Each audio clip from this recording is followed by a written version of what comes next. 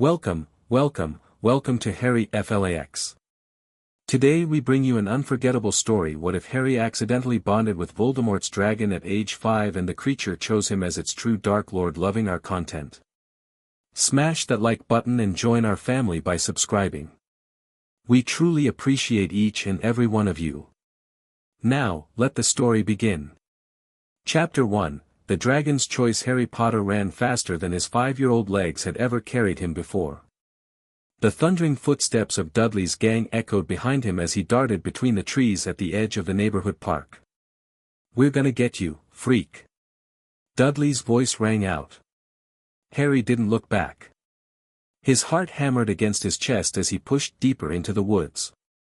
He'd never ventured this far before. Aunt Petunia had strictly forbidden it, but getting caught by Dudley and his friends would be worse than whatever punishment awaited him at home. The trees grew denser, branches snagging his oversized hand-me-downs.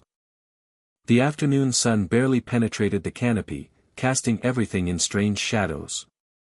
Behind him, the voices of his pursuers grew fainter. Dudley wasn't stupid enough to follow this far. "Yeah, you better run," a distant voice called. "Just wait till tomorrow." Harry slowed to catch his breath, his skinny chest heaving. He pushed his broken glasses up his nose and took in his surroundings. He was lost, but blissfully alone. Until he heard it, a low, pained hiss coming from a thicket just ahead. Something in that sound pulled at him. It wasn't human, but it didn't sound like any animal he'd heard before either. Harry crept forward, pushing aside brambles to investigate. What he found changed everything. In a small clearing lay a creature no bigger than a cat, but unlike anything Harry had ever seen.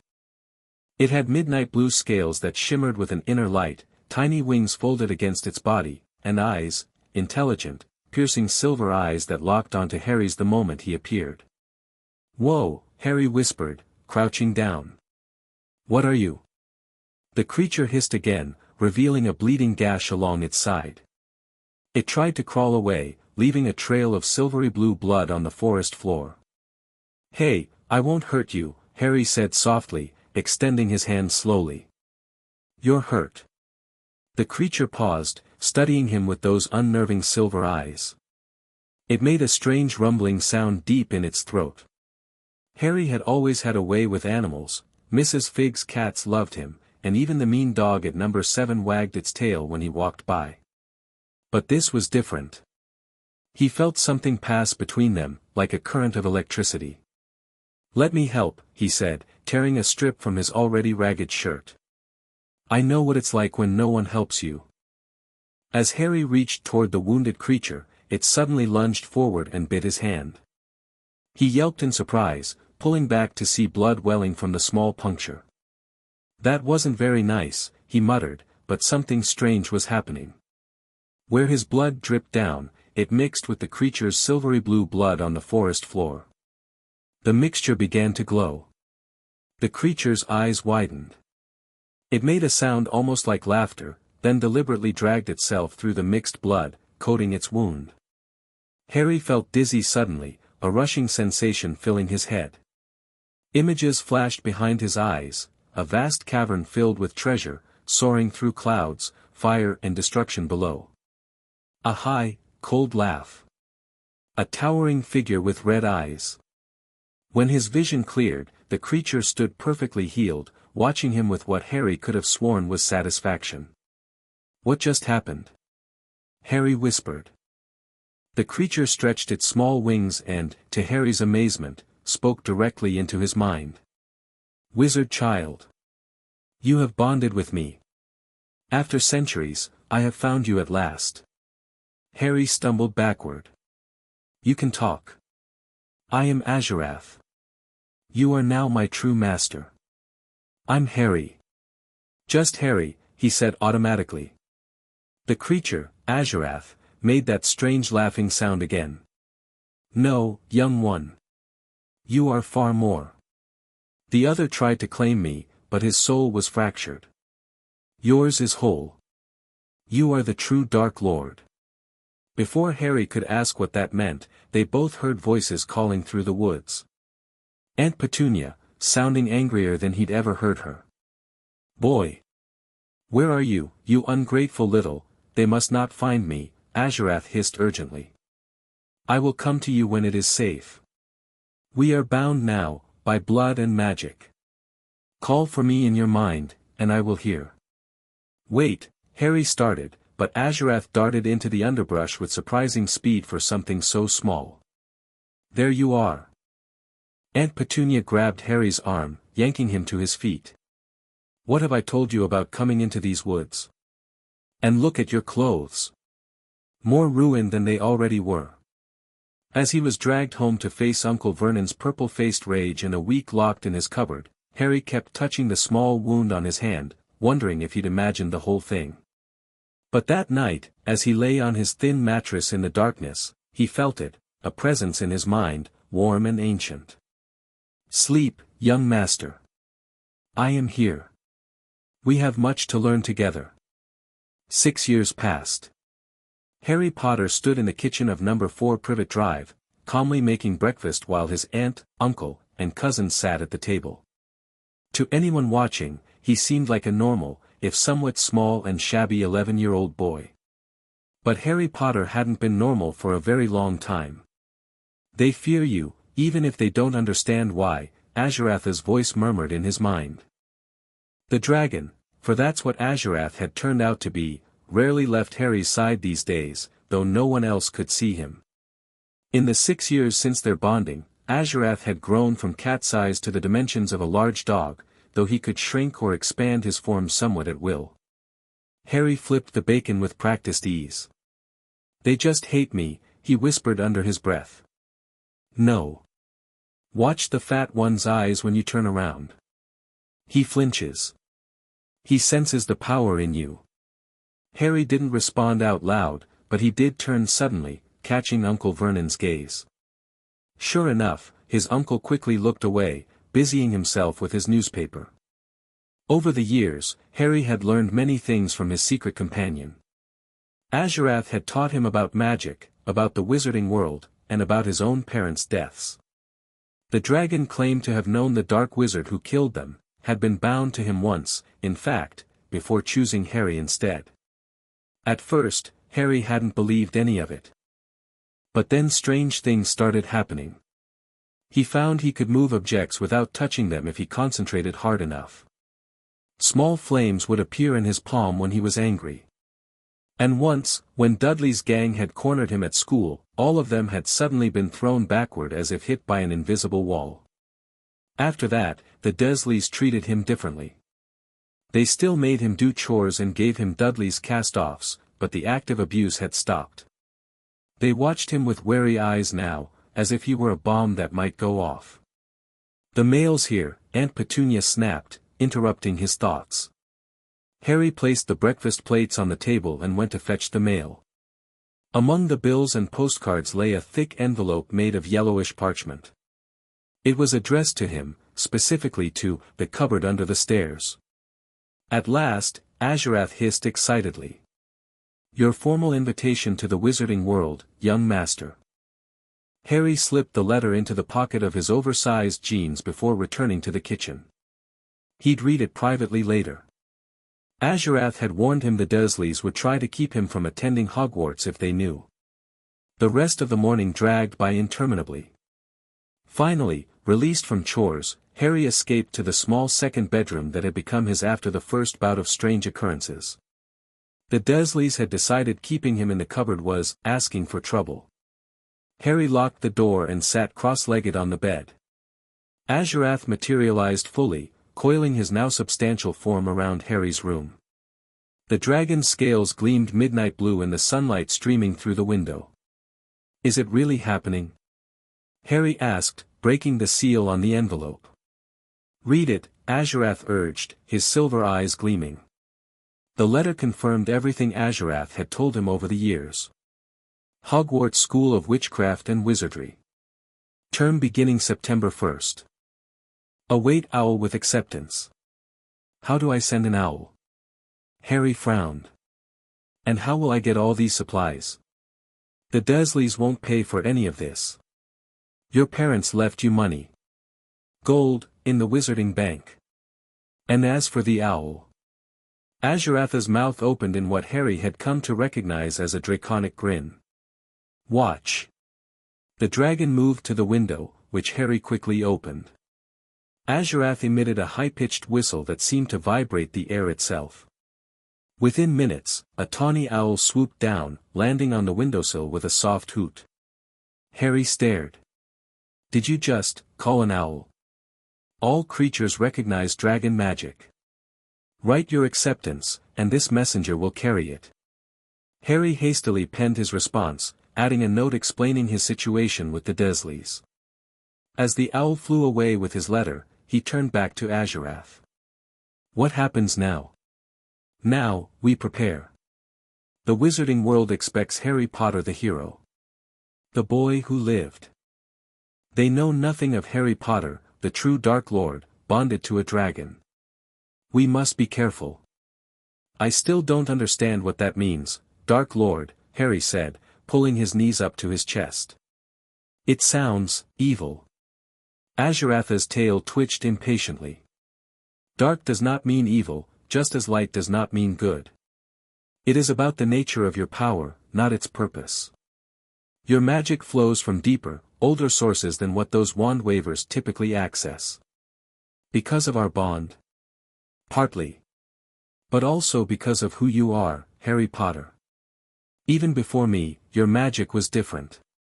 Why do you think the Broken One sought to kill you as an infant? Harry had learned from Azurath that the Broken One referred to Voldemort, the wizard who murdered his parents and tried to kill him. According to Azurath, Voldemort had been the dragon's previous master until Harry's blood bond superseded that connection.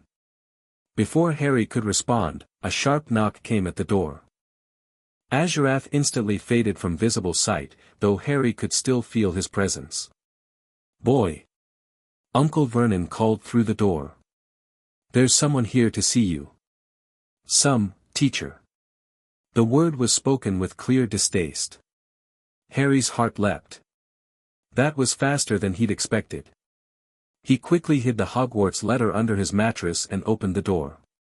Uncle Vernon stood there, face mottled with suppressed rage. In the living room. And no funny business. Harry found a severe-looking woman in emerald green robes sitting primly on the edge of the Dursleys' sofa. She rose when he entered, studying him with sharp eyes behind square spectacles. Mr. Potter, she said. I am Professor Minerva McGonagall, Deputy Headmistress of Hogwarts School of Witchcraft and Wizardry. I received your acceptance letter, along with your note about your living situation. Be careful, Azurath whispered in his mind. This one serves Dumbledore. Remember what I told you about him. According to Azurath, Albus Dumbledore was nearly as dangerous as Voldemort, in his own way, manipulative, secretive, and determined to control Harry's destiny. Thank you for coming, Professor, Harry said politely, keeping his face neutral. I wasn't sure how to get my school supplies. Professor McGonagall's expression softened slightly. That's precisely why I'm here. I'll be escorting you to Diagon Alley to purchase your materials. She glanced toward the hallway where the Dursleys were poorly pretending not to eavesdrop. I've already discussed the financial arrangements with your relatives. They won't be troubled for expenses. Diagon Alley was everything Azurath had described and more. Harry walked beside Professor McGonagall, trying not to gawk at the magical shops and oddly dressed people bustling about. The professor had explained about his fame on their journey here, though Harry had already learned most of it from Azurath. Remember, show interest but not too much knowledge, Azurath advised as they entered Gringotts Bank. Let her believe you are learning everything for the first time. Harry had become adept at carrying on two conversations simultaneously, one aloud, one in his mind with Azurath. As Professor McGonagall explained about wizarding currency, Harry nodded and asked appropriate questions while his eyes took in every detail of the goblin-run bank. When they reached his vault, Harry couldn't hide his genuine shock at the piles of gold, silver, and bronze coins. This is all mine? He asked. Your parents left you well provided for, Professor McGonagall confirmed. This is your trust vault. The main Potter family vault will become accessible when you come of age at 17. Take more than she suggests, Azurath urged.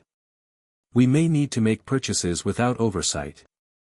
Harry filled his money bag generously, noticing McGonagall's slight frown but offering no explanation. As they exited the bank, Harry spotted a massive, wild-looking man with a tangled black beard entering. Hagrid.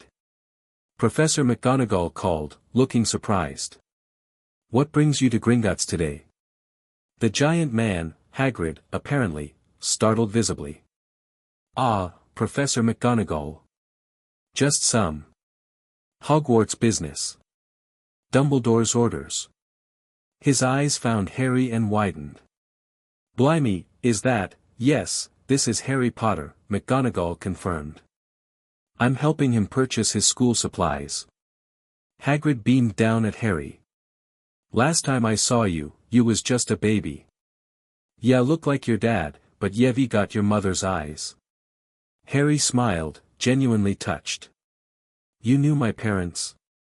Course I did. Great witch and wizard, they were. I was the one who. Hagrid trailed off, glancing at McGonagall. He's the one who took you from your parents' house after the attack, Azurath supplied. On Dumbledore's orders. Well, we must be getting on, McGonagall interrupted briskly. Lots to purchase before the day is out. Right, Hagrid nodded. Got important business myself. Vault 713. Top secret, that is. As they parted ways, Harry felt Azurath's interest sharpen. Vault 713, deep in the high-security section. Something powerful is being moved. The rest of the shopping expedition passed in a whirlwind of new experiences. Harry purchased robes, potion supplies, books, and various magical equipment. Professor McGonagall kept a close eye on him, particularly when he lingered over certain books in flourish and blots. Those texts are rather advanced for a first year, Mr. Potter, she commented when she caught him examining a tome on magical theory. I just want to understand everything, Harry said honestly. I have a lot to catch up on. Something in his earnest expression seemed to soften her. Your mother had the same thirst for knowledge. But perhaps start with the standard curriculum before venturing further. At Ollivander's, things became truly interesting.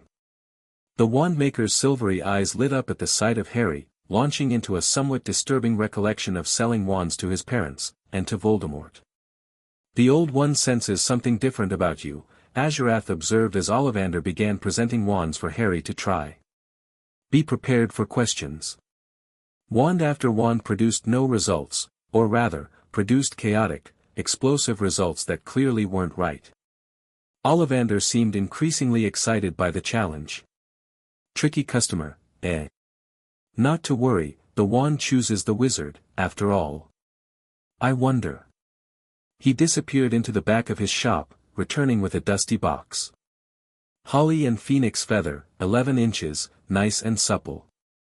The moment Harry touched this wand, he felt a sudden warmth in his fingers. He raised the wand and brought it swishing down, producing a stream of red and gold sparks.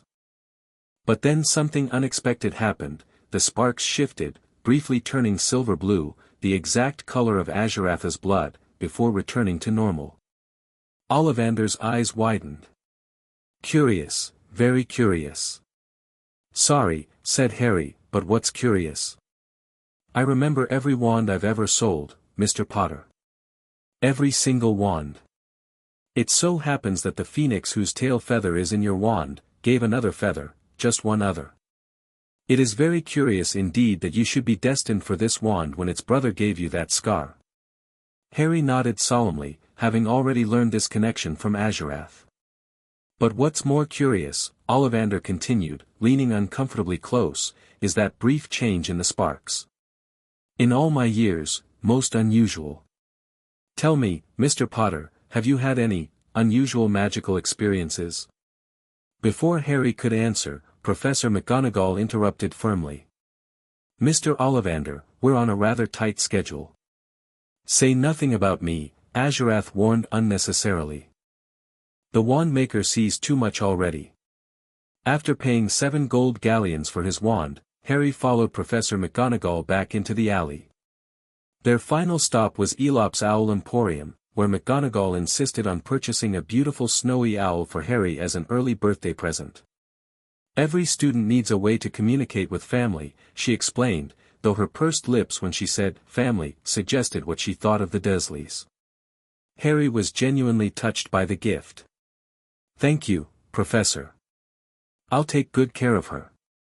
As they prepared to leave Diagon Alley, Harry glanced toward Gringotts, wondering about the mysterious errand Hagrid had been running for Dumbledore.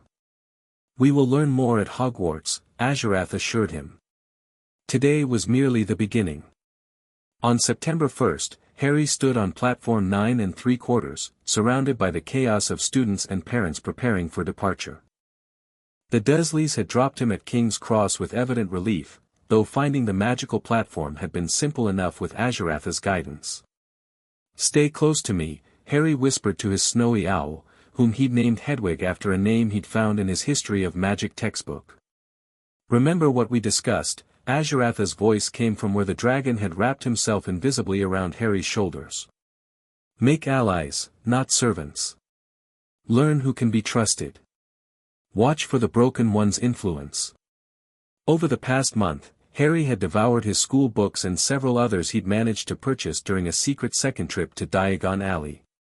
Azurath had been teaching him to channel small amounts of their shared magic, nothing obvious enough to trigger the Ministry's underage magic detectors, but enough to practice control. As Harry navigated through the crowd, he bumped into a family of redheads. The mother was giving instructions to 4 boys while a small red-headed girl clung to her hand. "Packed with muggles, of course," the plump woman was saying. Harry hesitated, then approached. "Excuse me," he said, "could you tell me how to get onto the platform? It's my first time at Hogwarts." The woman smiled kindly. "First time for Ron, too," she said, pointing to her youngest son, a tall, gangly, freckled boy who gave Harry a nervous smile. She explained about walking straight through the barrier, demonstrating with her older sons. "Weasleys," Azurath identified. "Old pureblood family, but blood traitors according to some. Loyal to Dumbledore." Harry nodded thanks to Mrs. Weasley and pushed his trolley toward the barrier. Taking a deep breath, he walked forward confidently, emerging onto platform 9 3/4 with the magnificent Hogwarts Express waiting on the tracks. After finding an empty compartment and stowing his trunk, Harry settled by the window. The youngest Weasley boy appeared at the door moments later. "Anyone sitting here?" he asked, pointing to the seat opposite Harry. "Everywhere else is full." "Go ahead," Harry offered. Ron Weasley introduced himself properly, and they chatted about families and Hogwarts houses. Harry carefully shared selected information about his life with the Dursleys, earning sympathetic outrage from Ron. "He could be useful," Azurath commented, "but he seems simple. Limited ambition." When Ron asked about the lightning scar, Harry obliged by lifting his fringe. He'd learned from Azurath that his scar was more than just a mark, it was a connection to Voldemort, created the night the killing curse rebounded. Their conversation was interrupted when the compartment door slid open again. A girl with bushy brown hair and rather large front teeth stood there, already wearing her Hogwarts robes. "Has anyone seen a toad?" "A boy named Neville's lost one," she said in a bossy voice. Then her eyes landed on the book open beside Harry, an advanced text on magical theory he'd been reading before Ron arrived. "Are you reading Fundamental Forces, a Theory of Magical Interconnection?" she asked, sounding impressed and surprised. "That's graduate-level material. I tried to read it in flourish and blots, but it was too complex for me right now." Harry shrugged. "I find it fascinating. I'm trying to understand how magic really works, not just how to use it." "This one has potential," Azurath noted with interest. "Intelligence and curiosity, valuable traits." The girl introduced herself as Hermione Granger, mentioning she was Muggle-born but had learned all their course books by heart. Instead of finding this annoying, as Ron clearly did, Harry felt a spark of connection. I'm Harry Potter, he said, causing Hermione's eyes to widen. Are you really? I know all about you, of course. You're in modern magical history and the rise and fall of the dark arts, and most of those books are wildly inaccurate, Harry interrupted. They're guessing about what happened that night. Nobody actually knows except me, and I was a baby. Hermione looked startled, then thoughtful. That's a very good point, actually. I hadn't considered that. She glanced at the magical theory book again. If you're interested in actual magical theory rather than just spell work, I'd love to discuss it sometime. After Hermione left to continue helping Neville find his toad, Ron stared at Harry. Mental, that one. Who reads textbooks for fun? Harry merely smiled, already planning to seek out Hermione again. Anyone who valued knowledge would be a valuable ally. The journey continued with more interruptions, a visit from the trolley witch, where Harry bought a sampling of everything to share with Ron, and later, a confrontation with a pale, blonde boy flanked by two larger students. They're saying Harry Potter's in this compartment, the boy said, looking Harry over with interest. Is it you? Yes, Harry replied simply. This is Crabbe and Goyle, the boy said casually, and I'm Malfoy. Draco Malfoy. Ron gave a slight cough that might have hidden a snigger. Draco shot him a cold look before turning back to Harry. You'll soon find that some wizarding families are better than others, Potter. You don't want to go making friends with the wrong sort. I can help you there. He extended his hand, but Harry didn't take it immediately. Instead, he studied the boy carefully. A Malfoy, Azurath murmured. His father was among the Broken One's most devoted. Useful potentially, but dangerous.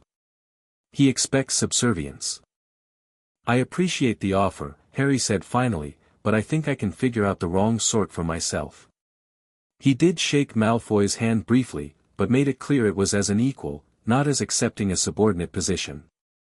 Though I'd be interested to hear more about your perspective on wizarding traditions sometime. Draco looked taken aback, clearly having expected either immediate allegiance or outright rejection. After a moment, he nodded stiffly. Perhaps. If you ever tire of. His eyes flicked to Ron, certain company. After they left, Ron exploded about the Malfoys' reputation as dark wizards. Harry listened politely but didn't entirely share Ron's black and white view. You handled that well, Azurath approved. Neither submission nor unnecessary enemies made. As night fell, the train finally reached Hogsmeade Station. Following Hagrid's booming calls for first years, Harry and Ron made their way to the boats that would carry them across the lake to Hogwarts. Harry's first view of Hogwarts Castle took his breath away, a vast structure perched atop a mountain, windows sparkling under the starry sky. But even more surprising was Azurath's reaction. Home, the dragon whispered in Harry's mind, with such longing that Harry nearly gasped. After so long, we return. Before Harry could ask what that meant, their boat bumped gently into the underground harbor, and it was time to enter Hogwarts School of Witchcraft and Wizardry.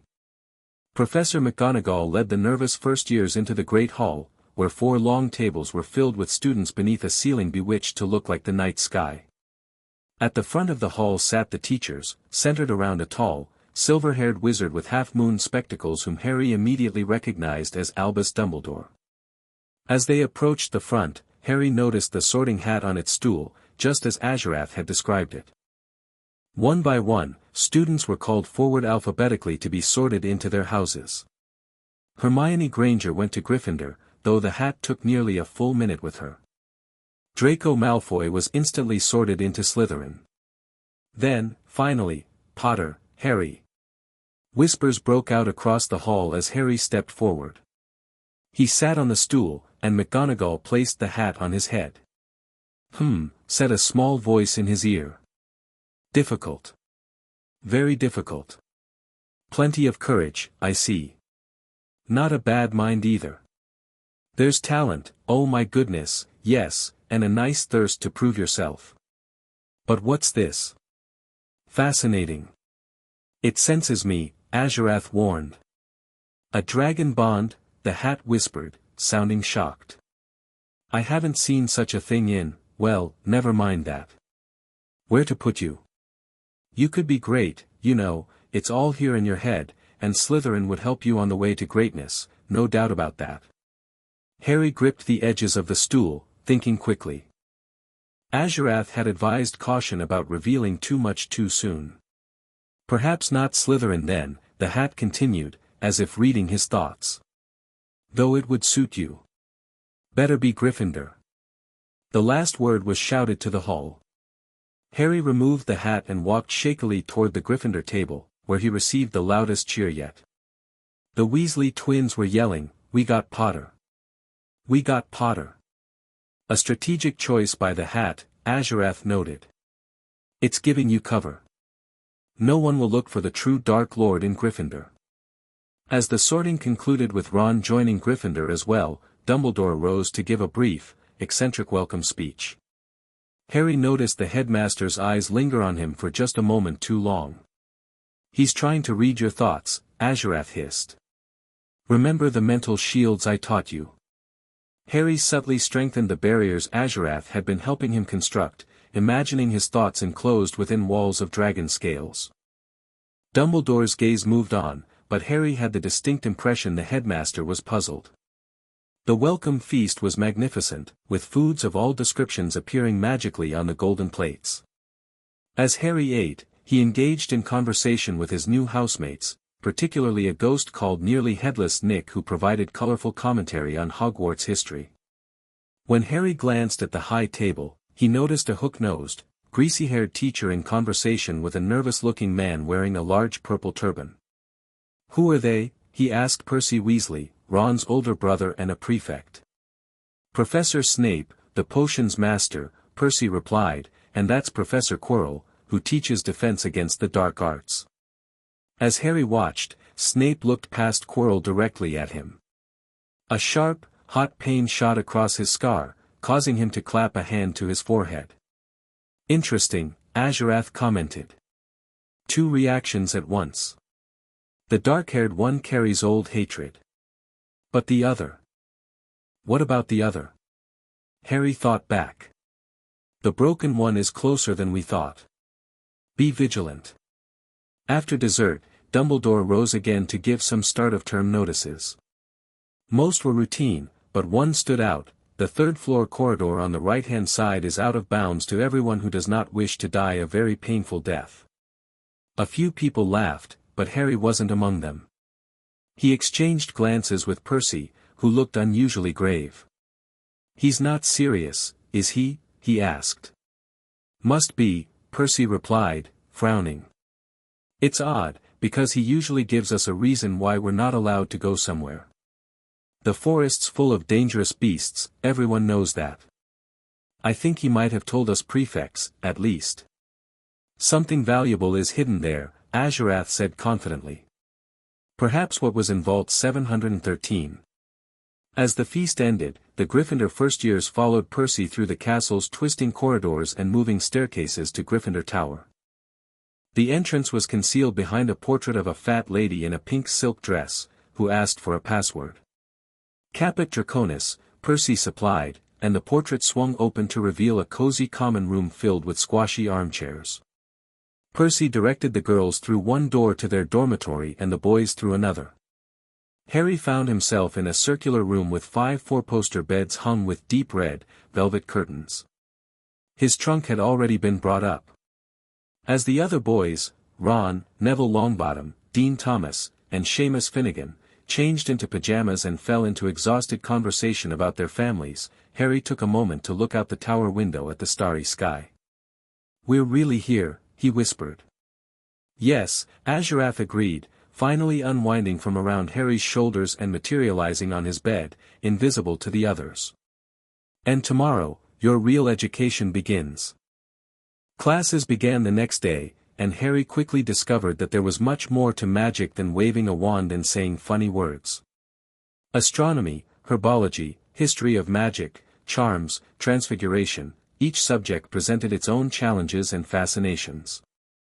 Professor Flitwick, the tiny charms teacher, squeaked and toppled off his stack of books when he read Harry's name during roll call. Professor McGonagall, as Harry had already guessed, was strict and clever. Her first lesson involved turning a match into a needle, a feat Harry managed on his third attempt, second only to Hermione. "Excellent work, Mr. Potter," McGonagall said with the barest hint of a smile. "Your father had a natural talent for transfiguration as well." Potions, however, proved immediately troublesome.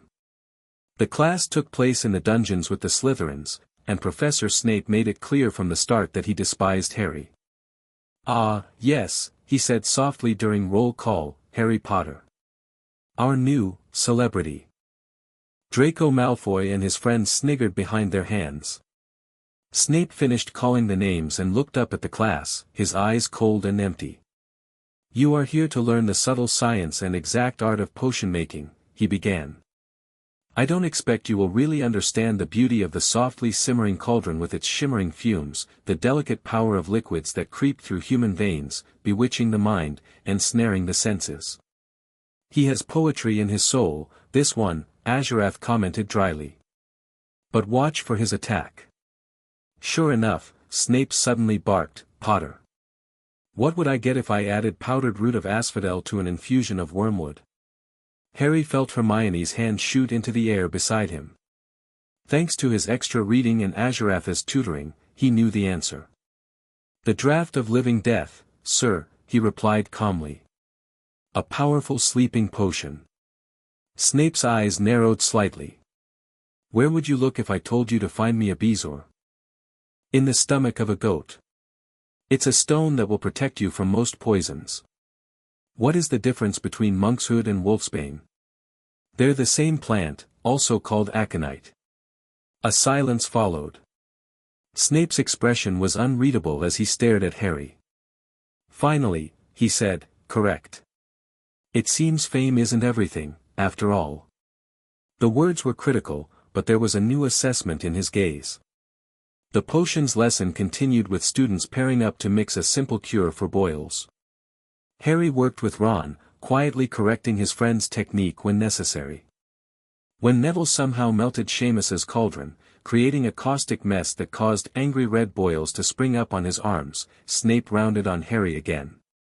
"Potter! Why didn't you tell him not to add the porcupine quills before taking the cauldron off the fire? Thought he'd make you look good if he got it wrong, did you?" "I was working with Ron, sir," Harry replied evenly. "I didn't see what Neville was doing." "This one holds old grudges," Azurath observed. "He sees your father in you." Despite Snape's hostility, Harry left the dungeon feeling strangely satisfied. He'd proven he wasn't ignorant, and something in the professor's reaction suggested he might have earned a sliver of reluctant respect. Friday brought their first offense against the dark arts class, which turned out to be something of a joke. Professor Quirrell's classroom smelled strongly of garlic, which he claimed was to ward off a vampire he'd met in Romania. His turban, he told them, had been given to him by an African prince as a thank you for getting rid of a troublesome zombie. As soon as Harry entered the classroom, his scar began to prickle uncomfortably. More disturbingly, Azurath became unusually agitated. "There is dark magic here," the dragon hissed. Not from the stuttering fool, but, around him. Through him. When Quirrell turned his back to write on the blackboard, Harry felt both his scar and Azurath react even more strongly. "What is it?" Harry thought urgently. "The broken one," came the disturbing reply. "He is here, somehow. Within or attached to this vessel." Harry tried to concentrate on the lesson, but the knowledge that Voldemort, or some part of him, might be in the same room made it nearly impossible. When class ended, he hurried out, breathing deeply once he reached the corridor. "You all right, mate?" Ron asked, frowning at Harry's pale face. "Just a headache," Harry muttered. "From the garlic smell, probably." That afternoon, Harry received an invitation to visit Hagrid at his hut. Ron accompanied him, eager to get away from the castle after a challenging first week. Hagrid lived in a small wooden house on the edge of the Forbidden Forest. A crossbow and a pair of galoshes stood outside the front door. When Harry knocked, they heard frantic scrabbling and several booming barks. "Back, Fong, back!" Hagrid's voice called. Hagrid's face appeared in the gap as he pulled the door open, holding back an enormous black boarhound. Inside was a single room. Hams and pheasants hung from the ceiling, a copper kettle boiled on the open fire, and a massive bed with a patchwork quilt stood in the corner. "Make yourselves at home," said Hagrid, releasing Fong, who bounded straight at Ron and started licking his ears. Like his owner, Fong was clearly not as fierce as he looked. "This is Ron," Harry introduced, as Hagrid poured boiling water into a large teapot. "Another Weasley, said Hagrid, glancing at Ron's freckles. "I spent half me life chasin' your twin brothers away from the forest."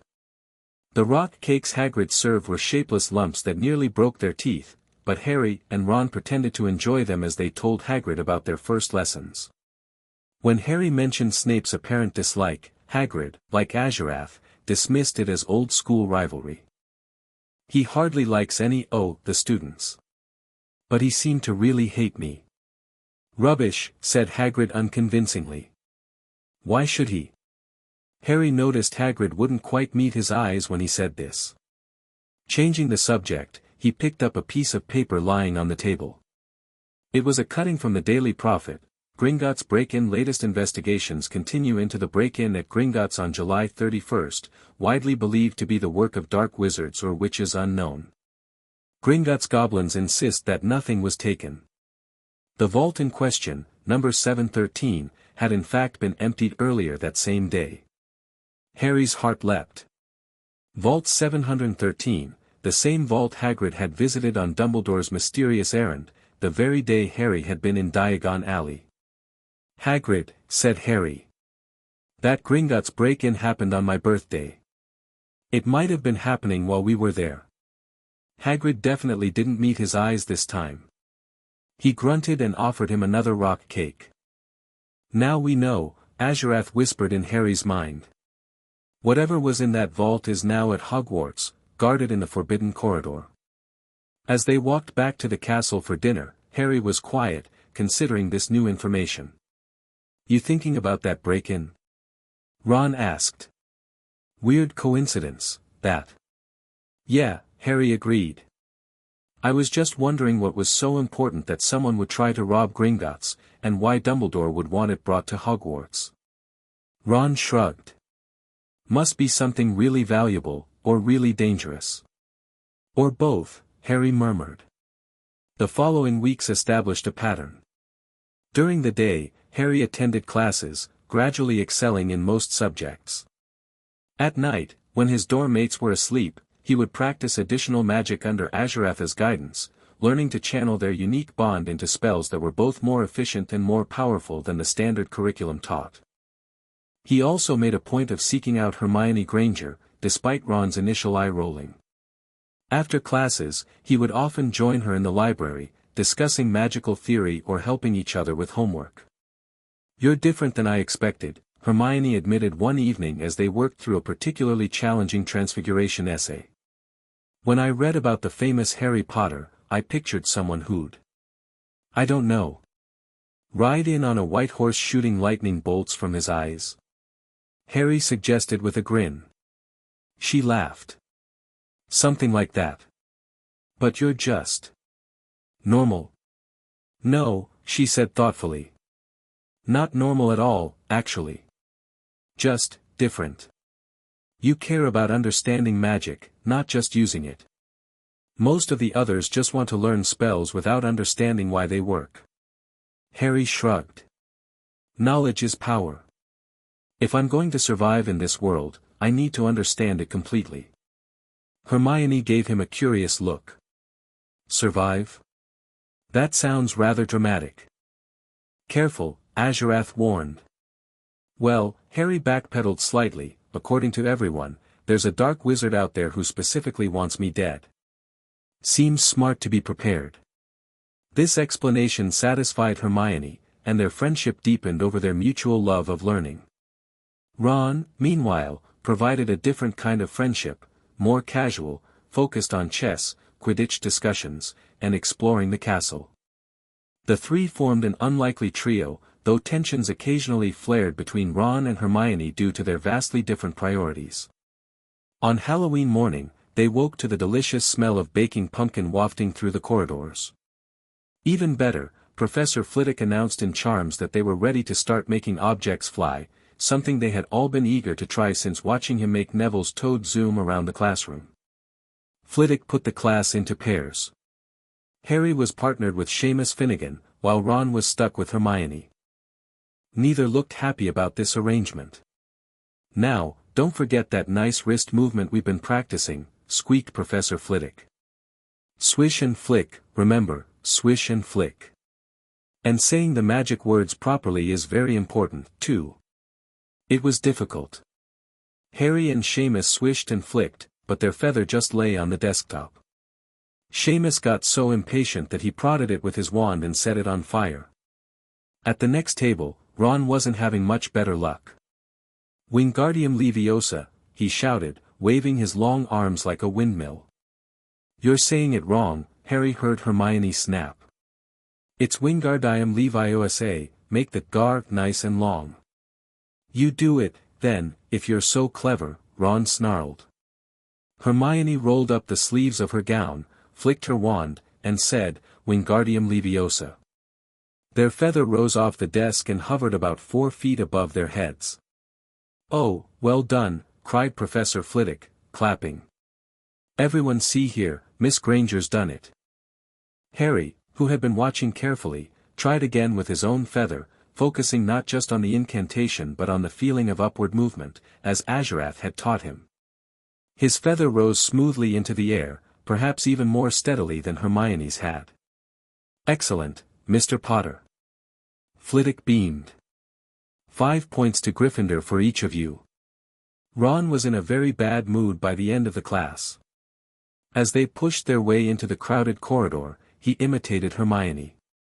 "It's Wingardium Leviosa, not Leviosa. She's a nightmare, honestly. No wonder she hasn't got any friends." Someone knocked into Harry as they hurried past. It was Hermione, and Harry was startled to see tears in her eyes. "I think she heard you," he told Ron. "So?" said Ron, but he looked uncomfortable. "She must have noticed she's got no friends." "She's my friend," Harry pointed out quietly. "And she was only trying to help." Hermione didn't turn up for their next class and wasn't seen all afternoon. On their way down to the Great Hall for the Halloween feast, Harry and Ron overheard Parvati Patil telling her friend Lavender that Hermione was crying in the girls' bathroom and wanted to be left alone. Ron looked even more awkward at this, but the moment they entered the Great Hall, the Halloween decorations drove Hermione from their minds. 1,000 live bats fluttered from the walls and ceiling while 1,000 more swooped over the tables in low black clouds, making the candles in the pumpkin stutter. Harry was just helping himself to a baked potato when Professor Quirrell came sprinting into the hall, his turban askew and terror on his face. "Troll, in the dungeons, thought you ought to know." He then sank to the floor in a dead faint. The hall erupted in chaos until Dumbledore shot purple firecrackers from his wand to bring silence. "Prefects," he rumbled, "lead your houses back to the dormitories immediately." As Percy led the Gryffindors up the marble staircase, Harry grabbed Ron's arm. "Hermione. She doesn't know about the troll." Ron bit his lip. "Oh, all right," he snapped. "But Percy'd better not see us." They slipped away from the Gryffindors and hurried toward the girls' bathroom. They had just turned a corner when they heard quick footsteps behind them. Ron pulled Harry behind a large stone griffin. To their surprise, it was Snape, crossing the corridor and disappearing from view. "What's he doing?" Harry whispered. "Why isn't he down in the dungeons with the rest of the teachers?" "Search me." "He's heading toward the 3rd floor," Azurath noted. "He suspects someone is using the troll as a diversion." They crept along the next corridor, following Snape's fading footsteps, when a foul stench reached their nostrils. And then they heard it, a low grunting, and the shuffling footfalls of gigantic feet. Ron pointed, at the end of a passage to the left, a mountain troll was lumbering toward a doorway. It was a horrible sight, 12 feet tall, its skin a dull, granite gray, its great lumpy body like a boulder with its small bald head perched on top. The smell coming from it was incredible. They watched as it slouched into a room. "The key's in the lock," Harry muttered. "We could lock it in." "Good idea," said Ron nervously. They edged toward the open door, mouths dry. With one great leap, Harry managed to grab the key, slam the door, and lock it. Yes. Flushed with their victory, they started to run back up the passage, but as they reached the corner they heard something that made their hearts stop, a high, petrified scream, coming from the chamber they'd just locked. "Oh, no," said Ron, pale as the bloody Baron. "It's the girls' bathroom." Harry gasped. "Hermione," they said together. Harry raced back to the door and turned the key, fumbling in his panic. They pulled the door open and ran inside. Hermione was shrinking against the wall opposite, looking as if she was about to faint. The troll was advancing on her, knocking sinks off the walls as it went. "Confuse it," Harry said desperately to Ron, seizing a tap and throwing it against the wall. The troll stopped, blinking stupidly, then turned its ugly snout toward Harry, giving Hermione time to run around it toward the door. But the sudden movement caused the troll to swing its club, nearly hitting her. "Use our magic," Azurath urged. "Focus on the creature's legs. Break its balance." Harry pointed his wand at the troll's knees. "Cruce fractum," he shouted, a spell he'd practiced with Azurath, not part of the first-year curriculum. A burst of blue-silver light shot from his wand, striking the troll's legs. The creature howled as its knees buckled, sending it crashing to the floor. Ron, perhaps inspired by Harry's spell, raised his own wand. Wingardium Leviosa. The troll's club flew out of its hand, rising high into the air, then dropped with a sickening crack onto its owner's head. The troll swayed and then fell flat on its face with a thud that made the whole room tremble. Hermione was the first to speak. "Is it dead?" "I don't think so," said Harry, "just knocked out." He turned to Ron. "Brilliant with the club."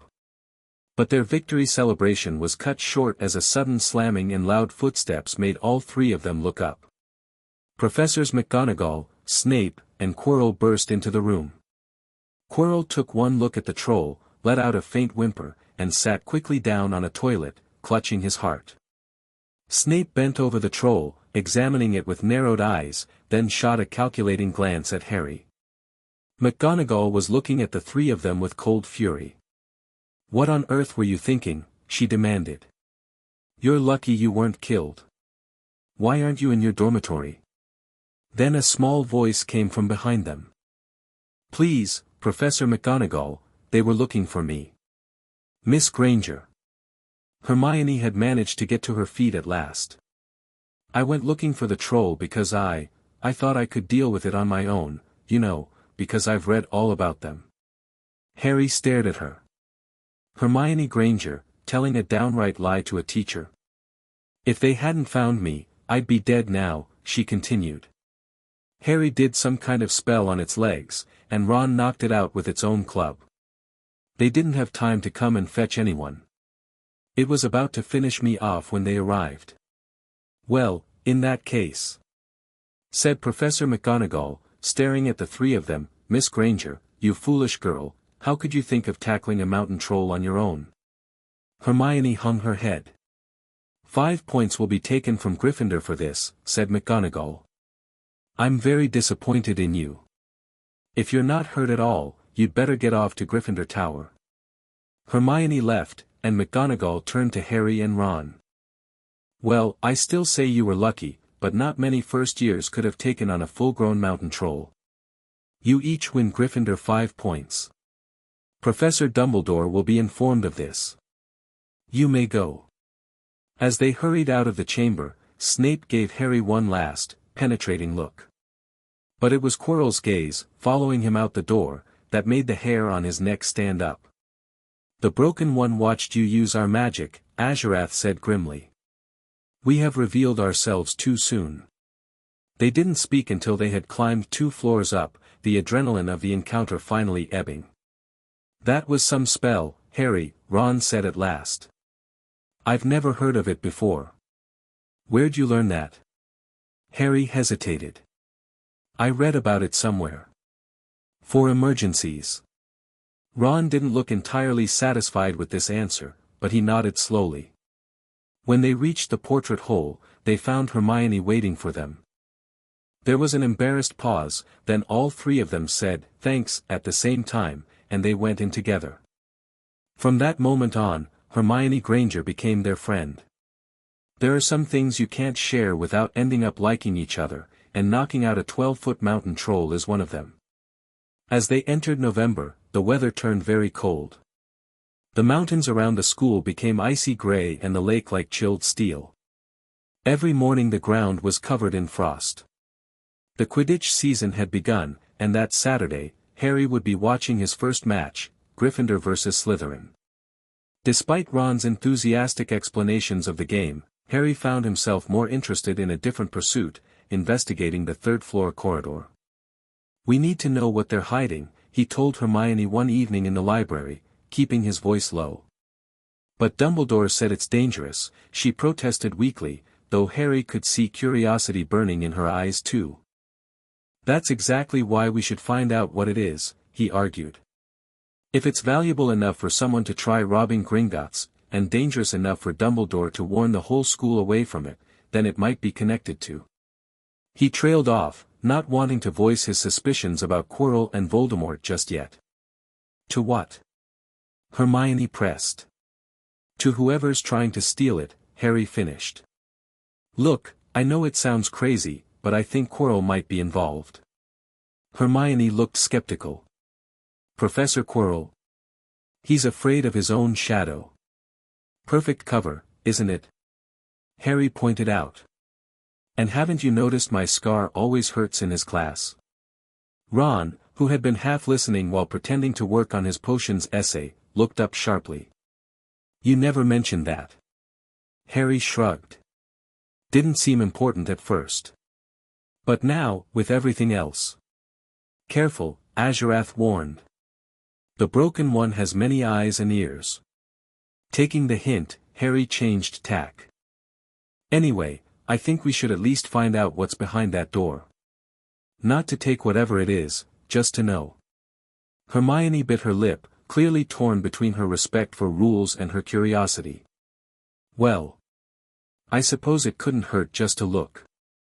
That night, after most of Gryffindor Tower had gone to sleep, the 3 of them slipped out beneath Harry's invisibility cloak, a Christmas gift he claimed had been anonymously sent but which Azurath had helped him retrieve from his family vault during a secret trip to Gringotts. This is mental, Ron whispered as they crept along the 3rd-floor corridor. If we get caught.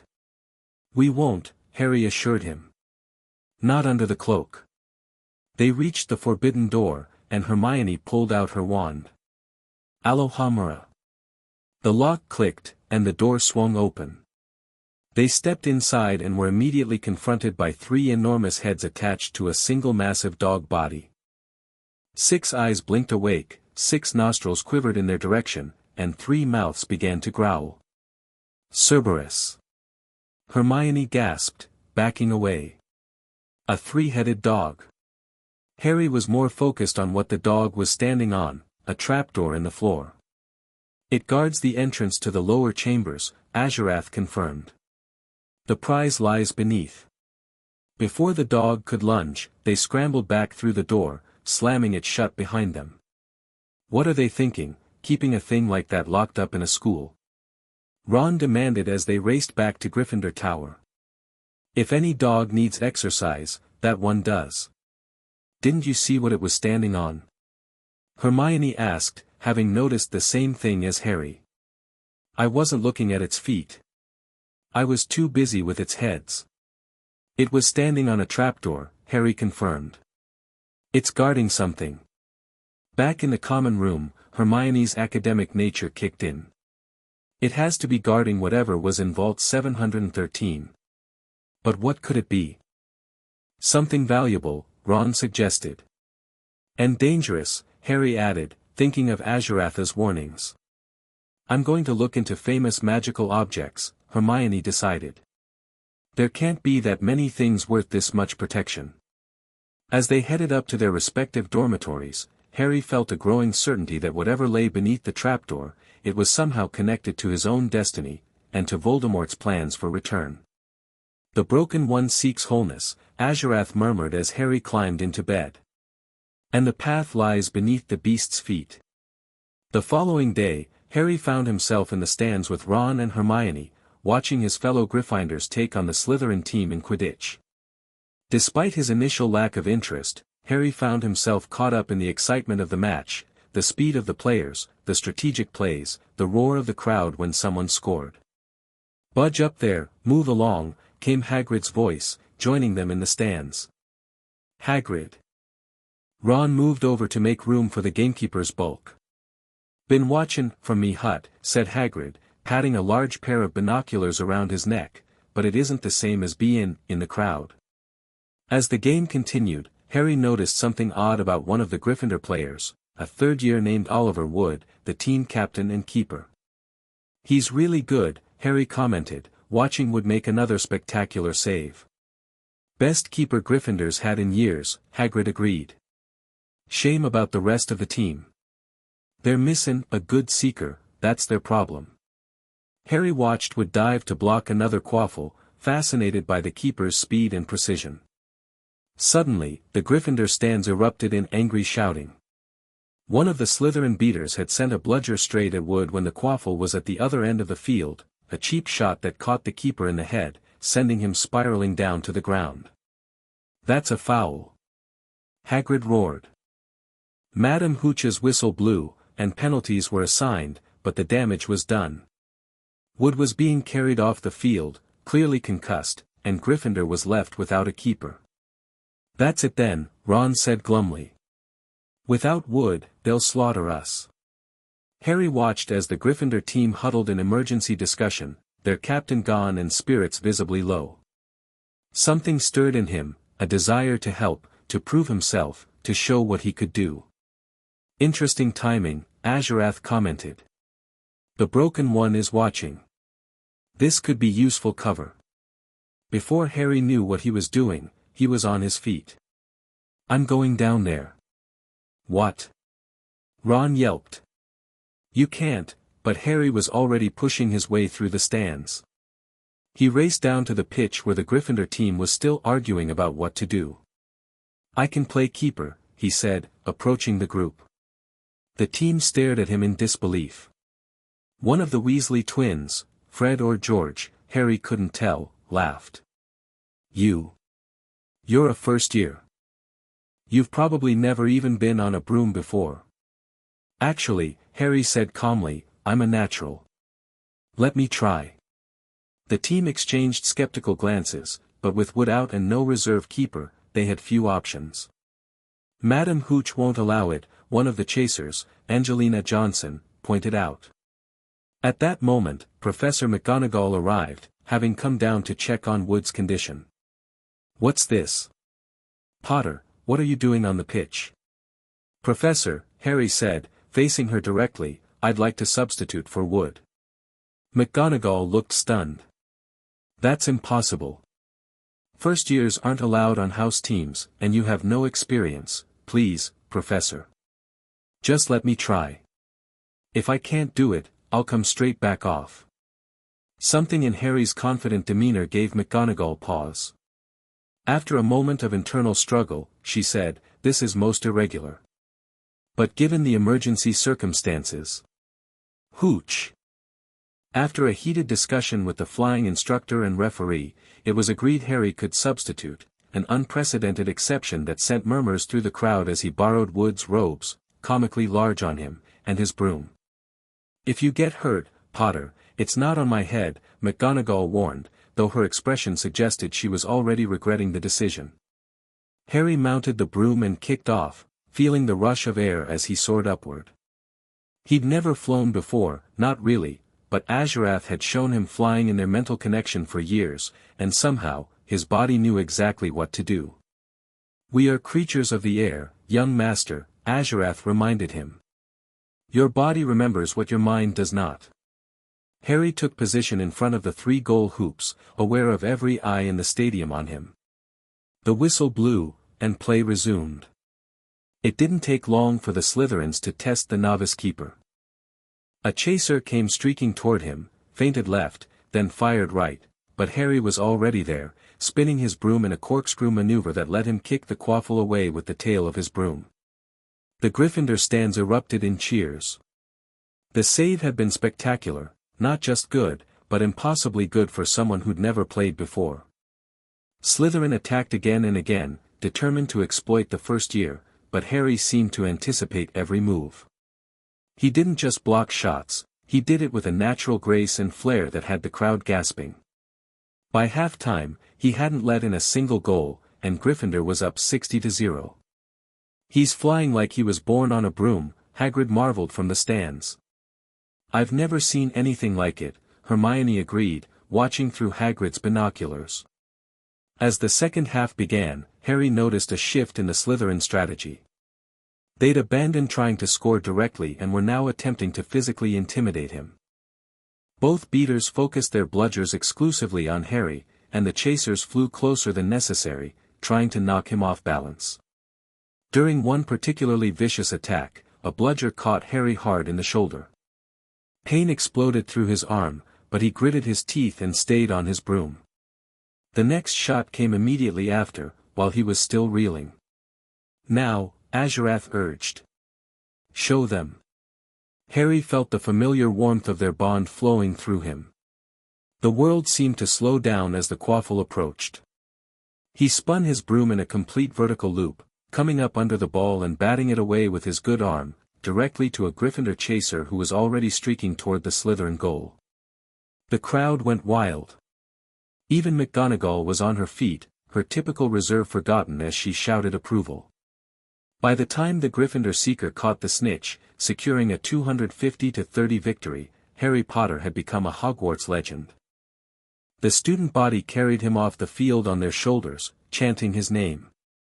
In the excitement, only Hermione noticed the peculiar expression on Professor Quirrell's face as he watched from the teacher's stands, a mixture of calculation and something that looked almost like fear.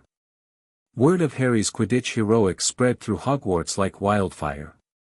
By dinner that evening, the story had grown to mythic proportions, with some claiming he'd caught a bludger in his teeth or performed a standing backflip on his broom. I can't believe McGonagall is letting you join the team permanently, Ron said as they ate, surrounded by admirers. First years never get to play. Exception to the rule, Harry shrugged, trying to look modest despite the pride he felt. Wood, recovered enough to join them for dinner, had personally begged McGonagall to keep Harry as a reserve keeper at minimum. Hermione, however, was more interested in continuing their investigation about the three-headed dog. I've been doing some reading, she whispered when the crowd around Harry finally thinned. Cerberus is put to sleep by music in Greek mythology. I think that might work on the dog we saw too. Brilliant, Harry nodded. But what could it be guarding? Any ideas? I have a few theories, she admitted, pulling out a scrap of parchment with a list of famous magical artifacts. The most likely candidates are the Philosopher's Stone, Merlin's Orb, or the Resurrection Stone. The Stone of the Alchemist, Azurath confirmed in Harry's mind.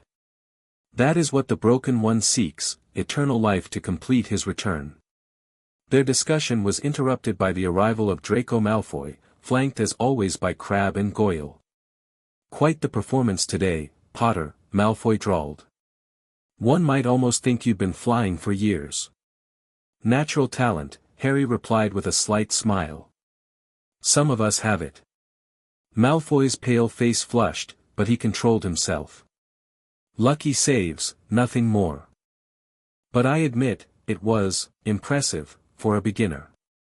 He hesitated, then added, if you're interested in developing that talent properly, you should consider better company then. His eyes flicked to Ron and Hermione, what you currently keep. I choose my friends based on their qualities, not their backgrounds, Harry replied evenly. But I appreciate your concern. After Malfoy departed, Ron glared after him. Slimy git. What was that about? He's trying to figure me out, Harry said thoughtfully. I don't fit his expectations. Well, good, said Hermione firmly. Now, about the stone. As Christmas approached, Harry found himself enjoying Hogwarts more than he'd ever enjoyed anything in his life. The castle was magnificent with holiday decorations, 12 towering Christmas trees in the Great Hall, festoons of holly and mistletoe hanging from the ceilings, and enchanted snow falling from the ceiling without ever reaching the tables below. Both Ron and Hermione were going home for the holidays, leaving Harry with the perfect opportunity to explore the castle freely. On the morning of their departure, they met in the Great Hall for breakfast. You must keep looking for information about Nicholas Flamel, Hermione instructed, having narrowed their search to the famous alchemist after weeks of research. And be careful around Quirrell. I still think you're imagining things, but better safe than sorry. Right if you find anything, Ron added. And for Merlin's sake, don't go through the trapdoor alone. After seeing them off, Harry returned to an almost empty Gryffindor tower. With most students gone for the holidays, he had unprecedented freedom to move about the castle, and to practice more advanced magic with Azurath. One snowy evening, Harry found himself wandering the corridors under his invisibility cloak. He'd been searching for the library's restricted section, hoping to find more information about Flamel, when he heard voices coming from an unused classroom. Don't know why you wanted to meet here of all places, Severus, came Professor Quirrell's voice, lacking its usual stutter. Harry froze, pressing himself against the wall. I thought we'd keep this private, said Snape, his voice icy. Students aren't supposed to know about the Philosopher's Stone, after all. Harry's heart leapt. So it was the Philosopher's Stone. Have you found out how to get past that beast of Hagrid's yet? Snape continued. But Severus, you don't want me as your enemy, Quirrell, said Snape, taking a step toward him. I don't know what you know perfectly well what I mean. Your little bit of hocus pocus. I'm waiting. But I don't, very well, Snape cut in. We'll have another little chat soon, when you've had time to think things over and decided where your loyalties lie. Harry barely had time to flatten himself against the wall as Snape stormed out of the classroom, followed shortly by Quirrell, who was pale and sweating. Interesting, Azurath commented. The Dark One suspects something, but doesn't realize the true nature of the Broken One's presence. Harry hurried back to his dormitory, mind racing. The Philosopher's Stone, capable of transforming any metal into gold and producing the elixir of life, which granted immortality. No wonder Voldemort wanted it. As he climbed into bed, Harry realized something else. Snape seemed to be trying to prevent Quirrell from getting the stone, not helping him. Could he have misjudged the potion's master? Trust no one completely, Azurath advised. All have their own agendas where power is concerned. Christmas morning dawned cold and bright. Harry woke to find a small pile of packages at the foot of his bed, more presents than he'd ever received in his life. There was a roughly carved wooden flute from Hagrid, a box of homemade fudge and a hand-knitted sweater from Mrs. Weasley, a luxury eagle feather quill from Hermione, and various sweets from other students who'd befriended him since the Quidditch match. The final package was small and wrapped in plain brown paper. Inside was a beautiful pendant, a silver dragon coiled around a small, blood-red stone, hanging from a fine silver chain. My gift to you, Azurath said softly. Wear it always. It contains a drop of my blood, crystallized. It will strengthen our bond and help shield your mind. Harry slipped the chain over his head, feeling a warmth spread through him as the pendant settled against his chest. Thank you, he whispered, genuinely moved. That night, Christmas dinner in the Great Hall was magnificent, with roast turkeys, mountains of potatoes, tureens of gravy, and wizard crackers that exploded like cannons, showering them with gifts. Harry pulled a cracker with Fred Weasley and was rewarded with a Rear Admiral's hat and several live mice. Up at the high table, Dumbledore had swapped his pointed wizard's hat for a flowered bonnet and was chuckling at a joke Professor Flitwick had just read him. After dinner, Harry returned to Gryffindor Tower, full and sleepy from the feast.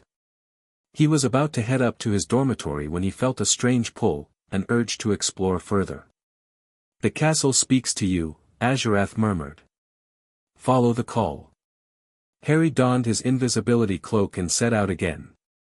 He wandered without clear direction, letting instinct guide him, until he found himself in an unused classroom. The room was empty except for a magnificent mirror, as high as the ceiling, with an ornate gold frame, standing on 2 clawed feet. An inscription was carved around the top, "Erised stra eru oit ube kafru oit onwosi." Backwards text, Azurath noted. "I show not your face but your heart's desire. Dangerous magic, young master. This mirror shows what you most desire, not truth, not future, just longing." Harry stepped in front of the mirror, curious despite the warning. What he saw made him gasp. He wasn't alone in the reflection. A crowd of people stood behind him. And there in the front were a man and woman who could only be his parents, Lily and James Potter, smiling proudly at him. But the reflection didn't stop there. Behind his parents stood a massive, fully grown Azurath, wings spread majestically. And around Harry himself, a soft blue glow emanated, suggesting power beyond ordinary magic. In the mirror, Harry wore robes of deepest black with silver runes embroidered along the edges. He stood tall and confident, looking not quite like himself yet not entirely different, himself grown into his power, perhaps. "What do you see?" Harry whispered to Azurath. "The mirror doesn't work on me," the dragon replied. "My desires are tied to yours now. But be careful, men have wasted away before this mirror, entranced by what they see." Harry found it difficult to tear his eyes away. The image of his parents, proud and loving, the vision of himself, powerful and assured. "It's not real," he told himself firmly, forcing himself to step back. "Just dreams." "No," Azurath corrected gently. "Not just dreams. Potential. Your parents' love was real. Your power is real. What you become is yet to be determined, but the seeds are there." As Harry finally turned away from the mirror, he sensed another presence in the room. Looking back, he saw Albus Dumbledore standing in the shadows, watching him with an inscrutable expression. "Back again, Harry?" the headmaster asked softly. Harry startled, realizing he'd left his invisibility cloak in a heap by the door. I didn't see you, sir." "Strange how nearsighted being invisible can make you," said Dumbledore, smiling gently. "So, you, like hundreds before you, have discovered the delights of the Mirror of Erised." "I didn't know it was called that, sir. But I expect you've realized by now what it does. It shows us what we want, whatever we want." "Yes and no," said Dumbledore quietly. "It shows us nothing more or less than the deepest, most desperate desire of our hearts. You, who have never known your family, see them standing around you. However, this mirror will give us neither knowledge nor truth. Men have wasted away before it, entranced by what they have seen, or been driven mad, not knowing if what it shows is real or even possible." Dumbledore paused, studying Harry closely. "May I ask, Harry, beyond your family, what else did you see?" "Careful," Azurath warned. "He tests you." Harry hesitated. "Just, myself, sir.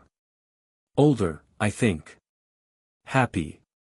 "Interesting," Dumbledore murmured. "The mirror will be moved to a new home tomorrow, Harry, and I ask you not to go looking for it again.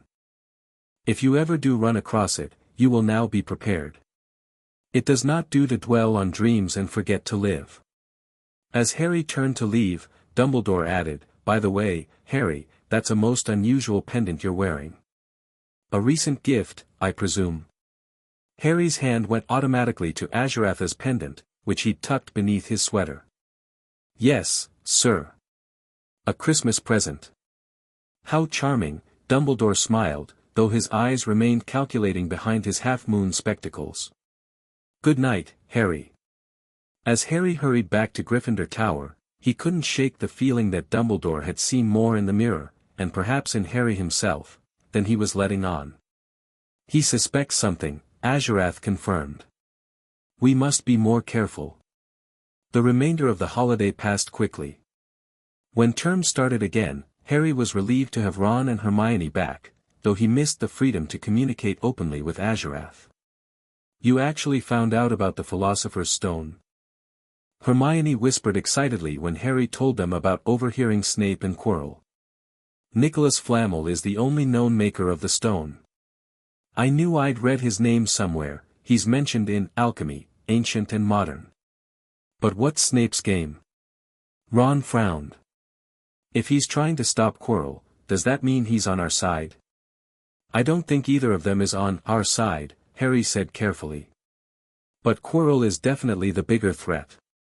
As winter melted into spring, they kept a close watch on both professors while continuing their research. Quirrell seemed to grow paler and thinner as the weeks passed, but the stone remained secure as far as they could tell. Their schoolwork intensified as exams approached. Even Harry, who absorbed new magic with unusual ease, found himself studying late into the night. Hermione drew up revision timetables for all of them and color-coded her notes obsessively. Hermione, the exams are ages away, Ron complained one afternoon in the library.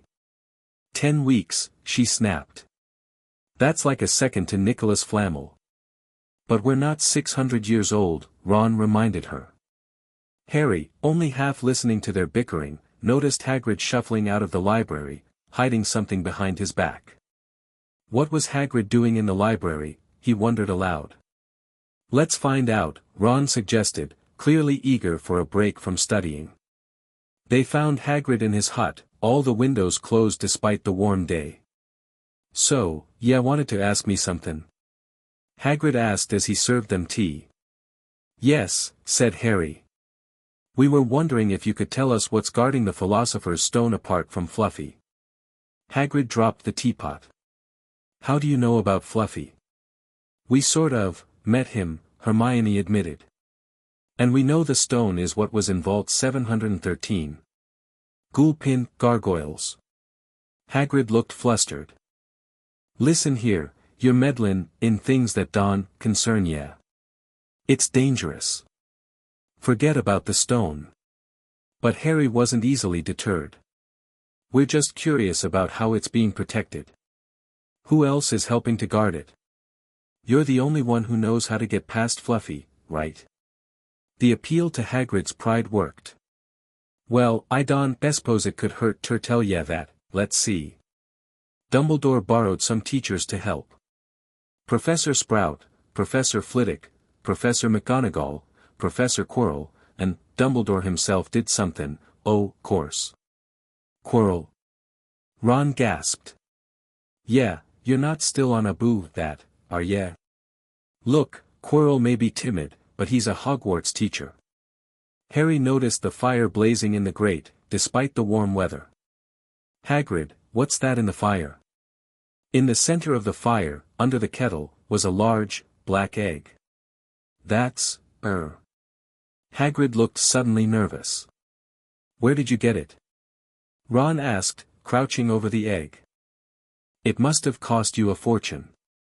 Won it, said Hagrid. Last night in the village, had a few drinks and got into a game o' cards with a stranger. Seemed quite glad to get rid of it, to be honest.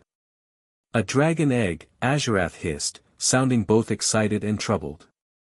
A common breed, but still, suspicious timing. But what are you going to do with it when it's hatched, said Hermione. Well, I've been doing some readin', said Hagrid, pulling a large book from under his pillow. Got this out of the library, Dragon Breeding for Pleasure and Profit. After unsuccessfully trying to convince Hagrid of the impracticality of raising a dragon in a wooden hut, the trio returned to the castle. It's a trap, Harry said quietly. Someone gave him that egg on purpose, to distract him, probably. If Hagrid gets caught with an illegal dragon, he'd be fired at minimum, Hermione concluded. And whoever's after the stone would have an easier time getting information about Fluffy. Their suspicions proved correct. A week later, Hagrid sent them a note, it's hatching. They skipped herbology to run down to the hut, where they witnessed the birth of a Norwegian ridgeback dragon. Hagrid was ecstatic, cooing over the baby dragon like a proud parent. "Isn't he beautiful?" Hagrid murmured as the dragon snapped at his fingers. Harry exchanged worried glances with his friends. They needed to get the dragon away from Hagrid before it was discovered. It was Ron who eventually suggested a solution. "Charlie. My brother Charlie studies dragons in Romania. We could write to him, ask him to take it." After much persuasion, Hagrid reluctantly agreed. They arranged for some of Charlie's friends to pick up the dragon, now named Norbert, from the astronomy tower at midnight the following Saturday. The plan nearly failed when Norbert bit Ron, causing his hand to swell to twice its normal size. While Ron went to the hospital wing, Harry and Hermione managed to transport the rapidly growing dragon to the tower under the invisibility cloak. They successfully passed Norbert to Charlie's friends, but their relief was short-lived. As they started down the spiral staircase, a lamp flared, revealing Professor McGonagall in a tartan bathrobe and hairnet, holding Neville Longbottom by the ear. "Detention," she shouted, nostrils flaring. "And 20 points from Gryffindor. Wandering around in the middle of the night, how dare you?" "You don't understand, Professor," Hermione tried to explain. "We were, save it, Miss Granger. Nothing gives you the right to walk around school at night. It's 1 o'clock in the morning." Back in Gryffindor Tower, Harry felt terrible. They'd lost 50 points for Gryffindor, erasing the lead he'd earned through Quidditch. The other students would be furious. It was necessary, Azurath consoled him. The dragon was a ploy to endanger Hagrid. By removing it, you've protected him, even at cost to yourself. The following week proved Azurath right. Their detention was to be served in the Forbidden Forest with Hagrid, who had received a stern warning but kept his job. Meanwhile, Quirrell looked even more nervous than usual, suggesting his plan had failed. On the night of their detention, Hagrid led them to the edge of the forest, carrying his large crossbow. "I'm lookin' fair summit in there and Yerry gonna help me," he explained. "A unicorn's been hurt. Found one dead last week, and this one's been staggerin' around since yesterday." They split into 2 groups, Hagrid with Hermione and Neville, while Harry went with Ron and Hagrid's boarhound, Fawn. As Harry and Ron ventured deeper into the forest, following a trail of silvery blue unicorn blood, an uneasy feeling grew in Harry's chest. "Danger approaches," Azurath warned. "Dark magic, and something familiar." They entered a clearing and found the unicorn, dead, its beautiful body sprawled on the ground. Then, from the shadows, a hooded figure crawled across the ground like some stalking beast, reached the unicorn, lowered its head over the wound in the animal's side, and began to drink its blood. Ron let out a terrible scream and bolted with Fawn. The hooded figure raised its head and looked directly at Harry, unicorn blood dripping from its mouth. As it came toward him, pain seared across Harry's scar, so intense he staggered backward. "The broken one." Azurath roared in his mind. "Stand firm." Through sheer force of will, Harry steadied himself, one hand clutching his dragon pendant. Drawing his wand, he faced the approaching figure. "Stay back," he commanded, surprised by the steadiness of his voice. The figure paused, seeming equally surprised. Then a voice emerged from within the hood, a terrible, raspy whisper. "Harry Potter, we meet again." "Voldemort," Harry acknowledged, ignoring the burning in his scar. The figure drifted closer. "You recognize me, clever boy. See what I have become. Shadow and vapor, forced to share another's body. But the unicorn blood strengthens me, and soon, the elixir of life will restore me fully." "I won't let you get the stone," Harry declared, wand still raised. A cold, hollow laugh emanated from the hood. "Brave like your parents, they died begging for mercy, you know." "You're lying," Harry snapped, anger surging through him. "And you're weak. You couldn't even kill me as a baby." The figure seemed to recoil slightly, then lunged forward with surprising speed. Before it could reach him, Harry felt Azuratha's power surge through their bond. Without consciously deciding to, he slashed his wand through the air. Repello hostes, he shouted, the dragon magic turning his vision momentarily silver blue. A wave of force exploded outward, throwing the hooded figure backward. It writhed on the ground, emitting an inhuman shriek of pain and rage. Run! Azurath urged. The spell wounded the vessel, but the broken one will recover quickly. Harry turned and fled through the trees, his heart pounding. Behind him, Voldemort's scream of fury echoed through the forest.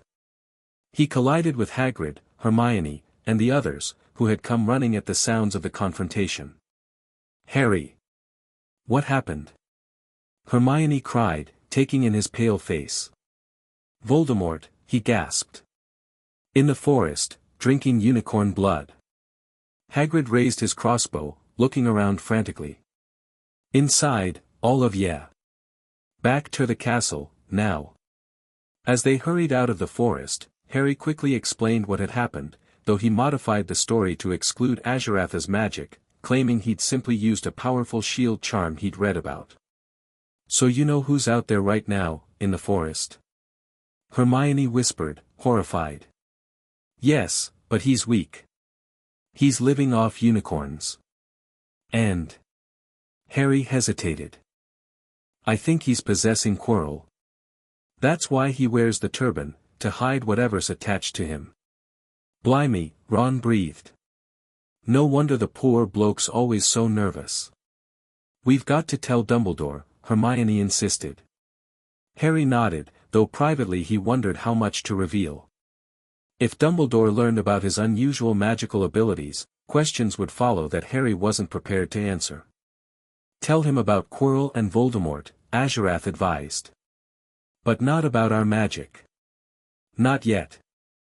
The next morning, they requested a meeting with the headmaster, only to be told he had been called to London on urgent ministry business. He's gone. Harry said frantically to Professor McGonagall. Now. But it's important. More important than the Ministry of Magic, Potter. Harry looked at Ron and Hermione. It's about the Philosopher's Stone, he said, ignoring their shocked expressions. Professor McGonagall dropped the books she was carrying. How do you know? Professor, I know, that someone's going to try and steal it. We've got to speak to Professor Dumbledore. She eyed them with a mixture of shock and suspicion. Professor Dumbledore will be back tomorrow.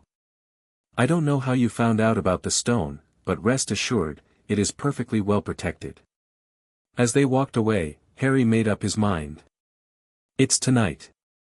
With Dumbledore gone, Quirrell will try to steal the stone tonight. I'm going down through the trapdoor to stop him. You're mad. Ron exclaimed. You can't, I don't have a choice, Harry interrupted.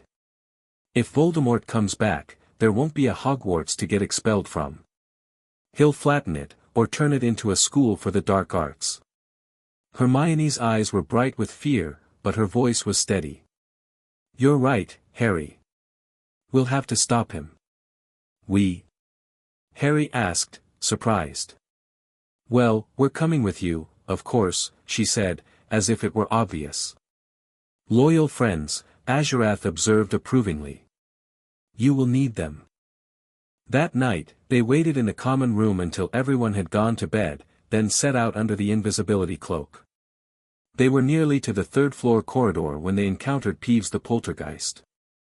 Harry took a risk. Deepening his voice, he whispered, Peeves, the Bloody Baron has his own reasons for being invisible. The poltergeist nearly fell out of the air in shock. So sorry, your bloodiness, Mr. Baron, sir, he said greasily. My mistake, forgive old Peevesy his little joke, sir. I have business here tonight, Harry continued in his hoarse whisper. Stay away from this place until morning.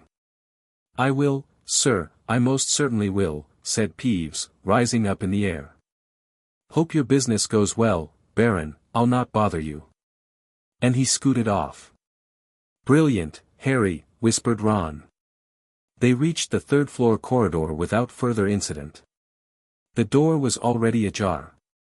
"He's already got past Fluffy," Harry said grimly. Pulling out the flute Hagrid had given him for Christmas, Harry began to play. It wasn't a real tune, but from the first notes, the beast's eyes began to droop. Slowly, the dog's growls ceased, and it slumped to the ground, fast asleep. "Keep playing," Ron warned as they slipped past the dog's massive paws and approached the trapdoor. Ron pulled open the trapdoor, revealing a dark drop with no visible bottom. "I'll go first," Harry said, pausing his flute playing momentarily. The dog stirred but didn't fully wake. "If anything happens to me, don't follow. Go straight to the Ollery and send Hedwig to Dumbledore." Without waiting for a response, Harry lowered himself through the trapdoor and let go. He fell through cold, damp air and landed on something soft. Looking around, he realized he was sitting on a plant with long tendrils that were already twining around his ankles. "It's okay," he called up.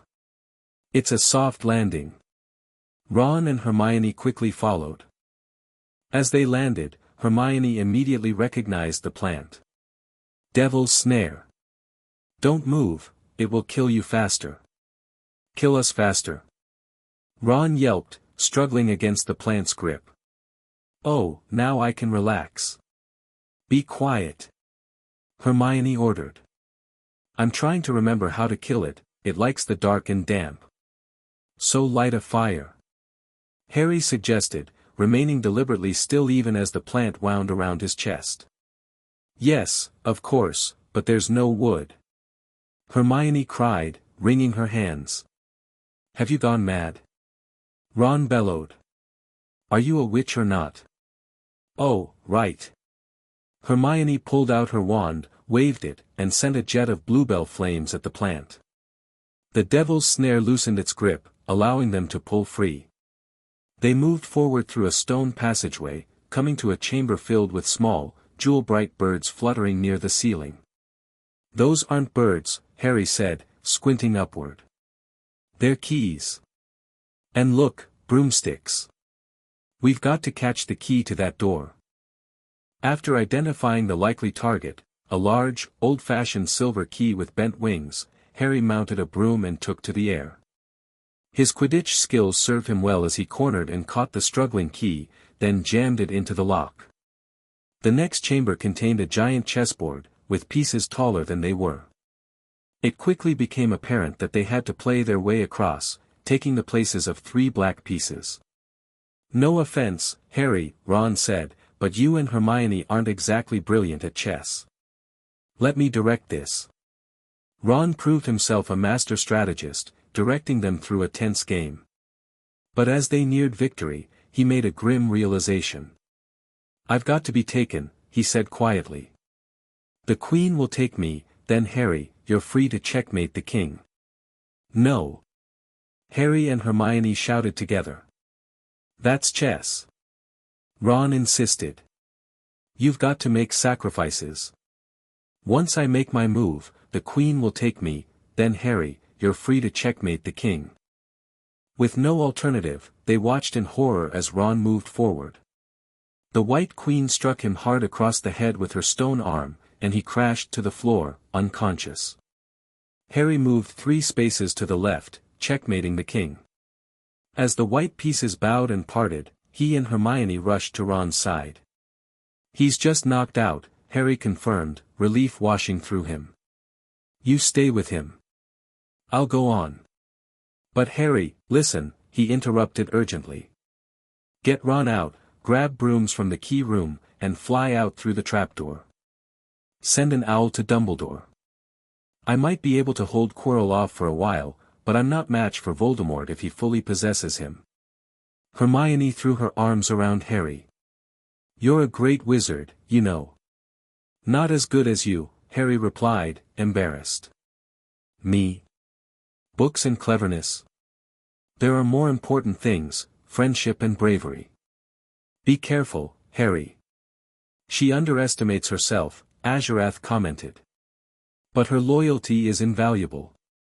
Harry moved forward alone, through a room with an unconscious troll, and into a chamber where purple flames sprang up behind him and black flames ahead. A table held 7 differently shaped bottles in a row. Beside them lay a roll of parchment with a logic puzzle. Hermione would have solved it instantly, but Harry had to work through it carefully, identifying which potion would allow him to proceed through the black flames. The smallest bottle, Azurath confirmed once Harry had narrowed it down.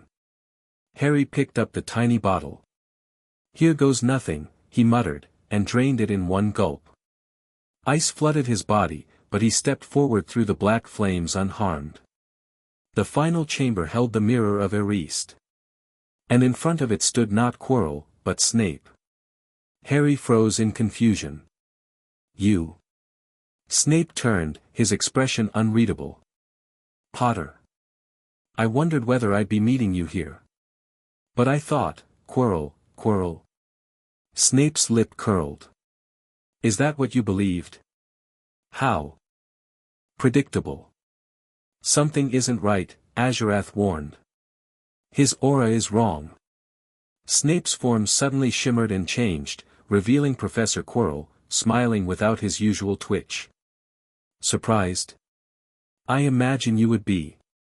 Useful, having everyone think I'm a poor st stuttering Professor Q Quirrell, when all along you were serving Voldemort," Harry finished, gripping his wand tightly. Quirrell laughed, a cold, sharp sound unlike his usual nervous titter. "Very good, Potter. Yes, the Master is with me wherever I go. I met him when I traveled the world.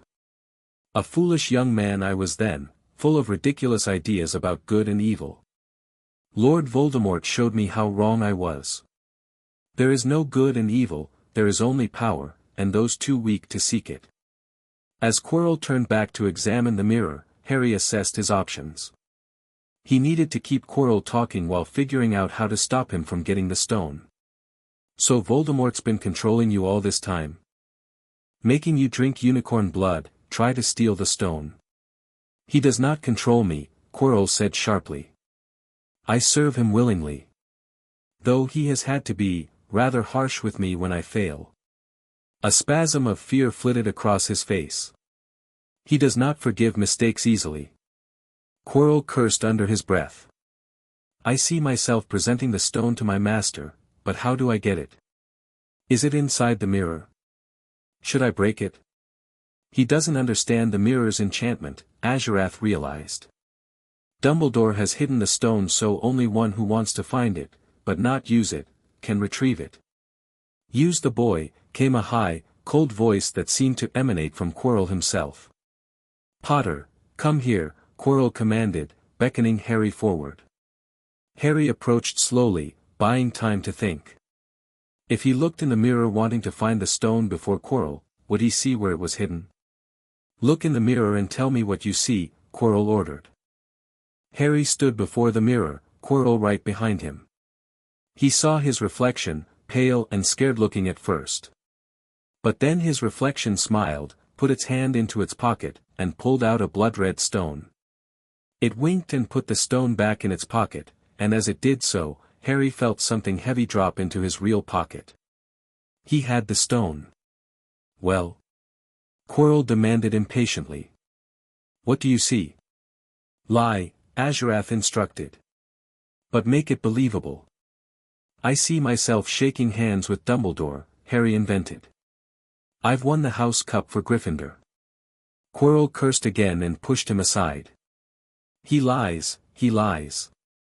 Let me speak to him, face to face." The high voice requested.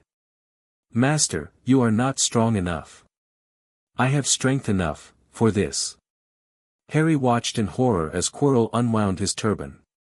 Where there should have been the back of his head, there was instead a face, the most terrible face Harry had ever seen. Chalk white with glaring red eyes and slits for nostrils, like a snake. "Harry Potter," it whispered. "See what I have become. Mere shadow and vapor, forced to share another's body. Once I have the elixir of life, I will be able to create a body of my own. Now, why don't you give me that stone in your pocket?" Harry stumbled backward, shocked that Voldemort knew. "Don't be a fool," snarled the face. "Better save your own life and join me, or you'll meet the same end as your parents. They died begging me for mercy. Liar! Harry shouted. Quirrell was walking backward toward him, so that Voldemort could still see him. The evil face was smiling. How touching. I always value bravery. Yes, boy, your parents were brave. I killed your father first, and he put up a courageous fight, but your mother needn't have died, she was trying to protect you. Now give me the stone, unless you want her to have died in vain. Never. Harry sprang toward the flame door, but Quirrell seized his wrist. At once, a needle-sharp pain seared across Harry's scar, but simultaneously, Quirrell let go, howling in agony. His fingers were blistering before his eyes. Seize him! Seize him! Shrieked Voldemort, and Quirrell lunged, knocking Harry off his feet, landing on top of him, both hands around Harry's neck. While Harry's scar was burning with pain, he saw Quirrell howling in agony. Master, I cannot hold him, my hands, my hands. Harry realized that Quirrell couldn't touch his bare skin without suffering terrible pain. He grabbed Quirrell's face, argh. Quirrell rolled off him, his face blistering too. Harry instinctively pressed his advantage, grabbing Quirrell's arm, determined to keep him in pain until help arrived. But as Quirrell screamed in agony, Harry felt his own strength fading. The pain in his scar was building to an unbearable level. The dragon pendant. Azurath urged. Use it now. With his last conscious effort, Harry clutched the silver dragon pendant around his neck. A surge of energy flowed through him, not enough to fully revitalize him, but sufficient to maintain his grip on Quirrell. As darkness crept into the edges of his vision, Harry heard Voldemort's furious scream, "Kill him! Kill him!" Then there were other voices, someone calling his name, and Harry finally let go, slipping into unconsciousness. He awoke to find himself in the hospital wing, sunlight streaming through the windows. Dumbledore stood at the foot of his bed, smiling gently. "Good morning, Harry," he said. "Sir." "The stone." "Quirrell." "Voldemort." Harry tried to sit up but was too weak. "Calm yourself, dear boy. Quirrell does not have the stone." "Then who does?" "Sir, Harry, please relax, or Madame Pomfrey will have me thrown out. Quirrell did not manage to take the stone from you. I arrived in time to prevent that, although you were doing very well on your own, I must say." "You got Hermione's owl?" "No. I was barely halfway to London when I realized the place I needed to be was the one I had just left. I arrived just in time to pull Quirrell off you." "It was you who saved me, then." "Not entirely. How Quirrell could not touch you was your mother's doing. She sacrificed herself for you, and that kind of act leaves a mark." Dumbledore touched the scar on Harry's forehead. "Not a scar, no visible sign, it lives in your very skin. Love, Harry." Quirrell, full of hatred, greed, and ambition, sharing his soul with Voldemort, could not touch you for this reason. Harry nodded slowly, though he suspected Azurath's pendant had played a role as well. "And the stone?" he asked. "Professor Quirrell did not manage to take it from you. I arrived in time to prevent that, though you were doing very well on your own, I must say. As for the stone, it has been destroyed." "Destroyed? But what about Nicholas Flamel?" "Oh, you know about Nicholas?" said Dumbledore, sounding quite delighted. "He and his wife have enough elixir stored to set their affairs in order and then, yes, they will die. To a well-organized mind, death is but the next great adventure." They talked a while longer, Dumbledore answering Harry's questions about why Voldemort had tried to kill him as a baby, as much as he could, at least, and how Harry had retrieved the stone from the mirror. "One more thing, Harry," Dumbledore said as he prepared to leave. "That rather unusual display of magic you used against Quirrell, not what one typically expects from a first-year student." Harry felt a chill run down his spine. "Sir." "The burns on Quirrell's body," Dumbledore clarified, his eyes twinkling but shrewd. Some were consistent with your mother's protection, others, however, showed traces of magic I haven't encountered in quite some time. Be vague, Azurath advised. He's fishing. I'm not sure what happened, sir, Harry said carefully. I just wanted to stop him so badly. Indeed, Dumbledore nodded, seemingly satisfied for the moment. Accidental magic can manifest in remarkable ways under extreme stress. Something to consider for the future, perhaps. After Dumbledore left, Harry was visited by Ron and Hermione, who had been waiting outside the infirmary doors. Their relief at seeing him awake was palpable. The whole school's talking about it, Ron said excitedly. What really happened down there? Harry told them everything, except for Azurath's involvement. Some secrets, he had decided, were still too dangerous to share, even with his closest friends. At the end of year feast, the Great Hall was decked out in Slytherin colors of green and silver to celebrate their winning the House Cup for the 7th year in a row. Harry's adventure had occurred too late to earn Gryffindor enough points to overtake them. Harry entered the hall late, having been released from the hospital wing only that morning. A sudden hush fell as he walked to the Gryffindor table, then everybody started talking loudly at once. He slipped into a seat between Ron and Hermione, trying to ignore the staring. Dumbledore arrived moments later, and the babble died away. Another year gone, he said cheerfully. And now, as I understand it, the House Cup needs awarding, and the points stand thus: in 4th place, Gryffindor, with 312 points, in 3rd, Hufflepuff, with 352, Ravenclaw has 426 and Slytherin, 472. A storm of cheering and stamping broke out from the Slytherin table. Harry could see Draco Malfoy banging his goblet on the table. Yes, yes, well done, Slytherin, said Dumbledore. However, recent events must be taken into account. The room went very still. I have a few last-minute points to dish out. First, to Mr. Ronald Weasley, for the best played game of chess Hogwarts has seen in many years, I award Gryffindor 50 points. Ron went purple in the face. Gryffindor cheers nearly raised the bewitched ceiling. Second, to Miss Hermione Granger, for the use of cool logic in the face of fire, I award Gryffindor 50 points. Hermione buried her face in her arms, and Harry strongly suspected she had burst into tears. Gryffindors up and down the table were beside themselves, they were 100 points up. Third, to Mr. Harry Potter, said Dumbledore, for pure nerve and outstanding courage, I award Gryffindor 60 points. The din was deafening. Those who could add up while yelling themselves hoarse knew that Gryffindor now had 472 points, exactly the same as Slytherin.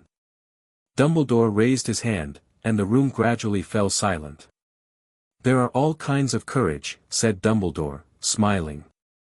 It takes a great deal of bravery to stand up to our enemies, but just as much to stand up to our friends. I therefore award 10 points to Mr. Neville Longbottom.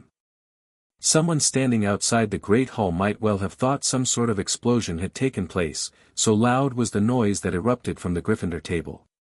Harry, Ron, and Hermione stood up to yell and cheer as Neville, white with shock, disappeared under a pile of people hugging him. Which means, Dumbledore called over the storm of applause, we need a little change of decoration. He clapped his hands, and in an instant, the green hangings became scarlet and the silver became gold, the huge Slytherin serpent vanished and a towering Gryffindor lion took its place. As the celebration continued around him, Harry caught Draco Malfoy's eye across the hall. The blonde boy wasn't cheering, but he gave Harry an almost imperceptible nod, acknowledgement, if not respect. He recognizes power, Azurath observed. Perhaps there is potential there, after all. The next day, their trunks were packed, their dormitories emptied, and they were boarding the Hogwarts Express back to London. As the castle disappeared from view, Harry felt a pang of sadness. Despite the dangers he'd faced, Hogwarts had been the first place that truly felt like home. You must come and stay this summer, said Ron. Both of you. I'll send an owl. Thanks, said Harry. I'll need something to look forward to. People jostled them as they moved forward toward the gateway back to the Muggle world. Some of them called, "Bye, Harry. See you, Potter." "Still famous," said Ron, grinning at him. "Not where I'm going, I promise you," Harry replied. As they passed through the gateway, Harry was surprised to see not only the Dursleys waiting for him, looking terrified at the very idea of meeting his wizarding friends, but also a small, inconspicuous blue-black bird perched on a nearby railing, Azurath in one of his alternative forms. "Ready for summer training, young master?" The dragon's voice came in his mind. "We have much to prepare for." Harry smiled, feeling the weight of the dragon pendant against his chest. His first year at Hogwarts had been just the beginning. The true Dark Lord was only starting to discover his powers. "Oh, I'm going to have a fascinating summer," he told Ron and Hermione with a mysterious smile. "See you in September." Chapter 2, Flames of Ambition. Harry stood in the center of the abandoned warehouse, eyes closed, focusing on the energy flowing through his body. Dust motes swirled around him, catching the sunlight streaming through broken windows. The warehouse sat on the outskirts of Little Whinging, far enough from prying eyes that no one would notice what he was doing. Again, Azurath commanded, his full dragon form coiled around the perimeter of the open space. After 2 months of steady growth over the summer, the dragon had reached the size of a small horse. Harry raised his hands, channeling his magic without a wand. Blue-silver energy gathered between his palms, condensing into a sphere of pulsing light. Control it. Shape it. The sphere elongated into a spear of energy. Harry's face tensed with concentration. Now, release, but precisely. Harry opened his eyes, now flecked with silver, and thrust his hands forward. The energy spear shot across the warehouse and pierced a stack of wooden crates, hitting the exact center of a chalk target Azurath had marked earlier. "Better," the dragon rumbled approvingly. "Your wandless control has improved significantly." Harry wiped sweat from his brow, grinning. "The Dursleys have no idea I sneak out here every morning. Uncle Vernon just thinks I'm being suspiciously well-behaved." "They fear you now," Azurath noted. "They sense the change in you." It was true. Since returning from Hogwarts, Harry had carried himself differently, shoulders back, head high, movements deliberate. The Dursleys had responded by largely avoiding him, which suited Harry perfectly. "The wandless magic will give us an advantage," Harry said, picking up his holly wand from a nearby crate. "No one at Hogwarts will expect it." "Indeed. Though remember, I know. Keep it hidden except in emergencies." Harry twirled his wand between his fingers. The boy who lived isn't supposed to know magic beyond his years. Harry checked his watch, a battered thing that had once belonged to Dudley, and sighed. "I should head back. Aunt Petunia wants me to weed the garden before the Masons come for dinner tonight." Azurath snorted, a small puff of smoke curling from his nostrils. "The perfect servant boy act grows tiresome. Soon you will no longer need this place." "Just one more summer after this one," Harry reminded him. "Once I'm 14, we'll implement the plan." As Harry prepared to leave, a snowy owl soared through a broken skylight, clutching a letter in her talons. "Hedwig." Harry raised his arm, allowing his owl to perch. "Finally heard from Ron, have you?" He took the letter, but immediately noticed it wasn't in Ron's messy scrawl. The neat, precise handwriting belonged to Hermione. He read it quickly, his expression darkening. "What is it?" Azurath asked, moving closer. "Ron's family won a contest from the Daily Prophet, they've gone to Egypt for the summer. He hasn't replied to any of my letters because he's been too busy." Harry's voice carried an edge. At least Hermione bothered to explain what's happening. "The Weasley boy grows distant," Azurath observed. "Perhaps he senses the changes in you as well." Harry shrugged, tucking the letter away. "His loss. Hermione says she'll be in Diagon Alley next week to get her school supplies. Maybe I can meet her there." "Yes. The girl shows promise. Her mind is sharp, her loyalty tested. I still haven't told her about you, Harry reminded the dragon. Or anyone, for that matter. Azuratha's silver eyes gleamed. The time approaches when secrets must be shared with those who will stand beside you. Choose wisely, young master. A week later, Harry stood in the leaky cauldron, Trunk at his feet, still fuming about the incident with Aunt Marge. The woman had spent the entire dinner insulting his parents, calling his mother a bad egg and his father a wastrel. Harry had maintained his composure until she compared him to a runt puppy that should have been drowned at birth. What happened next wasn't entirely intentional. A surge of magic had blown Aunt Marge up like a balloon, sending her floating toward the ceiling. In the chaos that followed, Harry had grabbed his pre-packed trunk, he'd been planning to leave soon anyway, and stormed out. Harry! He turned to see Hermione rushing toward him, her bushy hair bouncing as she weaved between tables. She threw her arms around him in a quick hug. I've been so worried. When you weren't at the ice cream parlor, I thought. She stepped back, examining his face. What happened? You look furious. Small family disagreement, Harry said dryly. Let's just say I won't be going back to the Dursleys this summer. Hermione's eyes widened. Harry, you didn't, relax. I just made my aunt float a bit. She was saying horrible things about my parents. But the decree for the reasonable restriction of underage sorcery, apparently the ministry has bigger concerns at the moment, Harry cut in, nodding toward a newspaper on a nearby table. The headline read, Sirius Black still at large. Hermione followed his gaze and bit her lip. Yes, it's been all over the news. Mass murderer who escaped from wizard prison. No one knows how he did it, it's supposed to be impossible. Tell her what you know, Azuratha's voice suggested in Harry's mind. Harry hesitated. Over the summer, Azurath had revealed startling information about Sirius Black, that he was Harry's godfather, and that there were serious questions about his guilt. The dragon's memories of the time were fragmented, filtered through Voldemort's perspective, but they suggested a more complex story than the official version. Hermione, Harry said quietly, can we go somewhere private to talk? There's something important I need to tell you. They found an empty sitting room upstairs in the leaky cauldron. Harry cast a quick silencing charm on the door, another bit of advanced magic he'd learned from Azurath. Since when can you do that? Hermione asked, impressed. I've been studying independently, Harry replied, sitting across from her.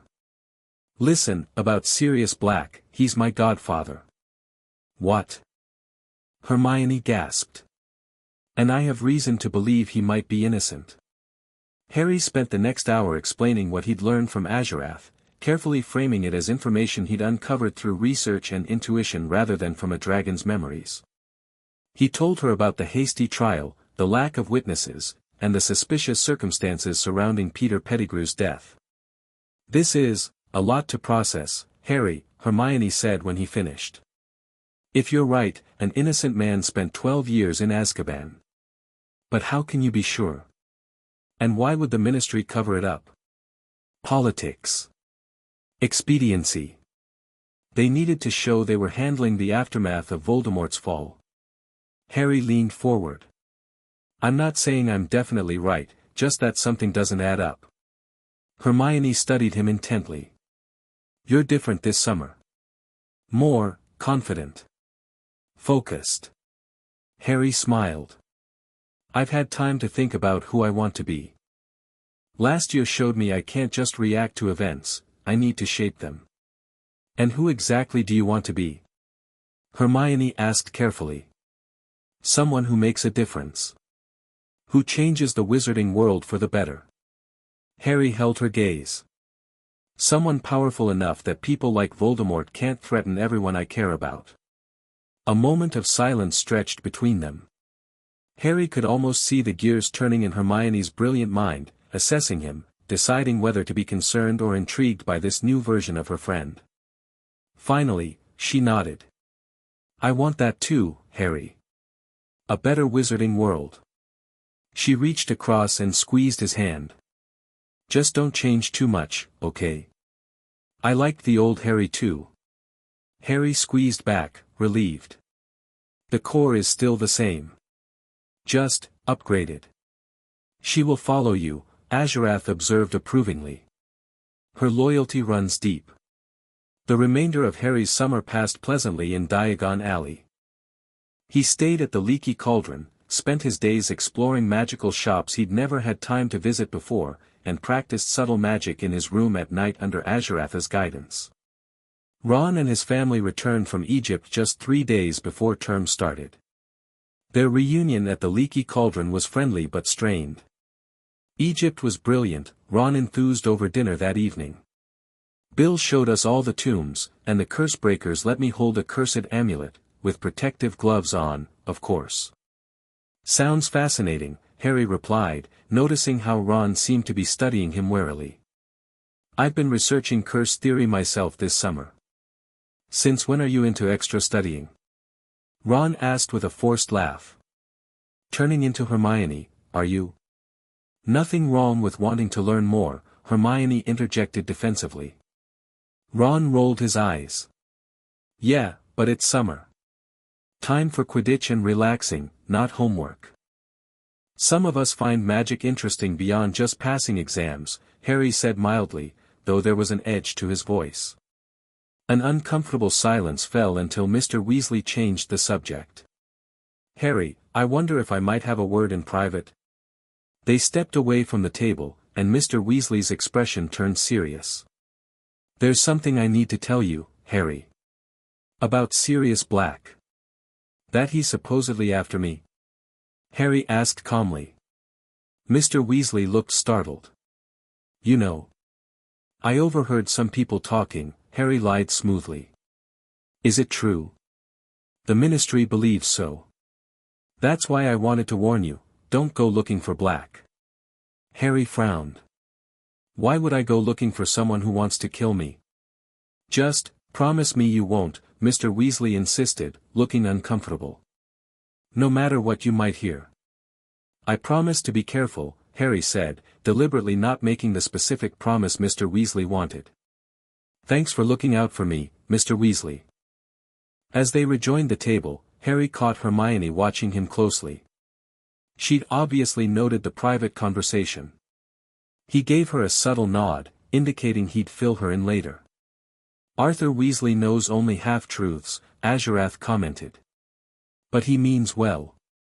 On September 1st, Harry, Hermione, and the Weasleys traveled to King's Cross in Ministry cars, extra security due to the Sirius Black situation, Mr. Weasley explained. The journey to Hogwarts began normally enough, with the trio finding a compartment shared with a sleeping Professor R.J. Lupin, who Hermione deduced was their new defense against the dark arts teacher. About halfway to Hogwarts, the train suddenly slowed and then stopped completely. The lights went out, plunging them into darkness. What's happening? Ron's voice came from somewhere near the window. Don't know, Harry replied, feeling Azurath's sudden alertness in his mind. Something's boarding the train. The compartment door slid open, revealing a tall, hooded figure. Its face was completely hidden beneath its hood, but a hand protruded from the cloak, glistening, grayish, slimy-looking, and scabbed, like something dead that had decayed in water. Cold air swept the compartment. Harry felt his breath catch in his chest. The cold went deeper than his skin, it was inside his chest, inside his very heart. Dementors, Azurath hissed in his mind. Soul feeders. Draw on our bond, quickly. Harry clutched his dragon pendant beneath his shirt, focusing on the connection with Azurath. The cold retreated slightly, but he could still hear a woman's screams echoing distantly in his mind, his mother, he realized with horror. The creature drew a long, slow, rattling breath, as if trying to suck something more than air from its surroundings. Before Harry could react, Professor Lupin was suddenly on his feet, wand extended. None of us is hiding Sirius Black under our cloaks. Go. When the Dementor didn't move, Lupin muttered, Expecto Patronum. A silvery mist shot from Lupin's wand, driving the creature back. It glided away, and the lights came back on as warmth returned to the compartment. Harry sat heavily, shaken but clear-headed thanks to Aziraph's intervention. Hermione and Ron looked far worse, pale and trembling. What was that thing?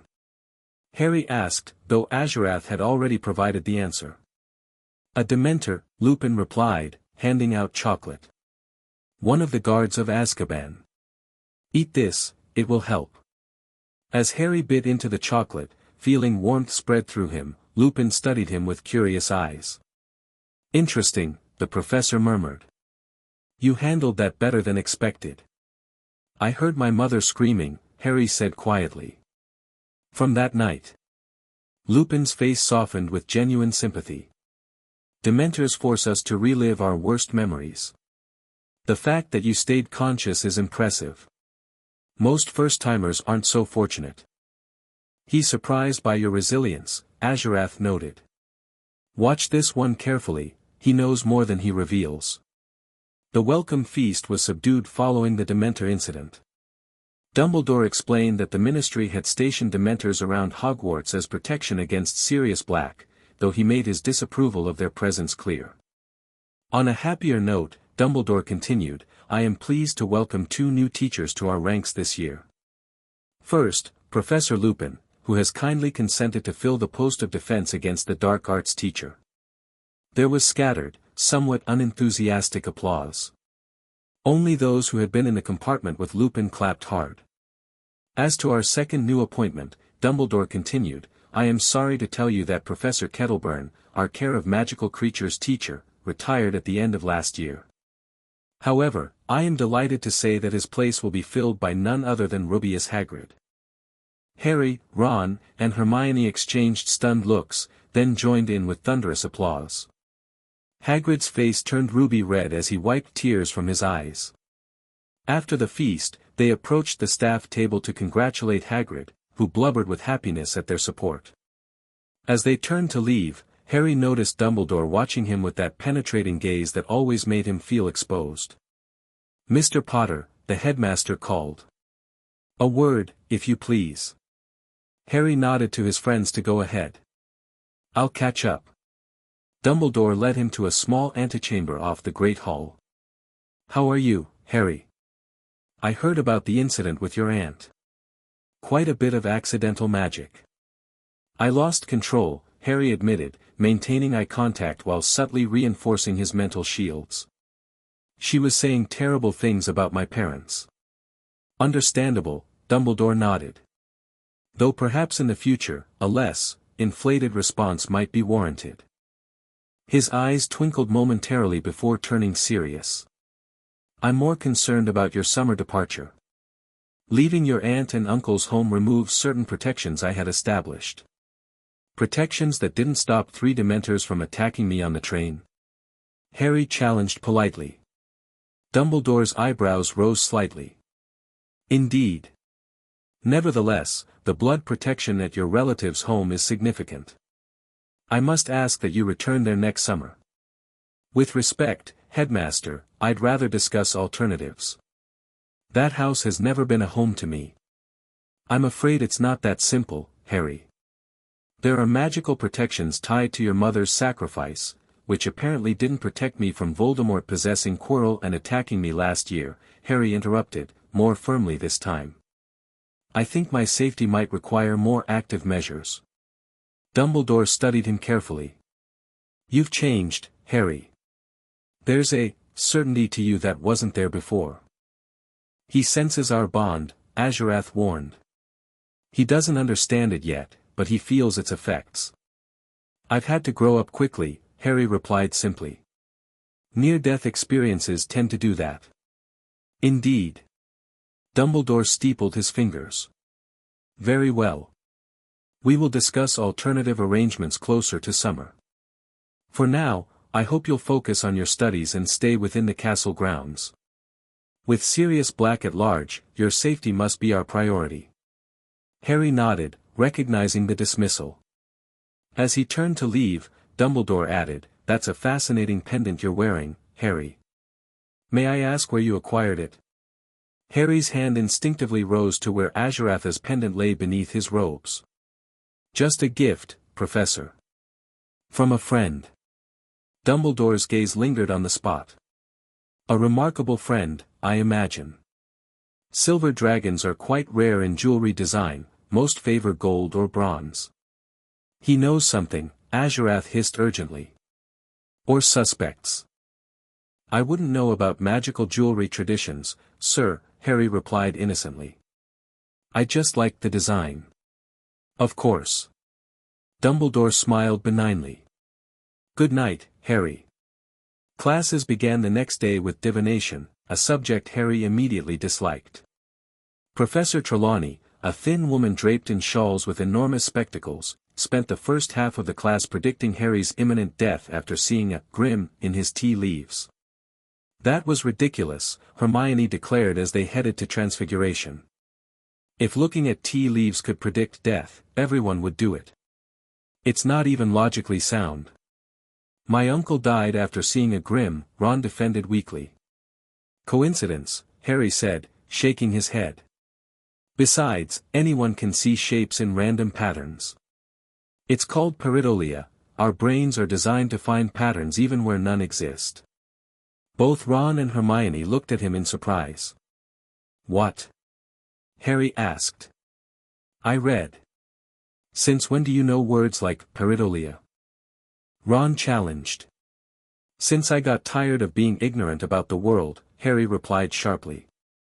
Maybe you should try it sometime. Ron's ears turned red. What's that supposed to mean? Just that there's more to learning than copying Hermione's homework at the last minute. Before Ron could retort, Hermione stepped between them. Stop it, both of you. We're going to be late for Transfiguration. The tension between Harry and Ron simmered throughout the day. In care of magical creatures, Hagrid introduced them to hippogriffs, majestic creatures with the front legs, wings, and head of a giant eagle, and the body, hind legs, and tail of a horse. When Hagrid asked for volunteers to approach one, Harry stepped forward without hesitation.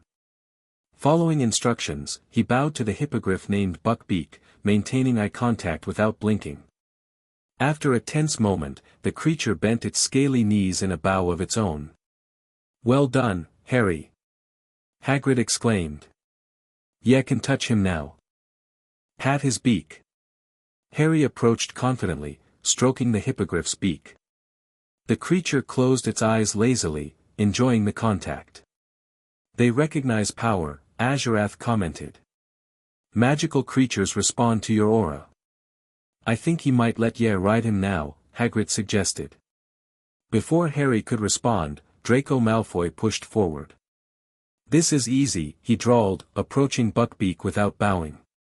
If Potter can do it, it must be simple. You're not dangerous at all, are you, you ugly great brute? Harry saw what would happen a split second before it did. Malfoy, wait, too late. Buckbeak reared up, slashing with its talons. Malfoy fell back with a scream, blood blossoming on his robes. Chaos erupted as Hagrid wrestled the hippogriff back into its collar. I'm dying. Malfoy yelled, clutching his arm. It's killed me.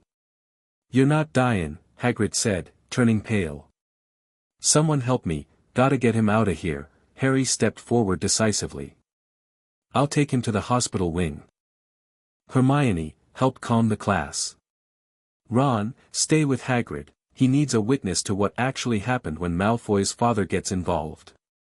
Without waiting for agreement, Harry conjured a makeshift sling for Malfoy's arm and helped the Slytherin to his feet. The class watched in surprise as Harry efficiently took charge of the situation. Why are you helping me, Potter?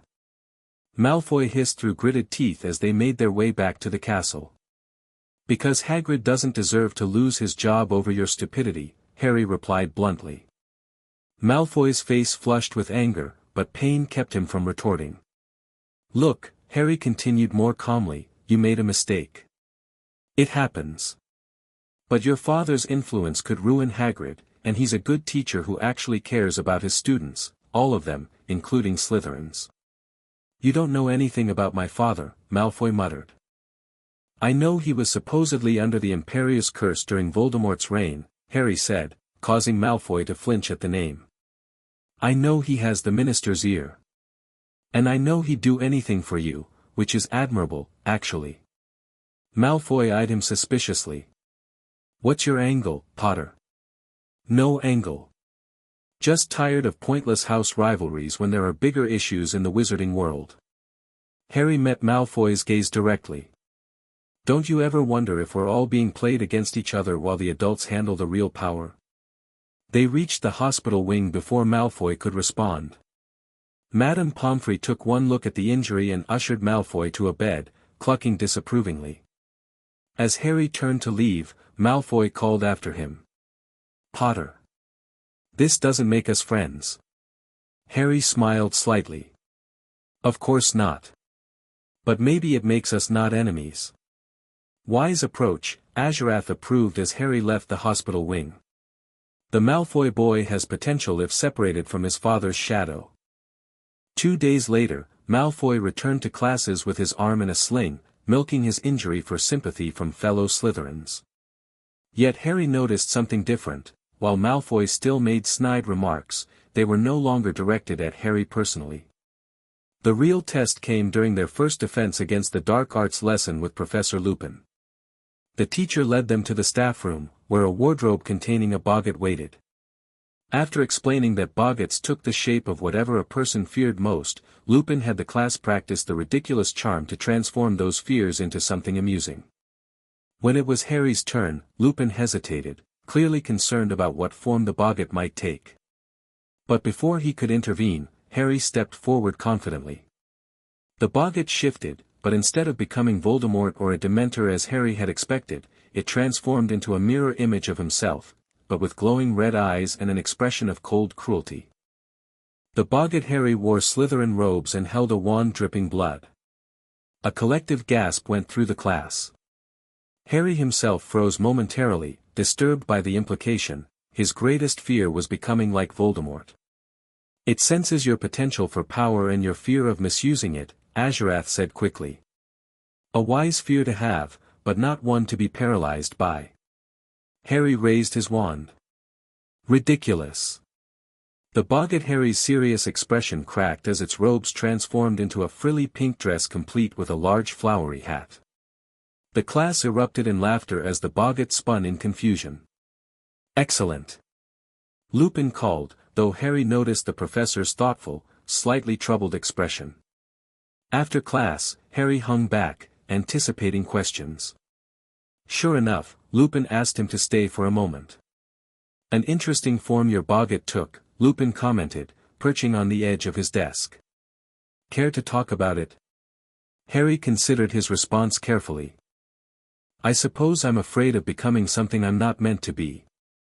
Of power corrupting me. A mature fear, Lupin nodded. Most your age fear creatures or situations, not existential concerns.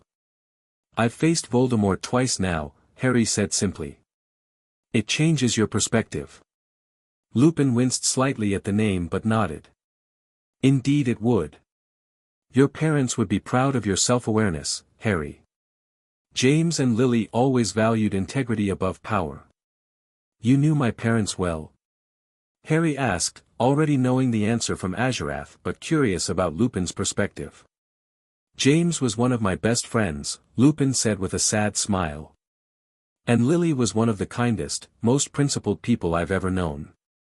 And Sirius Black? Harry asked boldly. Was he your friend too? Lupin's expression shut down instantly. That was a long time ago, Harry. Before his true nature was revealed. He straightened up. You should get to your next class. As Harry left, he could feel Lupin's eyes following him. The professor was now another person watching him closely, trying to figure out who Harry Potter was becoming. He carries secrets, Azurath observed. About your parents, about Black, perhaps about you. The following weeks established a new routine. Harry excelled in his classes, particularly defense against the dark arts, where Lupin proved to be an exceptional teacher. He maintained a cautious friendship with Hermione, who grew increasingly impressed with his magical knowledge and skill. His relationship with Ron, however, continued to deteriorate. "You're always showing off," Ron accused one evening in the common room after Harry had mastered a complex transfiguration spell on the first attempt. "And you're spending more time with Malfoy and his crowd than with your real friends."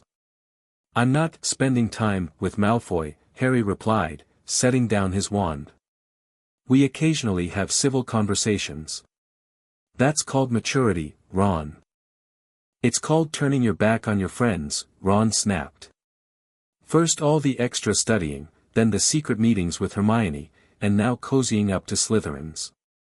What's next? Joining their Quidditch team?" Harry took a deep breath, controlling his anger. "We're growing up, Ron. That means our interests and priorities change. I'm still playing keeper for Gryffindor, I still sit with you at meals, I still help you with homework, yeah, by telling me how to do it instead of just helping like you used to." Ron's face was flushed. "You've changed, and not for the better. You're acting like you're better than everyone else." "I never said that," Harry replied evenly. "You don't have to say it. It's how you act." Ron gathered his books roughly. "When my friend Harry comes back, let me know. Until then, I'm done trying." As Ron stormed up to the dormitory, Hermione approached from where she'd been reading nearby. "He'll come around," she said softly. "He just doesn't understand what you're going through." "And you do?" Harry asked, not unkindly. Hermione sat beside him. "Not entirely. But I can see you're preparing for something. The way you're studying, learning advanced magic, building connections across houses. It's like you're creating a foundation." Harry looked at her in surprise. She'd observed more than he realized. "The wizarding world is broken, Hermione," he said quietly. "Pure-blood supremacy, corruption in the ministry, creatures like Dementors used as weapons. And Voldemort is still out there, plotting his return. Someone needs to be ready. And that someone is you. Who else? The boy who lived." Harry smiled wryly. "Might as well use the title for something worthwhile." Hermione studied him for a long moment. "Whatever you're planning, whatever you're becoming. I want to help." "Tell her," Azurath urged suddenly. "She has earned the truth." Harry hesitated, then made his decision. "Meet me in the room of requirement tomorrow night after dinner. There's something I need to show you." The next evening, Harry paced nervously in front of the blank wall on the 7th floor, thinking clearly, "I need a place to reveal my secret safely." A door materialized, and he entered to find a comfortable room with a high ceiling, no windows, and walls lined with bookshelves. A fireplace crackled along one wall, and 2 comfortable armchairs sat before it. "Perfect," Azurath approved. "Room enough for my true form, yet intimate for conversation." Moments later, Hermione arrived, looking curious. "What is this place? I've never seen it before." "The room of requirement," Harry explained. "It becomes whatever you need it to be. I discovered it in an old book about Hogwarts." "That's incredible magic," Hermione marveled, examining the room. "But why bring me here?" Harry took a deep breath. "Because I'm about to trust you with something that could get me expelled, or worse, if the wrong people found out." Hermione's expression grew serious. "Harry, what have you done?" "It's not what I've done," Harry said, fingering his dragon pendant. "It's who I am. Or rather, who we are." He pulled the pendant from beneath his robes and held it out. "Do you remember when I told you I thought Sirius Black might be innocent? And how I've somehow known magic beyond my years?" Hermione nodded slowly. "I didn't learn these things from books," Harry continued. "I learned them from him." He gestured to the apparently empty space beside him. Hermione looked confused. "Harry, there's no one there." "Azurath," Harry said simply. "It's time." The air shimmered beside Harry as Azurath dropped his concealment charm. The dragon, now the size of a small horse, materialized before Hermione's astonished eyes. His midnight blue scales gleamed in the firelight, and his silver eyes fixed on her with ancient intelligence. Hermione stumbled backward with a gasp, nearly falling before catching herself on a bookshelf. That's a dragon. Hello, Hermione Granger, Azurath projected, allowing her to hear his mental voice for the first time. Harry has told me much about you.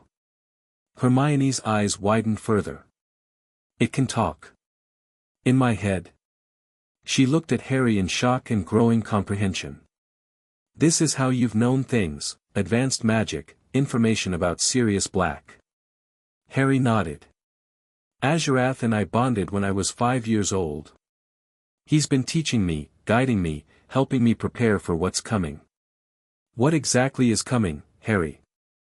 Hermione asked, her initial fear giving way to curiosity as she cautiously approached the dragon. Voldemort's return.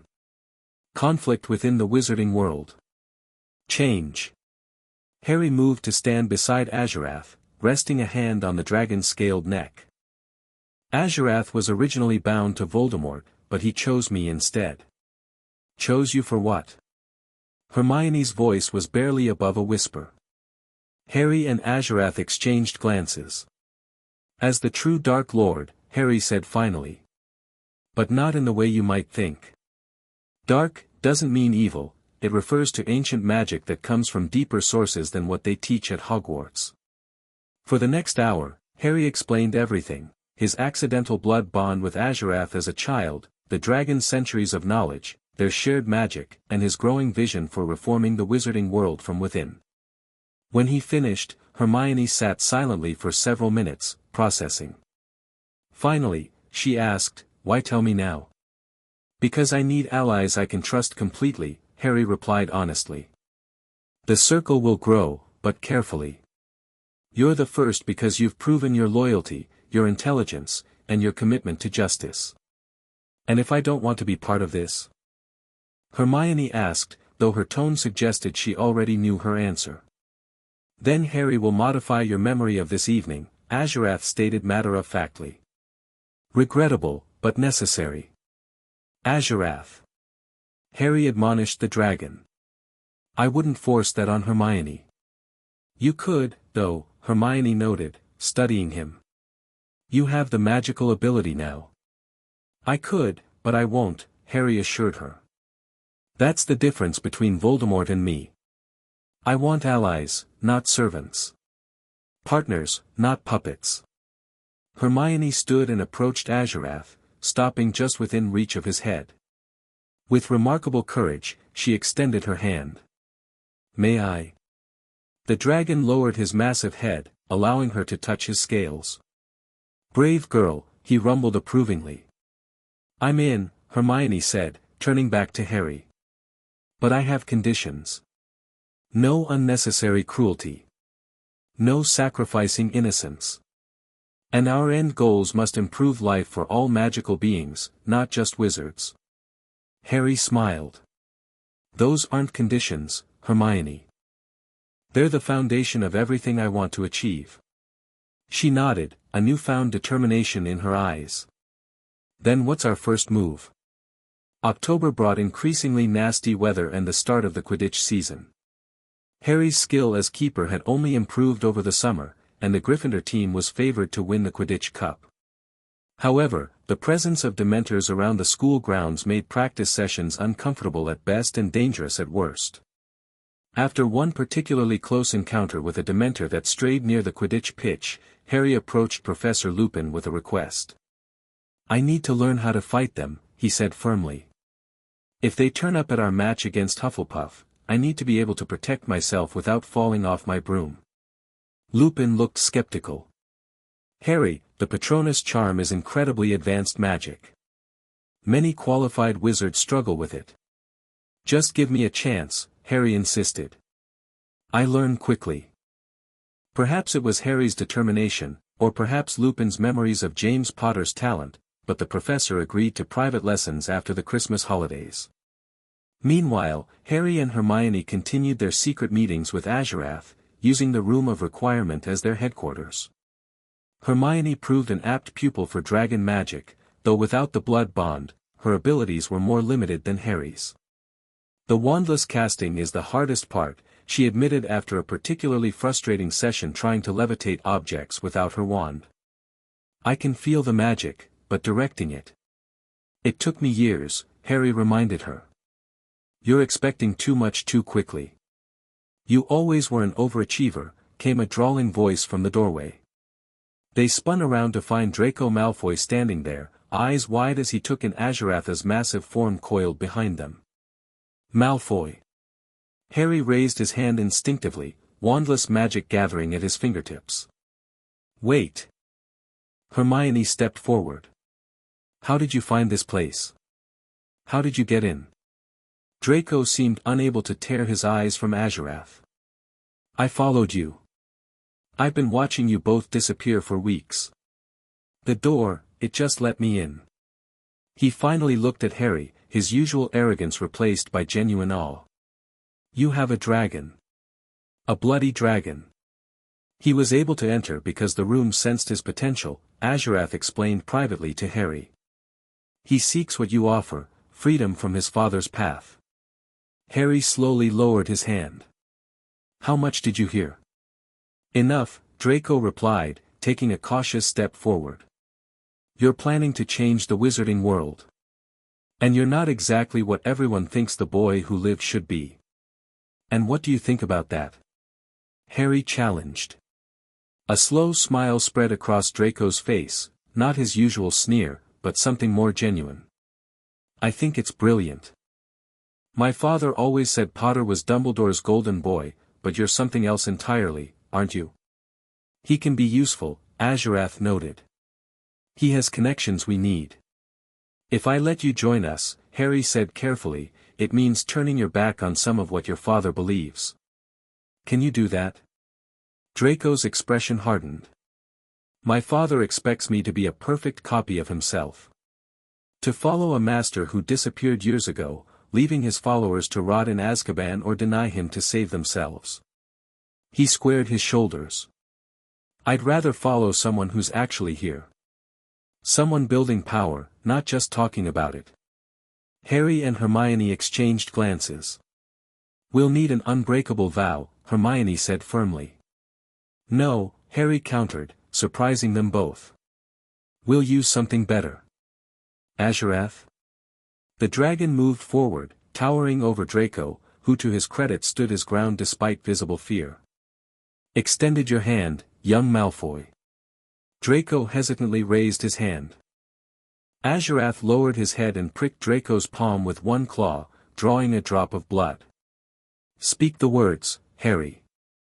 Harry placed his own hand against Draco's, their blood mingling slightly. By blood freely given, loyalty freely pledged. Betrayal brings consequence, loyalty brings strength. So we bond, so we swear. A silver-blue light flashed between their palms. Draco gasped as a tiny mark appeared on his wrist, a small dragon, barely visible unless you knew to look for it. What was that? He asked, examining the mark with fascination. Dragon magic, Harry explained. More binding than an unbreakable vow, but less fatal. If you betray us, you lose your magic temporarily. If you remain loyal, the bond strengthens your own magical core. Draco looked impressed. Not even the Dark Lord offered that kind of benefit to his followers. I'm not Voldemort, Harry said simply. I don't want servants marked for death. I want allies marked for power. With Draco's addition to their group, Harry's influence began expanding across house lines. Through Malfoy, several Slytherins became cordial to Harry, recognizing that something had changed in the dynamic. Among the first to notice and respond was Blaise Zabini, a shrewd, independent-minded Slytherin who approached Harry after potions one day. Draco's been different since he started talking to you, Zabini observed casually as they packed up their ingredients. Less antagonistic. People change, Harry replied non-committally. Zabini nodded. Some doors that were closed are opening. Some purebloods are questioning old allegiances. He gave Harry a meaningful look. If there's room for alternative perspectives, I'd be interested in hearing more. Without formally inducting him into their inner circle, Harry began including Zabini in some of their study sessions, testing his reactions and loyalty before revealing Azuratha's existence. Meanwhile, Ron's alienation had grown complete. He now sat with Dean and Seamus during classes and meals, shooting dark looks at Harry whenever he noticed Harry studying with students from other houses. "He thinks you're forming your own little fan club," Ginny Weasley informed Harry one evening in the common room. The youngest Weasley had become something of a bridge between Harry and her brother, still speaking to both despite the tension. "I'm just making friends," Harry sighed. "Is that so suspicious?" "It is when those friends include Slytherins," Ginny pointed out. "You have to admit, it's unusual." "Maybe it shouldn't be," Harry replied. "These house divisions are arbitrary at best, destructive at worst. We're all magical, all learning the same subjects." Ginny studied him thoughtfully. "You know, most people would just accept things as they are. You actually want to change them. Is that bad?" "No," she said with a small smile. "It's rather refreshing, actually." Harry regarded her with new interest. Ginny had grown significantly since her disastrous experience with Tom Riddle's diary the previous year. She was more confident, less starstruck around him, and clearly developing her own opinions. "The girl has potential," Azurath noted. "She survived possession by a fragment of the Broken One. That creates resilience.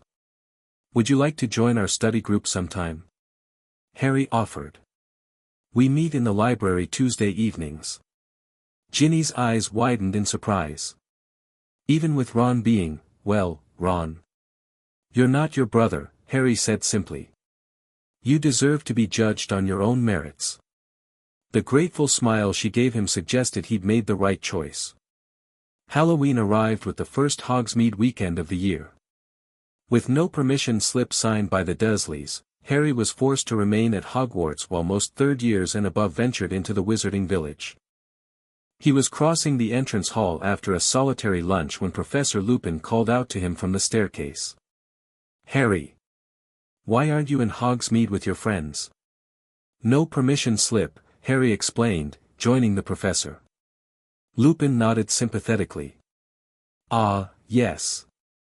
Given your hasty departure from the Dursleys, I imagine that complicated matters. Would you care to join me for a cup of tea?" In Lupin's office, they discussed Harry's parents, Lupin sharing stories of their Hogwarts days while carefully avoiding any mention of Sirius Black. As they talked, a knock came at the door, and Snape entered carrying a smoking goblet. "Ah, Severus, thank you very much," Lupin said, taking the goblet. "I was just showing Harry my Grindylow for our next lesson." "Fascinating," said Snape, without looking at the tank. His eyes lingered on Harry. "You should drink that directly, Lupin." Yes, I will," said Lupin. "I made an entire cauldron," Snape continued. "If you need more. I should probably take some again tomorrow." "Thanks very much, Severus." "Not at all," said Snape, backing out of the room, unsmiling and watchful. Harry looked curiously at the goblet as Lupin drank from it, grimacing at the taste. "Professor Snape has very kindly brewed this potion for me," Lupin explained. "I've never been much of a potion brewer, and this one is particularly complex." "Why?" Harry began, then caught himself. Azurath had already informed him that Lupin was almost certainly a werewolf, and the smoking potion was likely wolfsbane. "Why what, Harry?" Lupin prompted, watching him closely. "Nothing," Harry said quickly. "Just wondering why Professor Snape seems to dislike you so much." Lupin smiled thinly.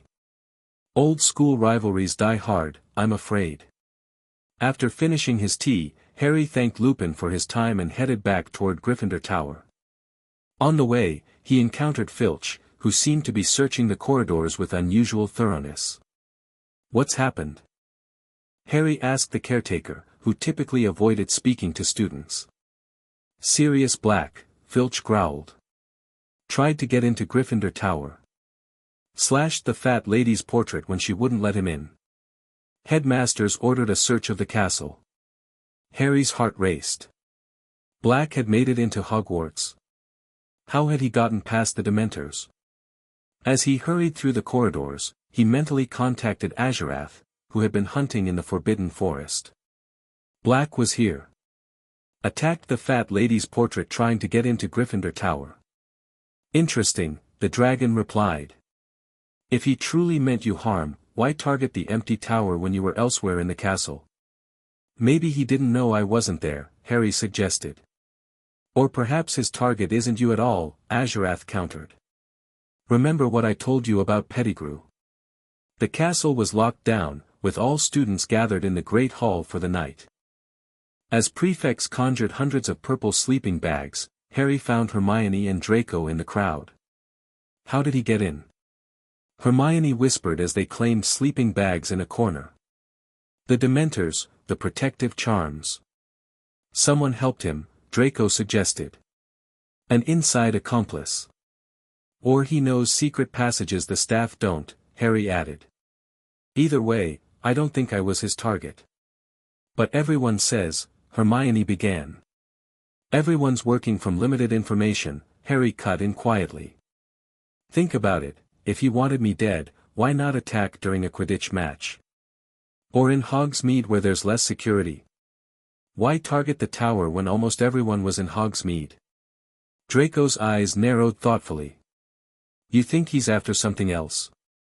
Someone else, Harry corrected, glancing meaningfully across the hall where Ron slept near his brothers. Possibly someone small enough to hide in a pocket or on a bed. Hermione gasped softly. Scabbers? Ron's rat? But why?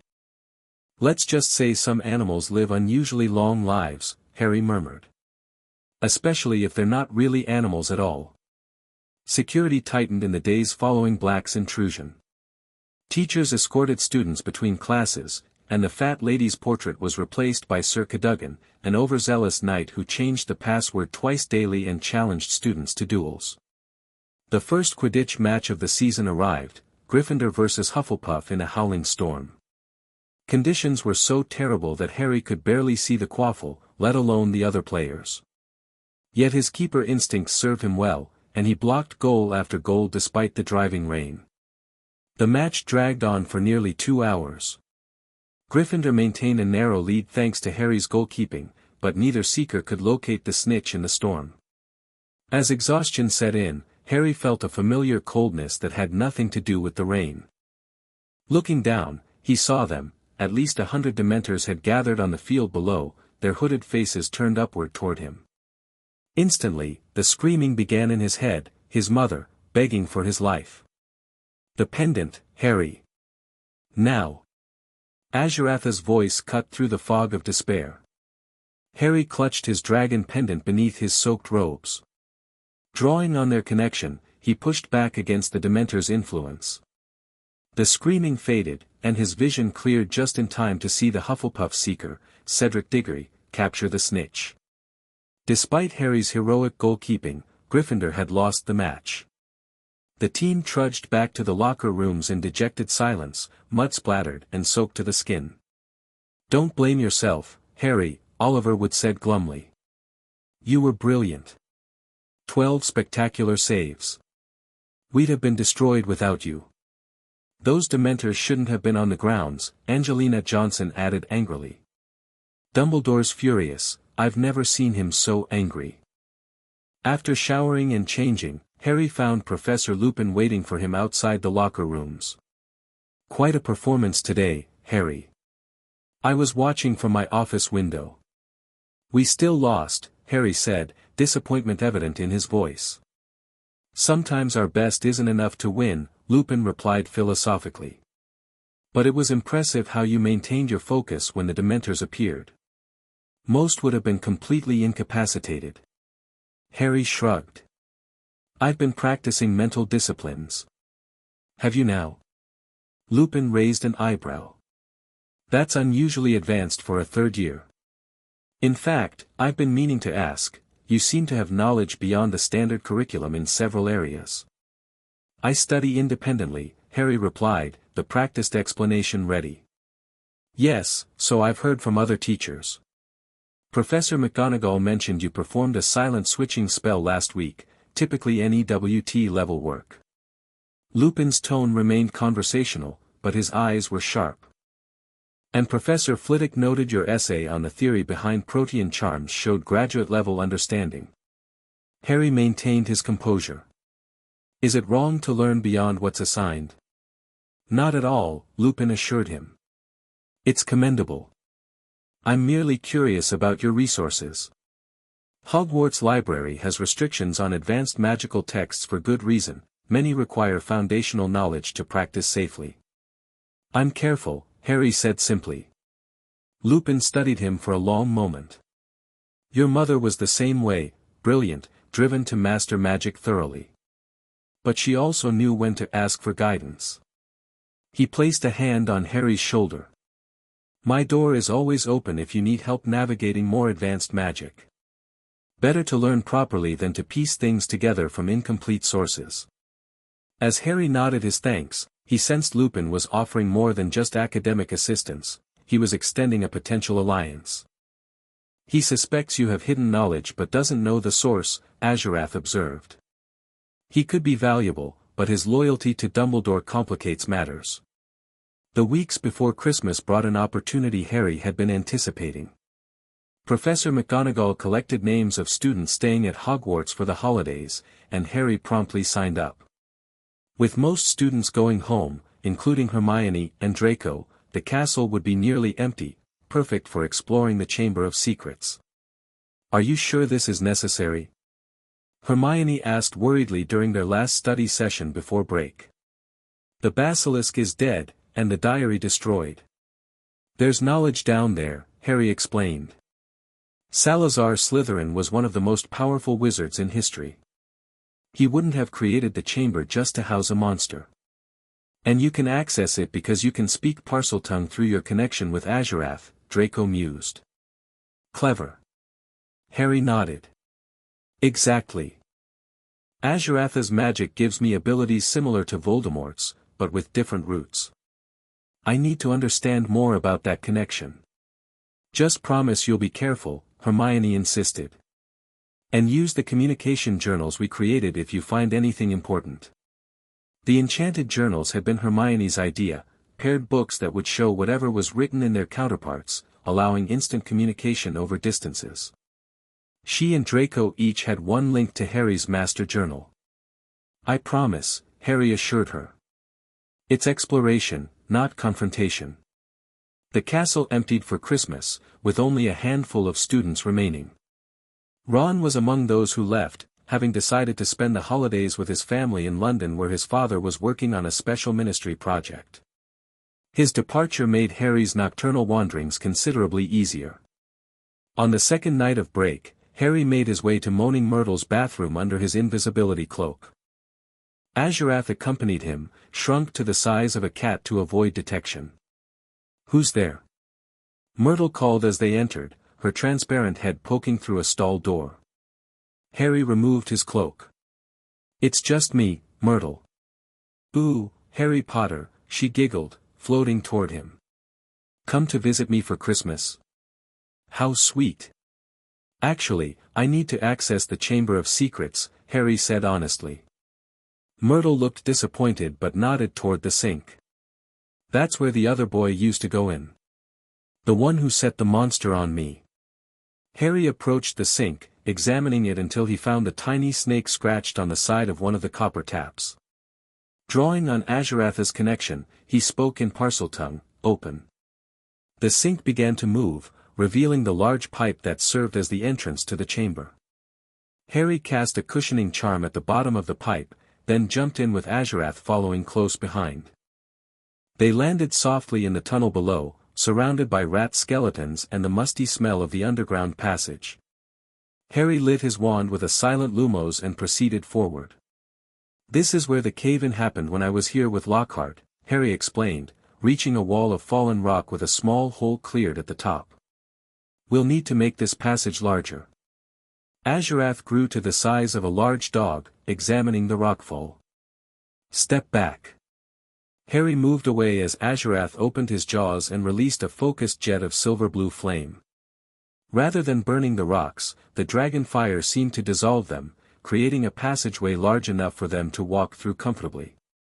"That's new," Harry remarked, impressed.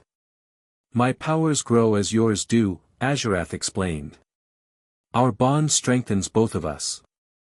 They continued through the tunnel until they reached the solid wall with two entwined serpents carved on it, their eyes set with gleaming emeralds. Harry spoke again in Parseltongue, and the wall cracked open, revealing the chamber beyond. The Chamber of Secrets was a long, dimly lit hall supported by towering stone pillars entwined with carved serpents. At the far end stood a massive statue of Salazar Slytherin, his ancient, monkey-like face looming above them. And at the statue's feet lay the decaying corpse of the basilisk Harry had slain the previous year, its massive form still impressive even in death. "A magnificent specimen," Azurath commented, growing to his full size now that they were safely hidden from the rest of Hogwarts. "Its venom and scales contain powerful magic, even in death. Should we harvest some?" Harry asked, approaching the carcass cautiously. "Certainly. The venom is among the deadliest substances in the magical world, and the scales resist most spells. Both could be useful." Harry conjured several glass vials and carefully extracted venom from the basilisk's fangs, using dragon magic to protect himself from accidental exposure. He also removed several of the larger scales, storing them in a moleskin pouch he wore beneath his robes. "Now for the real purpose of our visit," Harry said, turning toward the statue of Slytherin. "There must be more to this chamber than just housing the basilisk." Azurath circled the statue, examining it from all angles. "There," he said finally, indicating a small snake carving at the base of the statue that was barely visible in the dim light. Harry approached and spoke to it in Parseltongue, "Reveal your secrets, Salazar, greatest of the Hogwarts Four." The carving glowed green, and a doorway appeared in the statue's base.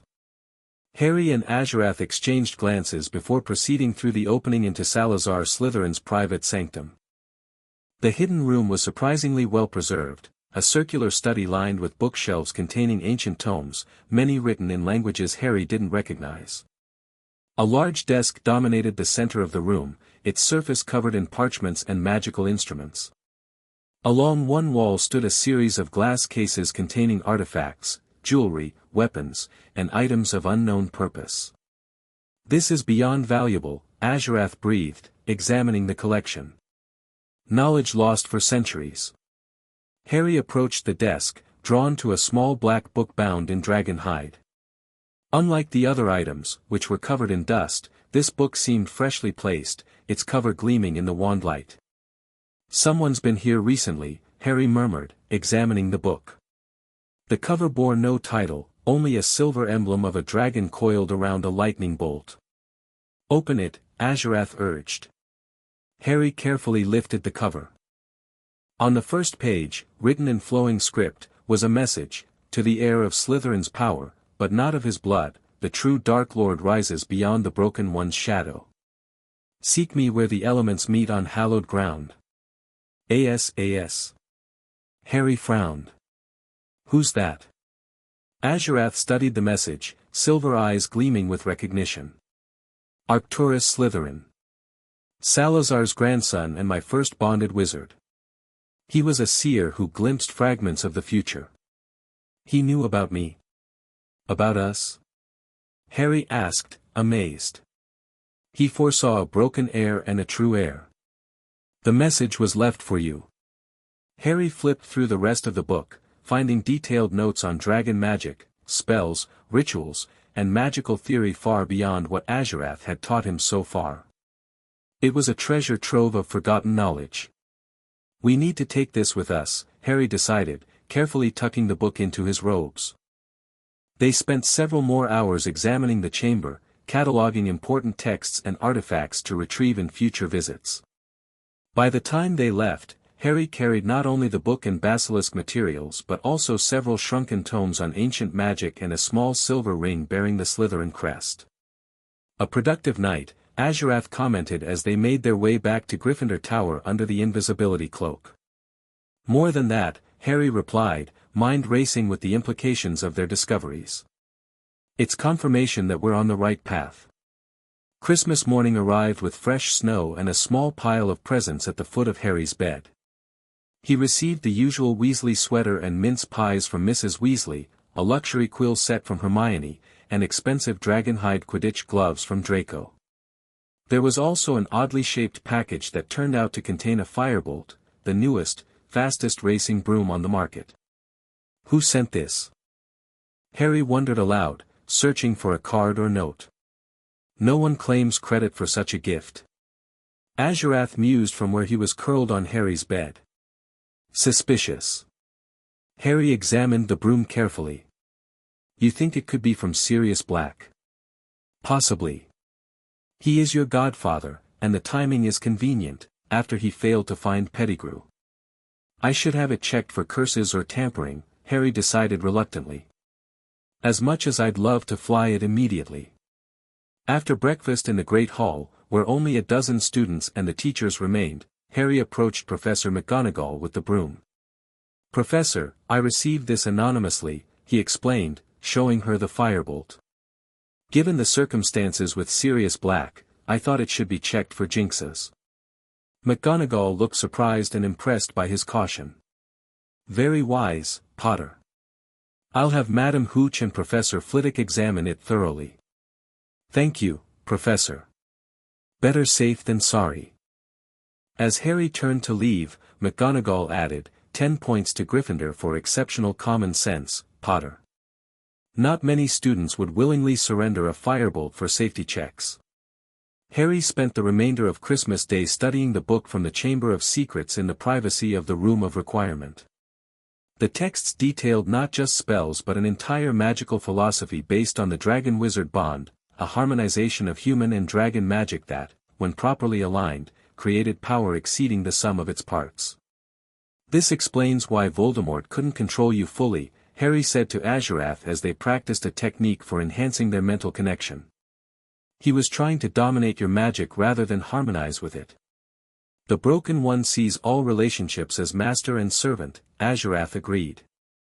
He could not conceive of true partnership. Harry closed the book thoughtfully. This changes our timeline. With this knowledge, we can accelerate our plans. Patience, young master. Power without wisdom brings destruction. I know, Harry sighed. But every day Voldemort grows stronger too. We need to be ready when he makes his move. January brought the resumption of classes and the return of students to Hogwarts. Harry wasted no time sharing his discoveries with Hermione and Draco, meeting them in the Room of Requirement the first evening after their arrival. This is incredible, Hermione breathed, carefully examining the book from the chamber. A whole branch of magic that's been lost for centuries. Not lost, Draco corrected. Hidden. The question is, why? Because it's powerful, Harry explained. Too powerful to trust to wizards who might misuse it. Dragon magic requires balance, a true partnership between human and dragon. Draco examined the basilisk scales Harry had collected. These alone would fetch thousands of galleons. The last known basilisk was killed in 1876. They're not for sale, Harry said firmly. I have other plans for them. He outlined his idea, creating protective amulets for his inner circle, combining basilisk scales for their spell resistance with dragon magic for enhanced protection. Like your pendant? Hermione asked, gesturing to the silver dragon Harry wore. Similar, but less powerful. These would shield the mind from intrusion and protect against moderate curses. Harry turned to Draco. We'll need silver, shaped by goblins if possible. Can you arrange that without raising suspicions? Draco nodded. My family has connections. I can order custom jewelry pieces for gifts without questions being asked. Perfect. Harry rolled out a parchment with designs he'd created. We'll start with 3, for each of us. As our circle grows, we'll add more. Speaking of which, Hermione interjected, I think we should consider adding Ginny Weasley. She's been asking questions about our study group, and after her experience with Riddle's diary, she has insight into Voldemort that could be valuable. Harry considered this. I agree she has potential. Let's invite her to the outer circle first, the study group, and see how she responds. What about Neville Longbottom? Draco suggested, surprising both Harry and Hermione. Don't look so shocked. He's pure blood with significant political connections through his grandmother, and he's fiercely loyal. Plus, he's shown real improvement in defense since Lupin started teaching. That's, actually a good suggestion, Harry admitted. He does come from a powerful family, and there's more to him than meets the eye. They spent the next hour strategizing their expansion, identifying potential allies from each house. By the time they finished, they had a clear plan for gradually building their influence throughout Hogwarts. There's one more thing, Harry said as they prepared to leave. Professor Lupin has agreed to teach me the Patronus charm to repel Dementors. I'd like both of you to join these lessons. Will Lupin agree to that? Hermione asked doubtfully. He will when I explain that my friends deserve the same protection I do, Harry replied confidently. Besides, he's been watching us all closely. He's curious about what we're becoming. Is that safe? Draco questioned. He's clearly in Dumbledore's camp.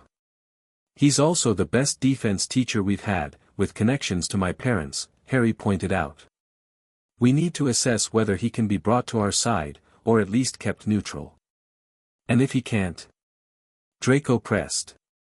Harry's expression hardened slightly. Then we'll ensure he doesn't interfere. Professor Lupin agreed to Harry's request to include his friends in the Patronus lessons, though he seemed surprised by the inclusion of Draco Malfoy. Their first session took place in the History of Magic classroom, where Lupin had procured a boggart to serve as a practice Dementor. The spell I'm going to teach you is highly advanced magic, well beyond ordinary wizarding level, Lupin began, watching as the three students arranged themselves before him. It's called the Patronus charm. It creates a guardian that acts as a shield between you and the Dementor, Harry stated, earning a raised eyebrow from Lupin. Correct, Harry. The Patronus is a kind of positive force, a projection of the very things that the Dementor feeds upon, hope, happiness, the desire to survive, but it cannot feel despair, so the Dementor cannot hurt it. He instructed them to think of their happiest memory, then demonstrated the incantation, Expecto Patronum. A silvery wolf burst from Lupin's wand, padding around the classroom before dissolving into mist. That was a fully formed Patronus, a corporeal Patronus. The most difficult version of the charm, but also the most effective. Now you try. Harry focused on his first flight on a broomstick. No, that wasn't strong enough. He shifted to when he'd received his Hogwarts letter, better, but still insufficient. Finally, he settled on the moment he'd first connected with Azurath, feeling their minds link in that forest clearing when he was 5. Expecto Patronum. Silver light erupted from his wand, coalescing into a large, four-legged shape. For a moment, Harry thought it might be a wolf like Lupin's, but as the Patronus fully formed, it revealed itself as a sleek, powerful dragon, smaller than Azurath's true form, but unmistakably draconic. Lupin stared in astonishment. Extraordinary. A dragon Patronus is exceedingly rare, Harry. Hermione and Draco exchanged meaningful glances before attempting the spell themselves. Hermione produced a silver mist on her third try, while Draco managed only faint wisps. Don't be discouraged, Lupin advised. This is incredibly difficult magic. The fact that Harry produced a corporeal Patronus on his first attempt is, well, remarkable. He suspects our connection more than ever now, Azurath commented as Harry's dragon Patronus faded. The form of a Patronus often reveals significant aspects of the caster. After practicing for another hour, with Hermione eventually producing a silvery otter and Draco managing a non-corporeal shield, Lupin called a halt to the lesson. Excellent progress, all of you, he praised. We'll continue next week. As Hermione and Draco gathered their things, Lupin asked Harry to stay behind for a moment. "A dragon, Harry," he said quietly once they were alone. "A most unusual guardian. Is that significant?" Harry asked innocently. Lupin leaned against his desk. "Patronus forms can reflect many things, personality traits, deep-seated desires, influential figures in one's life. I've only known one other person with a dragon Patronus, a wizard who was rumored to have forged a bond with a living dragon." Harry maintained his composure. "That sounds like a bedtime story." "Perhaps," Lupin conceded with a small smile. "Or perhaps not. Dragon magic is ancient and powerful, predating much of what we teach at Hogwarts. Some say Merlin himself learned his greatest spells from dragons. Is that in our history of magic curriculum?" Harry asked lightly. "I must have dozed off during that lecture." Lupin chuckled. "No, it's not something Binns would cover. In fact, most information about dragon magic has been systematically removed from wizarding education over the centuries. The Ministry prefers that dragons remain classified as dangerous beasts rather than intelligent magical beings capable of sharing their power." Harry's casual expression slipped slightly. This was valuable information, confirmation of what Azurath had told him about the suppression of dragon magic. "Why are you telling me this, Professor?" Lupin straightened up. "Because knowledge protected in secrecy is still knowledge, Harry. And because your father once told me something I've never forgotten, the most powerful magic isn't what they teach us, it's what they're afraid to let us learn." With that cryptic statement, Lupin dismissed him, leaving Harry with much to consider. The revelation of Harry's dragon Patronus spread quickly among the staff, though students remained unaware.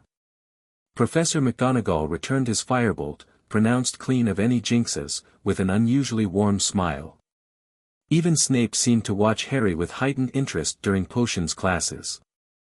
January faded into February, bringing improving weather and intensified Quidditch practice as the match against Ravenclaw approached.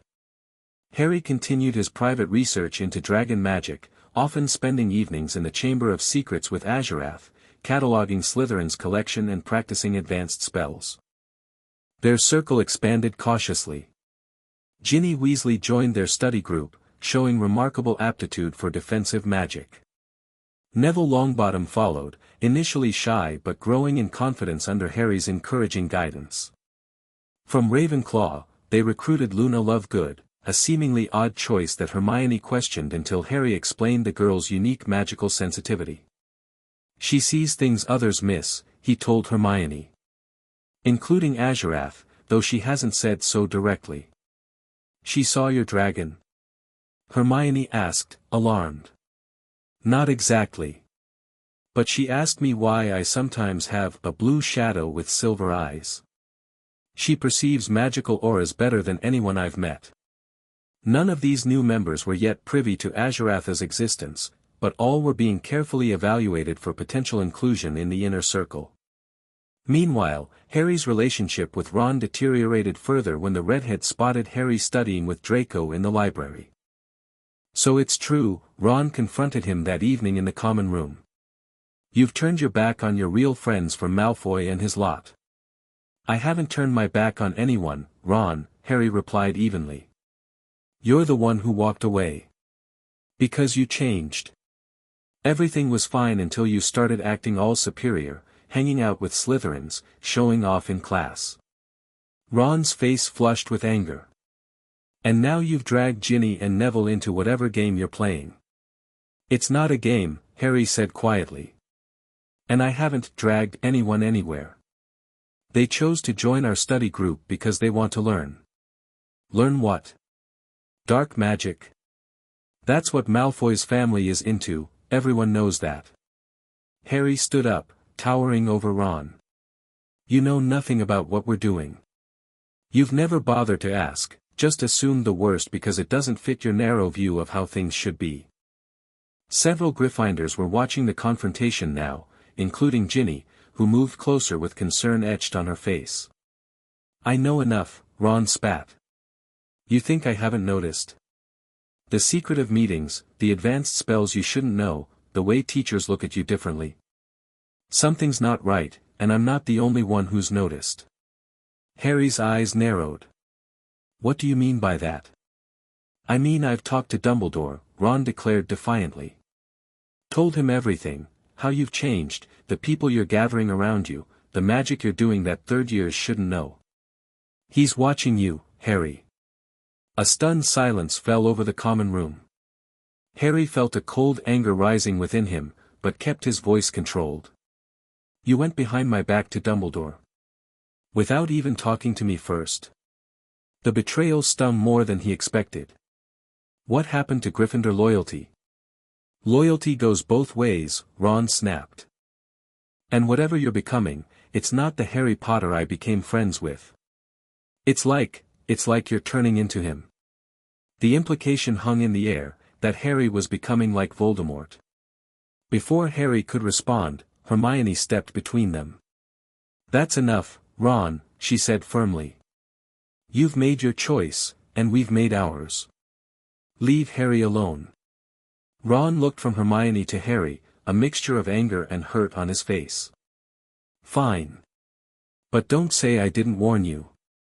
He turned and stormed up to the boys' dormitory. As the common room broke into whispers, Ginny approached Harry. I'm sorry about my brother, she said quietly. He doesn't understand what you're trying to do. And you do? Harry asked, genuinely curious. Ginny's brown eyes met his with surprising intensity. I understand that the wizarding world is broken, and someone needs to fix it. After what happened with the diary. I know what real darkness looks like, Harry. What you're doing isn't that. Harry studied her for a moment, then made a decision. Come to the room of requirement tomorrow night, he said softly. There's something I want to show you. The Ravenclaw-Gryffindor Quidditch match took place in ideal conditions, clear skies and a light breeze. Harry took his position at the goal hoops, the firebolt responding to his slightest touch. And Potter's sporting a new firebolt today. Lee Jordan announced from the commentary box. The fastest broom in the world, and Gryffindor's star keeper needs every advantage against Ravenclaw's precision chasers. The match began at a blistering pace. Ravenclaw's chasers worked with mechanical precision, using formation flying and precision passing to create scoring opportunities. But Harry proved equal to the challenge, performing diving saves and quick reflexes that kept Gryffindor in the game. Halfway through the match, with Gryffindor leading 70-50, Harry noticed a disturbance at the edge of the field. 3 tall, hooded Dementors were looking up at him from the boundary line. Without hesitation, Harry drew his wand with one hand while maintaining his position on his broom with the other. Focusing on his bond with Azurath, he called out, Expecto Patronum. The silver dragon burst from his wand, more substantial than during practice. It charged the Dementors, scattering them instantly. Only as his Patronus faded did Harry realize something was off, that the Dementors appeared to be tangled in black robes on the ground.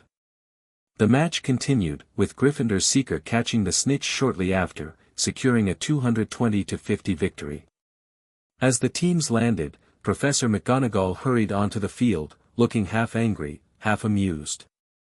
An excellent Patronus, Potter, she said quietly, before raising her voice to address the would-be Dementors, Marcus Flint, Crabbe, Goyle, and a 4th Slytherin, all tangled in black robes and looking terrified. A disgraceful trick. Detention for all of you and 50 points from Slytherin. The celebration in the Gryffindor common room that evening was raucous.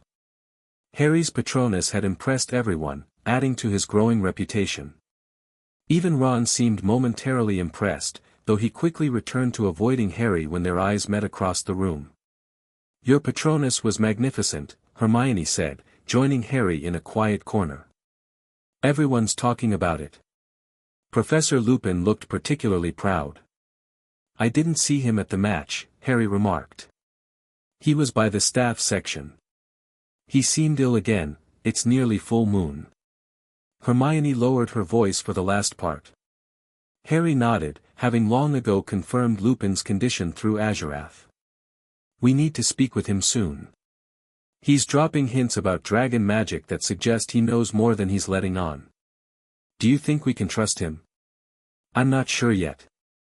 But with Ron reporting to Dumbledore, we need to accelerate our plans. Harry checked his watch. Speaking of plans, it's almost time to meet Ginny. They slipped out of the common room under the pretense of visiting the kitchens for more refreshments, making their way instead to the 7th floor. Draco was already waiting outside the room of requirement, looking nervous. "Are you sure about this?" he asked as they approached. "Weasley's not exactly, she's proven herself," Harry interrupted. "Her experience with Riddle's diary gave her insight most don't have. Besides, we need allies in Gryffindor now that Ron's aligned with Dumbledore." Ginny arrived minutes later, her expression curious but determined. "So this is the famous room of requirement," she said, examining the doorway that had appeared. "Fred and George mentioned it once, but I thought they were joking." Harry led her inside, where the room had configured itself as a comfortable meeting space with a high ceiling to accommodate Azuratha's full size. The dragon was already present, waiting in the shadows at the far end. "Ginny," Harry began seriously, "what I'm about to show you requires absolute secrecy. If you're not prepared for that, you can leave now, no questions asked." She straightened her shoulders. "After carrying Tom Riddle in my head for months, there's not much that scares me anymore. I'm ready." Harry nodded to the shadows, and Azurath moved forward into the light. Ginny's eyes widened, but to her credit, she didn't scream or run. She stood transfixed as the massive blue-scaled dragon approached, silver eyes studying her intently. "She has been touched by the Broken One," Azurath observed, allowing all present to hear him. "Yet she remains unbroken herself. Impressive." "You can talk," Ginny whispered. "In our heads." "This is Azurath," Harry explained. "We've been bonded since I was 5 years old. He's the source of the extra magic I know, the reason for the changes you've noticed in me." Over the next hour, they explained everything to Ginny: the blood bond, Azuratha's history with Voldemort, the concept of the true Dark Lord, and their plans to reform the wizarding world. Unlike Hermione's initial skepticism or Draco's immediate recognition of power, Ginny listened with quiet intensity, asking occasional pointed questions. When they finished, she was silent for several moments. Then she looked directly at Azurath. "Did you know what Tom Riddle's diary was? What it did to me?" "A soul fragment," Azurath replied solemnly.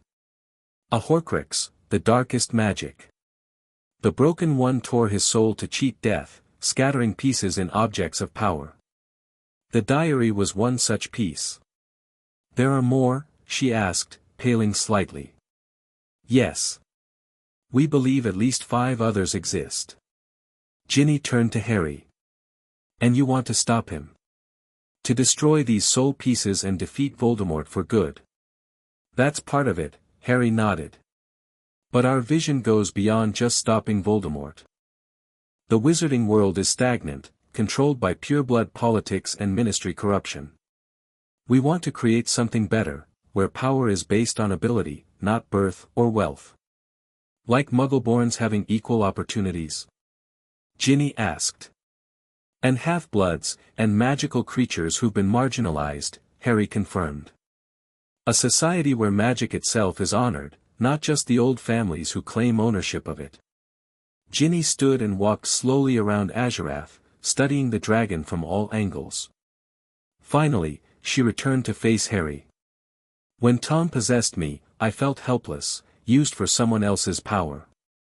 What you're offering sounds like the opposite. Actual power, actual choice." She extended her hand. "I want in. All the way in." Harry smiled, taking her hand. "Welcome to the inner circle." As February turned to March, Harry's group solidified their positions within Hogwarts. The study group, now comprising students from all 4 houses, met regularly in the library, focusing on defense and practical magic beyond the standard curriculum. This outer circle remained unaware of Azurath, but gradually absorbed Harry's philosophy of magical unity across house lines. The inner circle, Harry, Hermione, Draco, and now Ginny, met in the room of requirement for advanced training with Azurath. Each member received one of the protective amulets Harry had crafted from basilisk scales and silver, embedded with dragon magic for mental shielding. The expansion is proceeding well, Draco reported during one such meeting. Blaise Zabini is ready to join the inner circle. He's been asking pointed questions about our real agenda. Luna Lovegood as well, Hermione added. She practically told me she knows about Harry's dragon friend yesterday. Harry nodded. We'll bring them in next week. What about Neville? He's devoted to you, Ginny confirmed.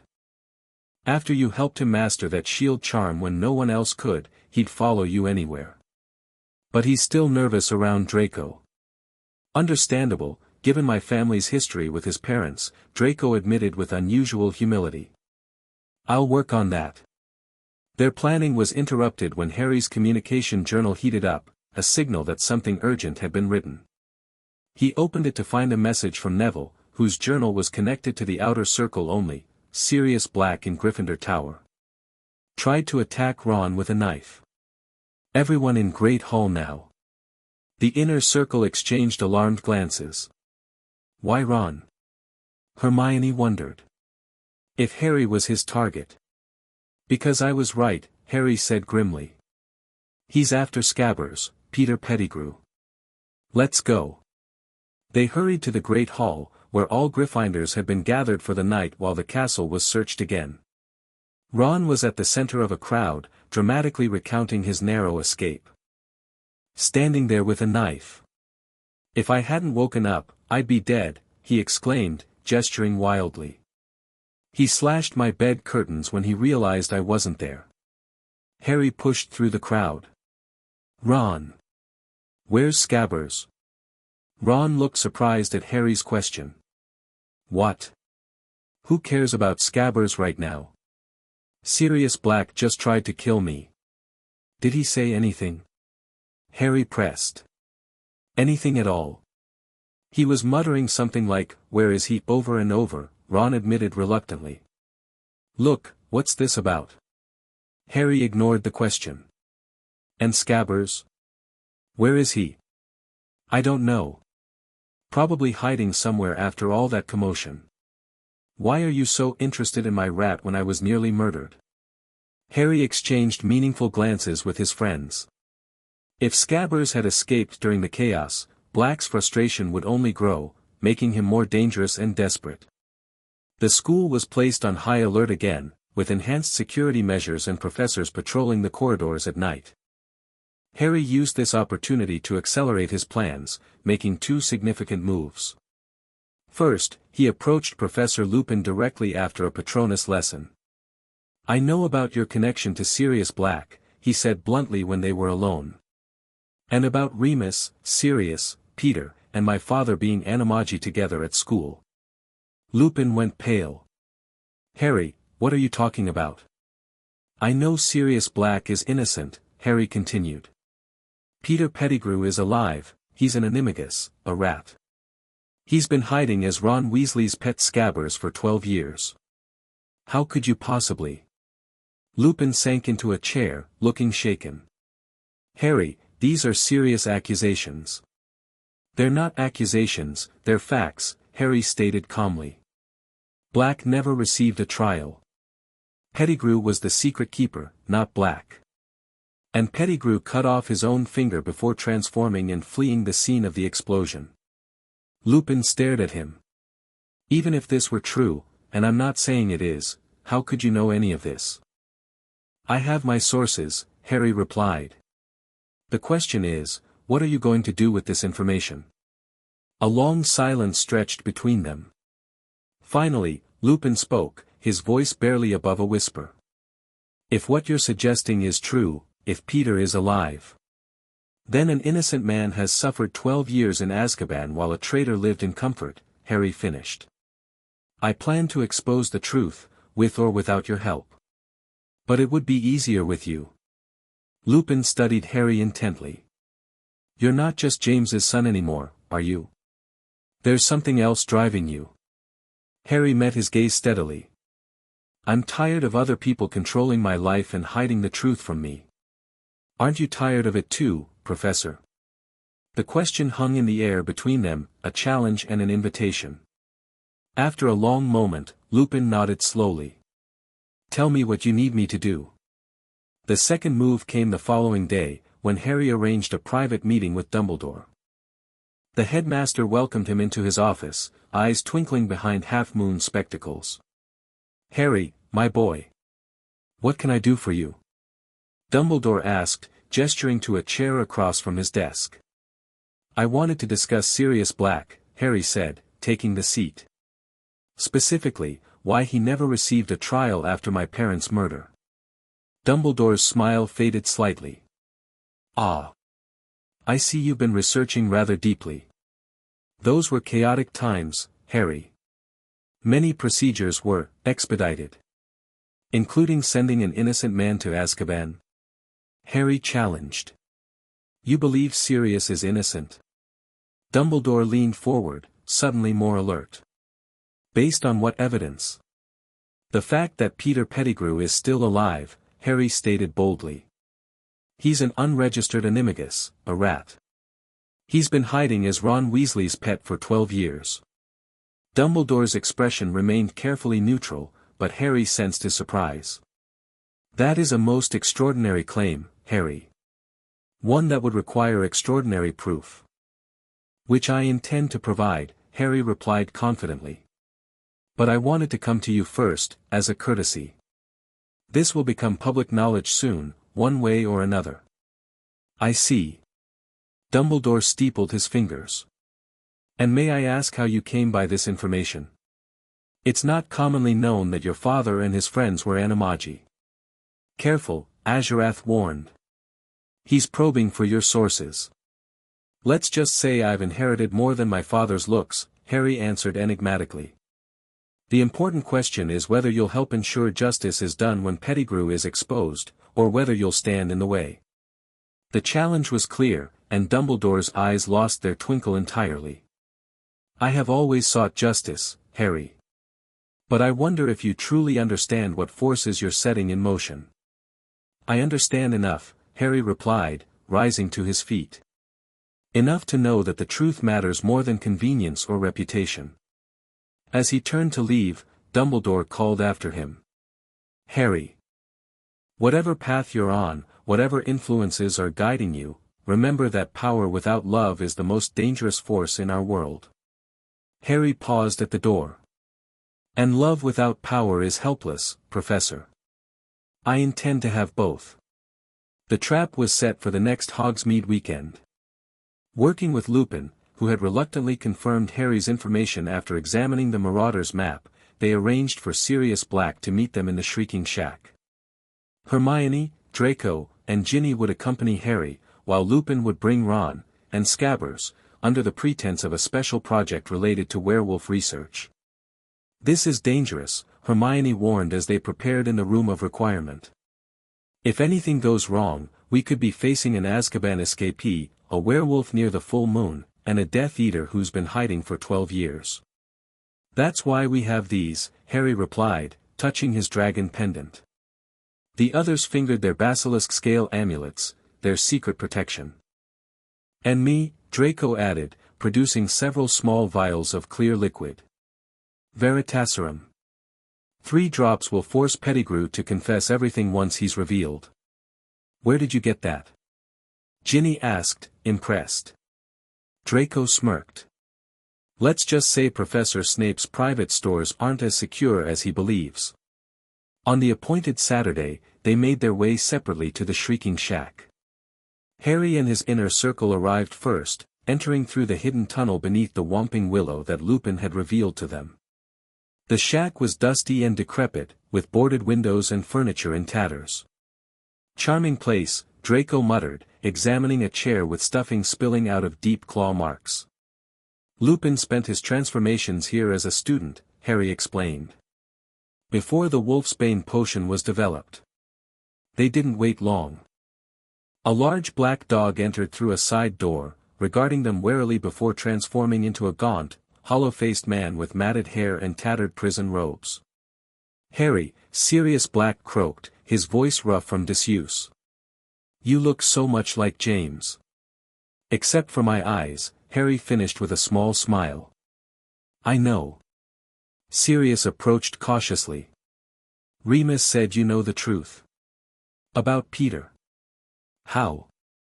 Before Harry could respond, footsteps on the stairs announced Lupin's arrival with a confused-looking Ron, who clutched a squirming Scabbers in his hands. "What's going on?" Ron demanded, then froze at the sight of Sirius Black. "It's him. It's the murderer." "No, Ron," Lupin said firmly, drawing his wand. "Sirius isn't the murderer. The real killer is right there in your hands." Ron looked down at his pet in bewilderment. "Scabbers? Are you mental?"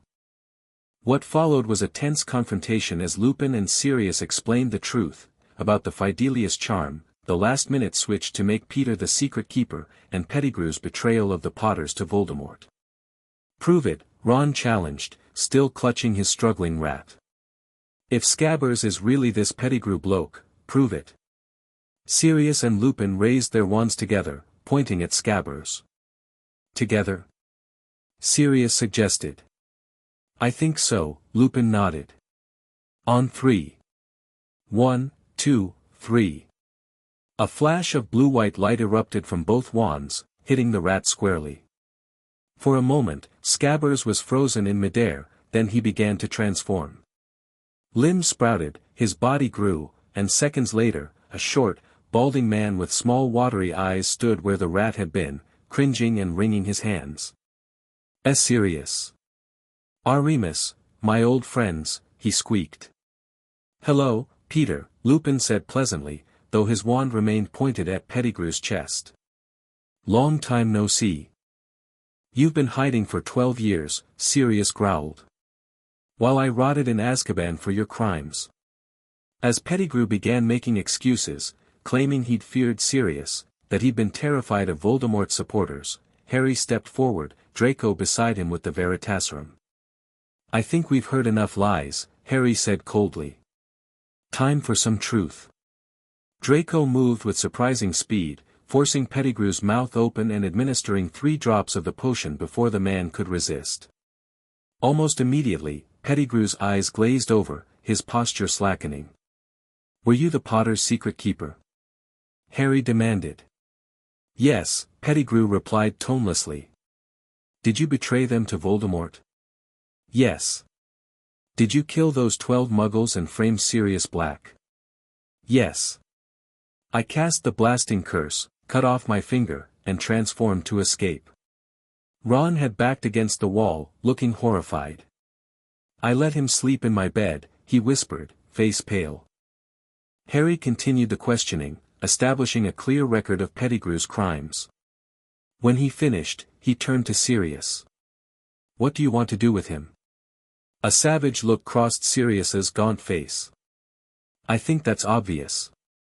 "No," Harry said firmly. "Killing him means you stay a fugitive. We need him alive to clear your name." Sirius hesitated, clearly torn between revenge and freedom. Finally, he nodded. "You're right. James would say the same."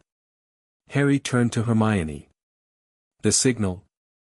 She nodded, raising her wand to cast red sparks through a gap in the boarded windows. Minutes later, hurried footsteps announced new arrivals, Professor McGonagall, accompanied by 2 Aurors Harry didn't recognize.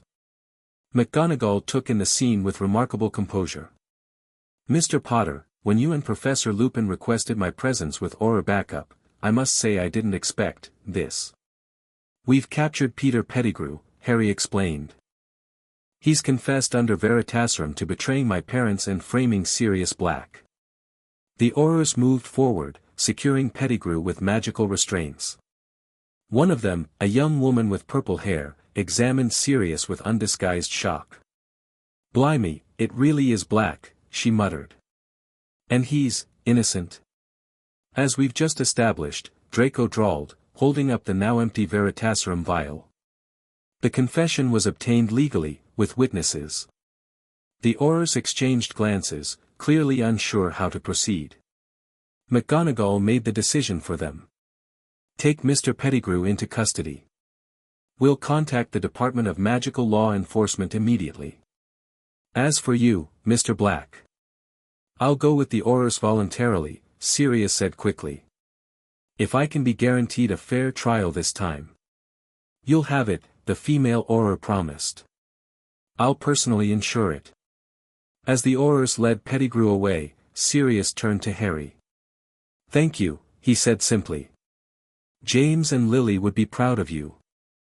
Though I'm curious how you discovered the truth. Harry smiled enigmatically. Let's just say I had help from an unexpected source. We'll talk more after you're cleared. Ron, who had been watching the proceedings in stunned silence, finally approached Harry. You knew, he said accusingly. You knew my rat was him. That's why you kept asking about Scabbers. I had my suspicions, Harry confirmed. And you didn't tell me? Ron's voice rose. He was sleeping in my bed for years. And you just let it happen while you plotted all this? I only confirmed it recently, Harry defended. And we needed to catch him, not scare him into running. Ron shook his head in disgust. This is exactly what I was talking about. Keeping secrets, making plans behind people's backs, deciding who needs to know what. You're playing with people's lives, Harry. I just saved an innocent man from a lifetime in Azkaban, Harry replied, his patience wearing thin. And exposed the real traitor who got my parents killed. I'd say that's worth a few secrets. The tension between them was palpable. Finally, Ron turned away. I'm going back to the castle. Professor, can I? McGonagall nodded, and Ron departed with one last troubled glance at Harry. He doesn't understand, Lupin said quietly, coming to stand beside Harry. Not everyone can see the bigger picture. No, Harry agreed. They can't. The news of Pettigrew's capture and Sirius Black's innocence exploded across the wizarding world. The Daily Prophet ran front-page stories for a week, detailing the miscarriage of justice, the heroic intervention of the boy who lived and his friends, and the ministry's embarrassment. Minister Fudge tried to spin the situation, claiming the ministry had always pursued justice, and was pleased to see the truth come to light, but the damage to his administration was significant. Sirius received a full pardon and a substantial compensation package after expedited trial under Veritaserum. At Hogwarts, Harry's status underwent a dramatic shift. Students who had previously kept their distance now approached him openly, eager to hear first-hand accounts of how he'd captured Pettigrew. Even Ron's hostility softened somewhat, though their friendship remained fractured. The political landscape is changing, Draco reported during an inner circle meeting 2 weeks after the events at the Shrieking Shack. My father says Fudge is scrambling. Half the Wizengamot is calling for reform of the justice system. Perfect timing for our next move, Harry noted, unrolling a parchment on the table before them. The Room of Requirement had configured itself as a war room, with maps of Wizarding Britain and charts showing ministry structure pinned to the walls. Sirius's trial revealed more than just Pettigrew's guilt, Hermione added. It exposed how many accused Death Eaters never received proper trials after Voldemort's fall. The pureblood families are worried about precedents. As they should be, Ginny said fiercely. How many innocent people went to Azkaban while the guilty walked free because of their connections? Harry nodded. Exactly. And that brings us to Phase 2, building our public platform. He outlined his plan, using Sirius's newfound freedom and political capital as Lord Black to introduce reforms in the Wizengamot. Meanwhile, Harry would begin giving carefully crafted interviews to the press, positioning himself not as a child hero but as a thoughtful advocate for magical unity and reform. Won't Dumbledore try to stop this? Draco asked skeptically. He's been containing your influence within Hogwarts so far, but once you go public. Dumbledore can't openly oppose reasonable reforms without damaging his own progressive image, Harry explained. And Sirius gives us legitimacy he can't easily dismiss. As my godfather and a lord of an ancient and noble house, Sirius has legal standing even Dumbledore must respect. As they discussed details, Blaise Zabini and Luna Lovegood, the newest members of the inner circle, offered their own insights. Blaise's knowledge of pure-blood politics complemented Luna's unexpected connections through her father's newspaper, The Quibbler. "Dad would publish anything you want to say, Harry," Luna said dreamily. "Our readers are more open-minded than most.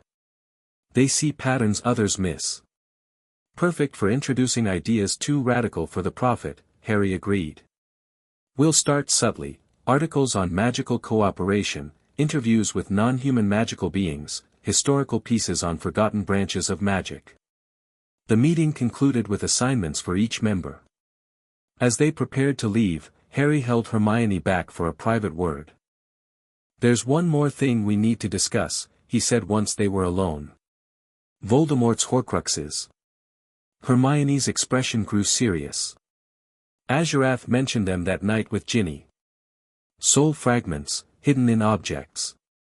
"Yes. And if we're going to truly change the wizarding world, we need to ensure Voldemort never returns to full power." Harry produced another parchment, this one listing suspected Horcrux locations and vessels. "Azurath's memories are fragmented, but he knows Voldemort planned to make 7 in total." 7. Hermione looked horrified. That's monstrous." "Indeed. The diary was one. Destroyed. But that leaves others, and we need to find them before Voldemort's supporters do. This is beyond even what I imagined when I joined you, Harry," Hermione admitted, studying the list. "Hunting pieces of Voldemort's soul. It's necessary," Harry said firmly. "We can't build something new while the shadow of Voldemort hangs over us. Will you help?" Hermione met his eyes resolutely. "Always." The final Quidditch match of the season, Gryffindor vs Slytherin for the Cup, took place under perfect blue skies in late May. The stands were packed, with students from all houses displaying divided loyalties. Harry's study group had created something unprecedented, Ravenclaws and Hufflepuffs openly supporting individual players rather than entire teams based on house rivalry. Harry took his position at the Gryffindor goal posts, the sun glinting off his firebolt. Across the field, the Slytherin keeper, Miles Bletchley, looked nervous. Harry hadn't allowed a single goal in the last 2 matches. "And they're off," Lee Jordan announced as Madame Hooch's whistle signaled the start. Gryffindor immediately takes possession. Johnson with the quaffle, passes to Spin Net, back to Johnson. They're using the Hawkshead attack formation, pioneered by the Falmouth Falcons in the 60s. The match was fast and physical. Slytherin's superior brooms gave them a speed advantage, but Gryffindor's teamwork and Harry's impenetrable goalkeeping kept them ahead. 1 hour in, the score stood at Gryffindor 90, Slytherin 0. And another spectacular save by Potter. Jordan shouted as Harry executed a perfect starfish and stick maneuver to block a powerful shot from Slytherin captain Marcus Flint. "That's 14 saves today. The professional scouts will be kicking themselves for missing this performance." Harry barely had time to recover before another Slytherin attack developed. As he positioned himself, he noticed something unusual. Draco, playing Seeker for Slytherin, had abandoned his search for the snitch and was flying directly toward the Gryffindor goalposts, his expression urgent. "Potter!" Draco called as he drew near. "Behind the Slytherin stands, look." Harry squinted in the direction Draco indicated. At first, he saw nothing unusual, but then he noticed a shimmer of movement near the base of the stands, a disillusioned figure making its way toward the forbidden forest. "Quirrell," Harry breathed, recognizing the gait despite the concealment charm. Impossible, the man was supposed to be dead after their confrontation in first year. Unless the Broken One's vessel survived, Azurath confirmed in his mind. Weakened but alive. Without hesitation, Harry signaled to Oliver Wood for a timeout, then sped toward the Gryffindor stands where Hermione sat with Ron and Neville. "Quirrell's alive," he said tersely as he hovered before them. Heading to the forest. Get Ginny and meet me there. Hermione's eyes widened, but she nodded resolutely. Be careful. Harry flew back to his team, making a quick excuse about stomach problems, then rocketed toward the forbidden forest. He landed at the tree line and concealed his firebolt with a disillusionment charm before proceeding on foot. He moves toward the centaur territory, Azurath advised. Follow the broken path.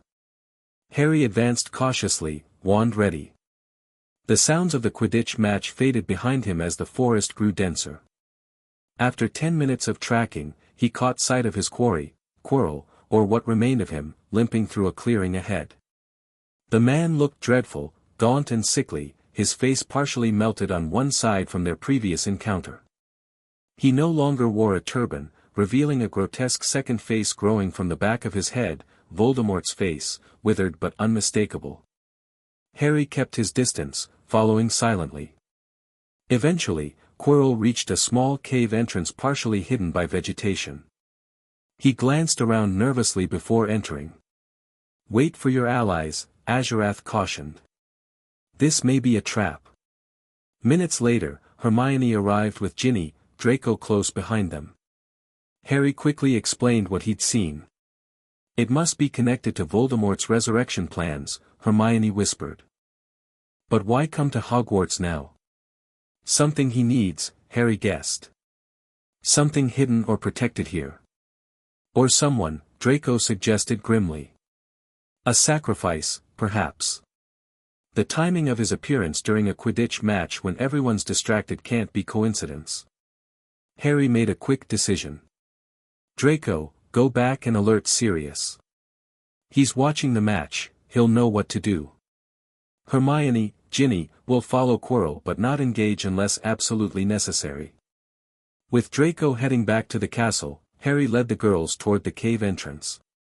They cast silencing charms on their feet and proceeded cautiously into the darkness.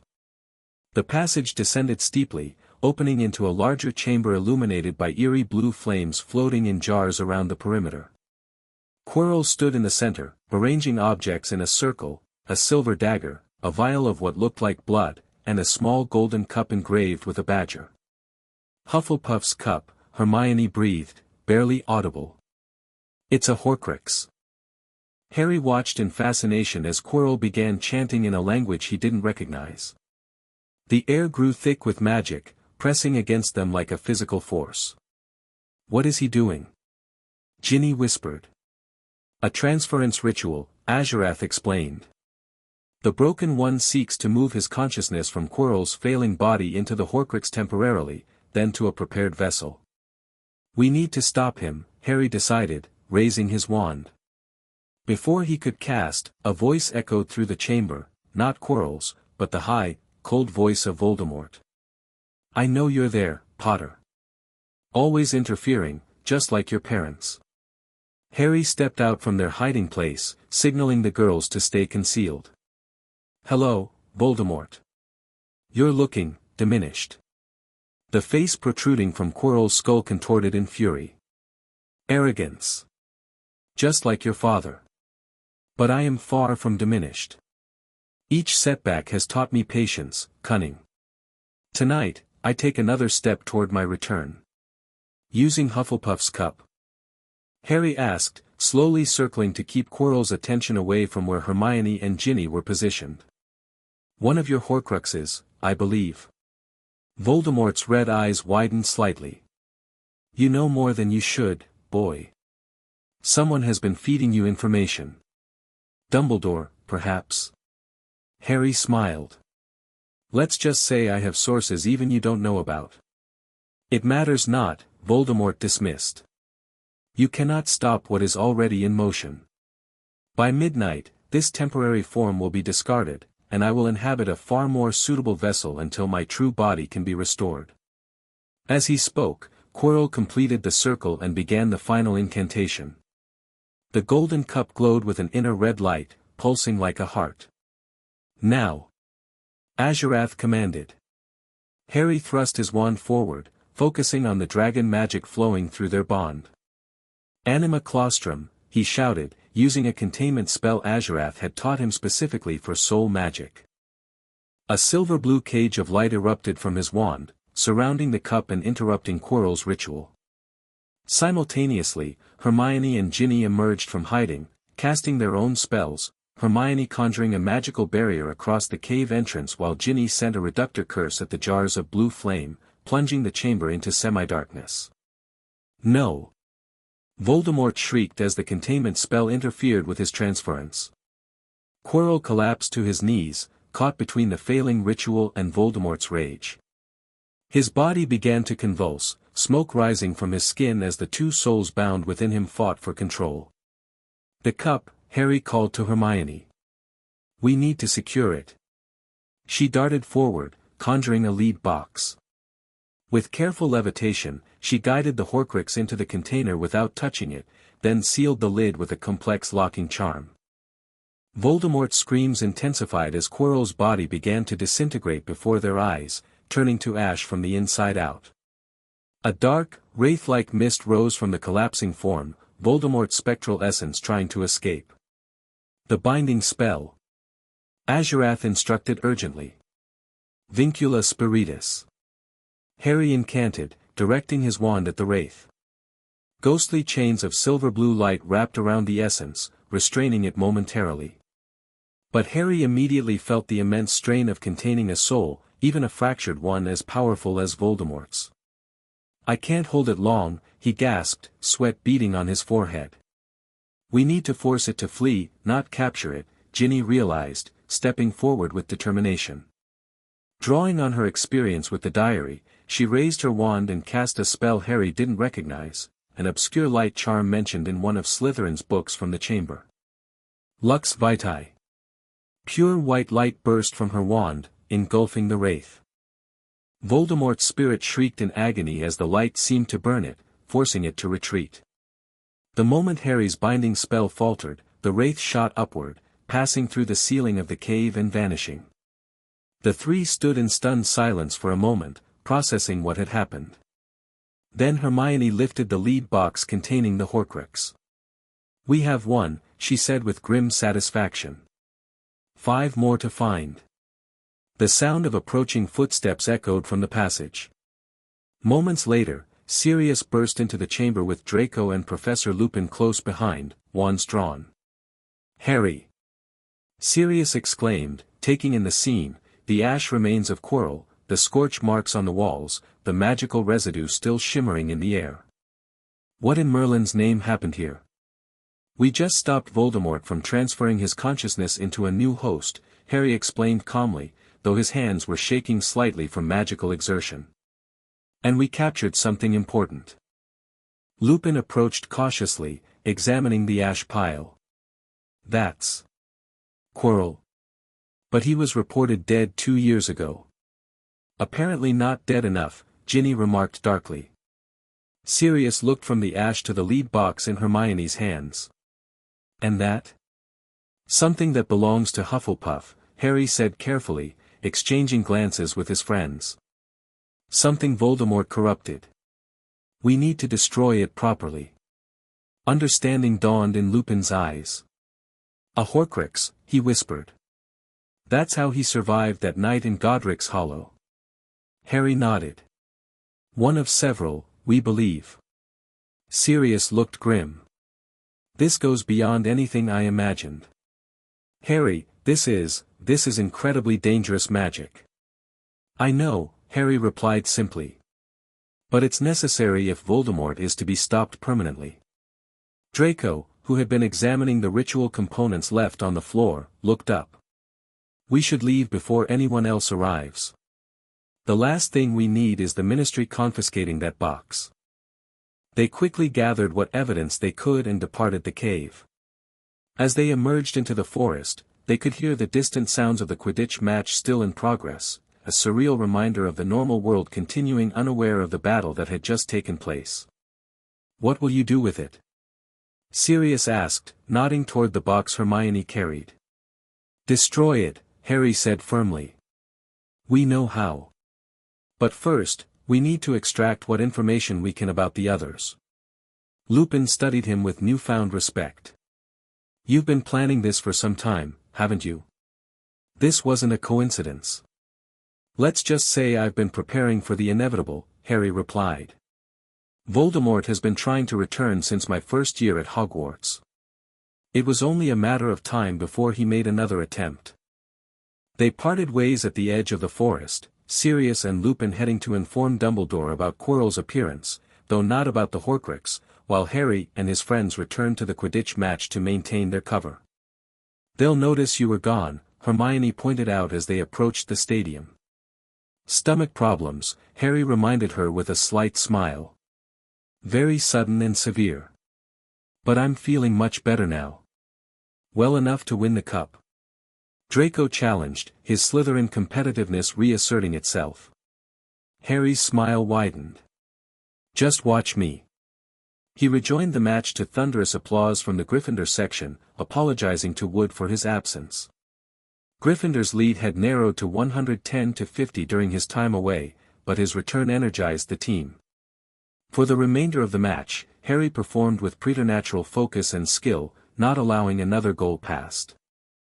When Gryffindor's seeker finally caught the snitch, securing a 260-50 victory and the Quidditch Cup, Harry joined the celebration with genuine joy, a welcome respite from the darker battle they had just fought.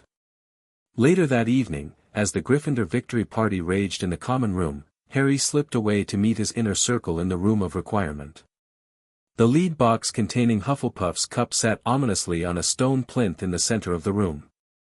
"Destroying it won't be easy," Harry explained to the assembled group, which now included Blaise, Luna, and Neville alongside Hermione, Draco, and Ginny. "Horcruxes can only be destroyed by something powerful enough to damage the container beyond magical repair." "Like basilisk venom," Ginny said, remembering how the diary had been destroyed. Harry nodded. "Exactly. And fortunately, we have access to that." He revealed one of the basilisk fangs he had collected from the Chamber of Secrets, its tip still glistening with venom that had remained potent even after the creature's death. "Should we open it first?" Blaise questioned. "If it contains a piece of the Dark Lord's soul, it might offer valuable information." "It will also fight back," Harry warned. The diary possessed Ginny. "This might be even more aggressive." "I want to be the one to destroy it," Ginny said firmly. "After what Riddle did to me through the diary. I need this." Harry hesitated, then nodded. "All right. But everyone else should shield. We don't know what defenses it might have." They positioned themselves around the room. Harry carefully opened the lead box, levitating the cup onto the floor. Even at a distance, they could feel the malevolence emanating from it, a cold, hostile presence that seemed to assess them. "Now, Ginny," Harry instructed. "Quick and decisive." Ginny approached with the basilisk fang, determination on her face. As she raised her arm to strike, the cup trembled, then emitted a cloud of dark mist that rapidly took shape, Tom Riddle's handsome teenage form, just as he had appeared from the diary. "Little Ginny," the apparition sneered. "Still the weak, pathetic girl pouring her heart out to a diary. Did you think you'd escaped me? I'm still in your head, in your nightmares." Ginny faltered momentarily, her hand shaking. "He's lying," Harry called. "It's just the Horcrux defending itself." The apparition turned toward Harry, its form shifting to resemble an older, more serpentine Voldemort. "Harry Potter, the true Dark Lord," it mocked. "Playing with powers beyond your understanding.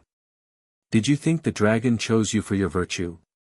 No, it sensed the darkness in you, the same darkness that lives in me. Don't listen." Hermione shouted. "It's trying to distract you." With a cry of defiance, Ginny plunged the fang into the cup. The apparition screamed, its form dissolving as black ichor spurted from the punctured metal. A shockwave of dark magic exploded outward, knocking several of them off their feet. Then silence. The cup lay destroyed, a smoking hole torn through its center. "One down," Harry said quietly as they regrouped. 5 to go. Draco helped Ginny to her feet. That was brave, he told her, genuine admiration in his voice. Not brave, she corrected. Necessary. Hermione was already making notes. Based on the cup, we know Voldemort favored Founder's items for his Horcruxes. That might help narrow our search. Ravenclaw's diadem, Slytherin's locket, Luna suggested dreamily. Those would be logical choices. Harry nodded. We'll research further. But tonight, we've struck a significant blow. For the first time, we're not just reacting to Voldemort, we're actively working to defeat him permanently. As the meeting concluded, Harry held back Neville, who had remained silent but watchful throughout the Horcrux destruction. You've been quiet, Harry observed. Processing everything? Neville nodded slowly. It's a lot to take in. Horcruxes, soul fragments, and you've known about all this for how long? Longer than I should have had to, Harry admitted. But that's why I'm building this group, Neville. So the burden doesn't fall on just one person. Like it fell on you, Neville said, understanding dawning in his eyes. And now you're making sure you have people you can count on. Exactly. Neville straightened his shoulders, his typically timid demeanor falling away. My parents gave everything fighting against you-know-who. I won't do any less. Harry clasped his shoulder. I know. That's why you're here. The final days of term passed in a whirlwind of activity. News of Quirrell's reappearance and subsequent second death created a brief panic, though the Ministry quickly moved to downplay the incident. The official story claimed Quirrell had been hiding in the forest since his disappearance, driven mad by dark magic but not actually possessed by Voldemort. Harry's inner circle knew better but kept their knowledge private. They focused instead on consolidating their position at Hogwarts and preparing for the summer ahead. On the last evening before departure, Harry met with Professor Dumbledore at the headmaster's request. The old wizard's office was bathed in the golden light of sunset as Harry entered. Ah, Harry. Thank you for coming, Dumbledore greeted him. Please, sit. Harry took the offered chair. You wanted to see me, Professor? Indeed. Dumbledore studied him over his half-moon spectacles. Quite a remarkable year you've had. Capturing Peter Pettigrew, freeing your godfather, and most recently, your encounter with what remained of Professor Quirrell. It's been eventful, Harry agreed neutrally. What intrigues me most, Dumbledore continued, is how perfectly positioned you seem to have been for each of these events. Almost as if you had advanced knowledge. Harry met the headmaster's penetrating gaze without flinching, his mental shields firmly in place. Sometimes being in the right place at the right time is just luck, Professor. Indeed. And sometimes it is something more. Dumbledore leaned forward slightly. Harry, I cannot help but notice the changes in you over the past years. Your magical ability has accelerated far beyond the normal progression. Your understanding of certain obscure branches of magic exceeds what is available in Hogwarts curriculum. And your political activities, yes, I am aware of your correspondence with various members of the Wizengamot, suggest ambitions beyond those of a typical 13-year-old. I wasn't aware that ambition was discouraged at Hogwarts, Harry replied. Isn't it one of the Slytherin virtues? Ambition itself is neutral. It is the purpose behind it that defines its nature. Dumbledore's expression grew more serious.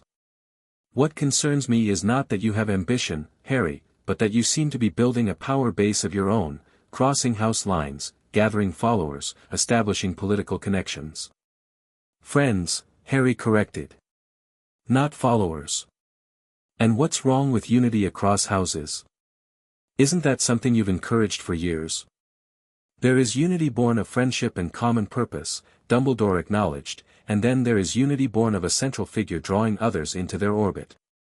One is organic, the other, hierarchical. Harry smiled slightly. Like headmaster and students? Or chief warlock and Wizengamot? Those seem fairly hierarchical to me. A flicker of something, frustration, perhaps, crossed Dumbledore's face. There is a difference between institutional authority and personal power, Harry. One is constrained by rules and tradition, the other, limited only by the individual's ambition and moral compass. And you're concerned about my moral compass, Harry concluded. I am concerned about influences that may be shaping you outside Hogwarts' protective guidance, Dumbledore corrected himself. Particularly given your connection to Voldemort and your unique position in our world. Harry considered his response carefully.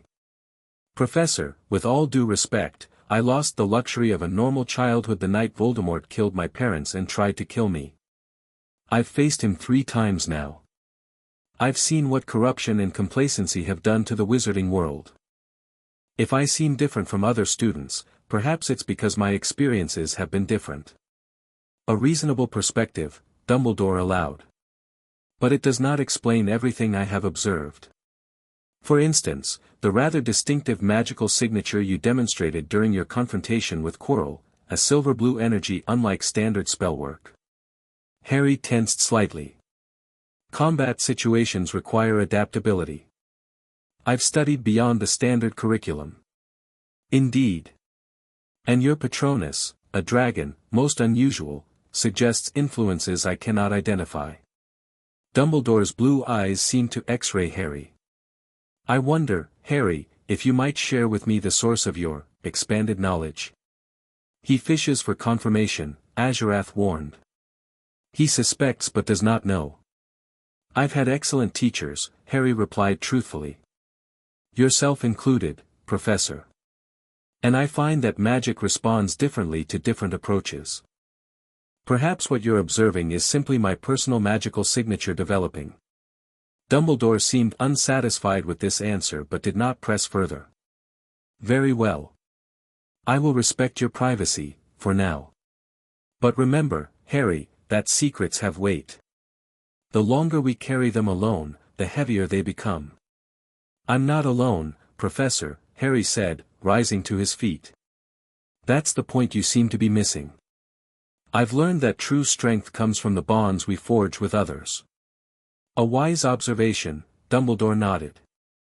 I only hope those bonds are founded on honesty and mutual respect, not necessity and shared ambition. Why not both? Harry challenged. The world isn't as binary as light and dark, Professor. There are shades in between, places where real change happens. As Harry left the headmaster's office, he could feel Dumbledore's gaze following him. The old wizard's influence was waning, his control slipping.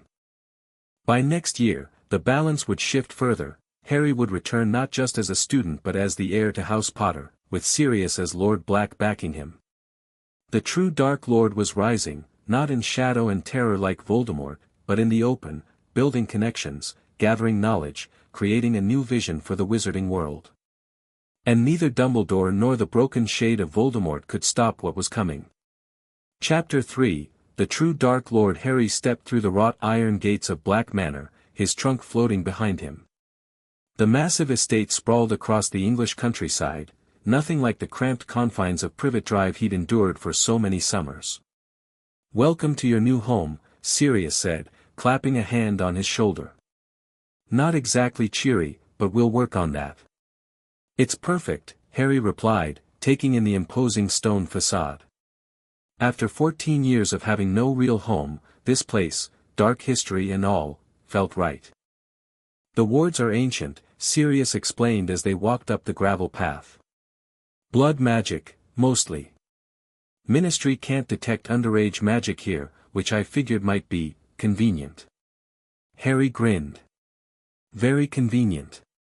The massive front doors swung open at Sirius's touch, revealing a cavernous entrance hall. Despite months of freedom, Sirius still bore the gaunt hallmarks of Azkaban, though his eyes now sparkled with life and mischief. I've cleared out the east wing for you, he said, leading Harry up a grand staircase. Removed about 17 cursed objects and one particularly nasty boggart. The family house elf, Creature, is still adjusting to the new management, so, watch your back around him. This place has potential, Azurath observed, invisible but present as always. Old magic saturates the foundations. Harry nodded slightly in acknowledgement as Sirius showed him to a suite of rooms larger than the entire Dursley house. Floor-to-ceiling windows overlooked rolling hills and a forest beyond. "The forest is part of the estate," Sirius mentioned, noticing Harry's interest. "About 500 acres, all unplottable. You could hide a dragon out there and no one would know."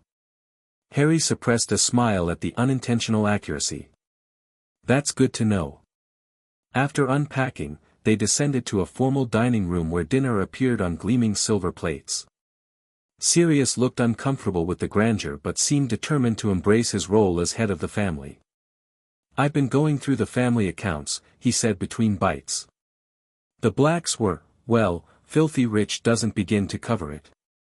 We have investments everywhere, properties across Europe, and enough gold to make even the Malfoys jealous." "All at your disposal now," Harry observed. "Ours," Sirius corrected. "I've had the goblins add you to all the family accounts. As my heir, you have access to everything." Harry's fork paused midway to his mouth. "You made me your heir. Who else would I choose?" Sirius shrugged. "You're my godson, James and Lily's child. Besides, the look on certain pure-blood faces when they learn a half-blood is heir to the most ancient and noble house of Black will be priceless." Later that night, after Sirius retired, Harry stood on the balcony outside his room. The moon hung bright and full above the forest. "You can show yourself now," Harry said quietly. Azurath materialized beside him, stretching his wings in the moonlight. Over the past year, the dragon had grown dramatically, now the size of a small elephant, with a wingspan that cast shadows across the entire balcony. The Black family knew of dragon magic, Azurath noted, examining the manor with interest. "I sense old wards designed to accommodate creatures like me." Sirius mentioned there are books in the family library that the ministry would frown upon, Harry said. "Maybe we'll find more about the dragon-wizard bond." "Perhaps. But first, we should establish our sanctuary in the forest." Harry nodded. "Tomorrow.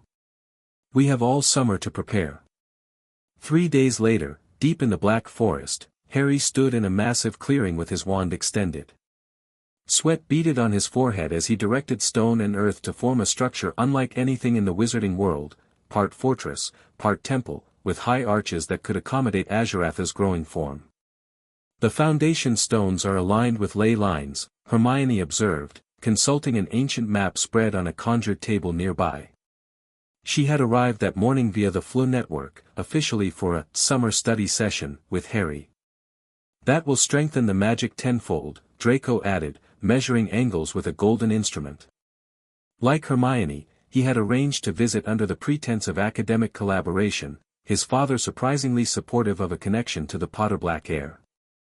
"The central chamber needs to be larger," Azurath directed from where he hovered above the construction. "The ritual space must accommodate at least 12.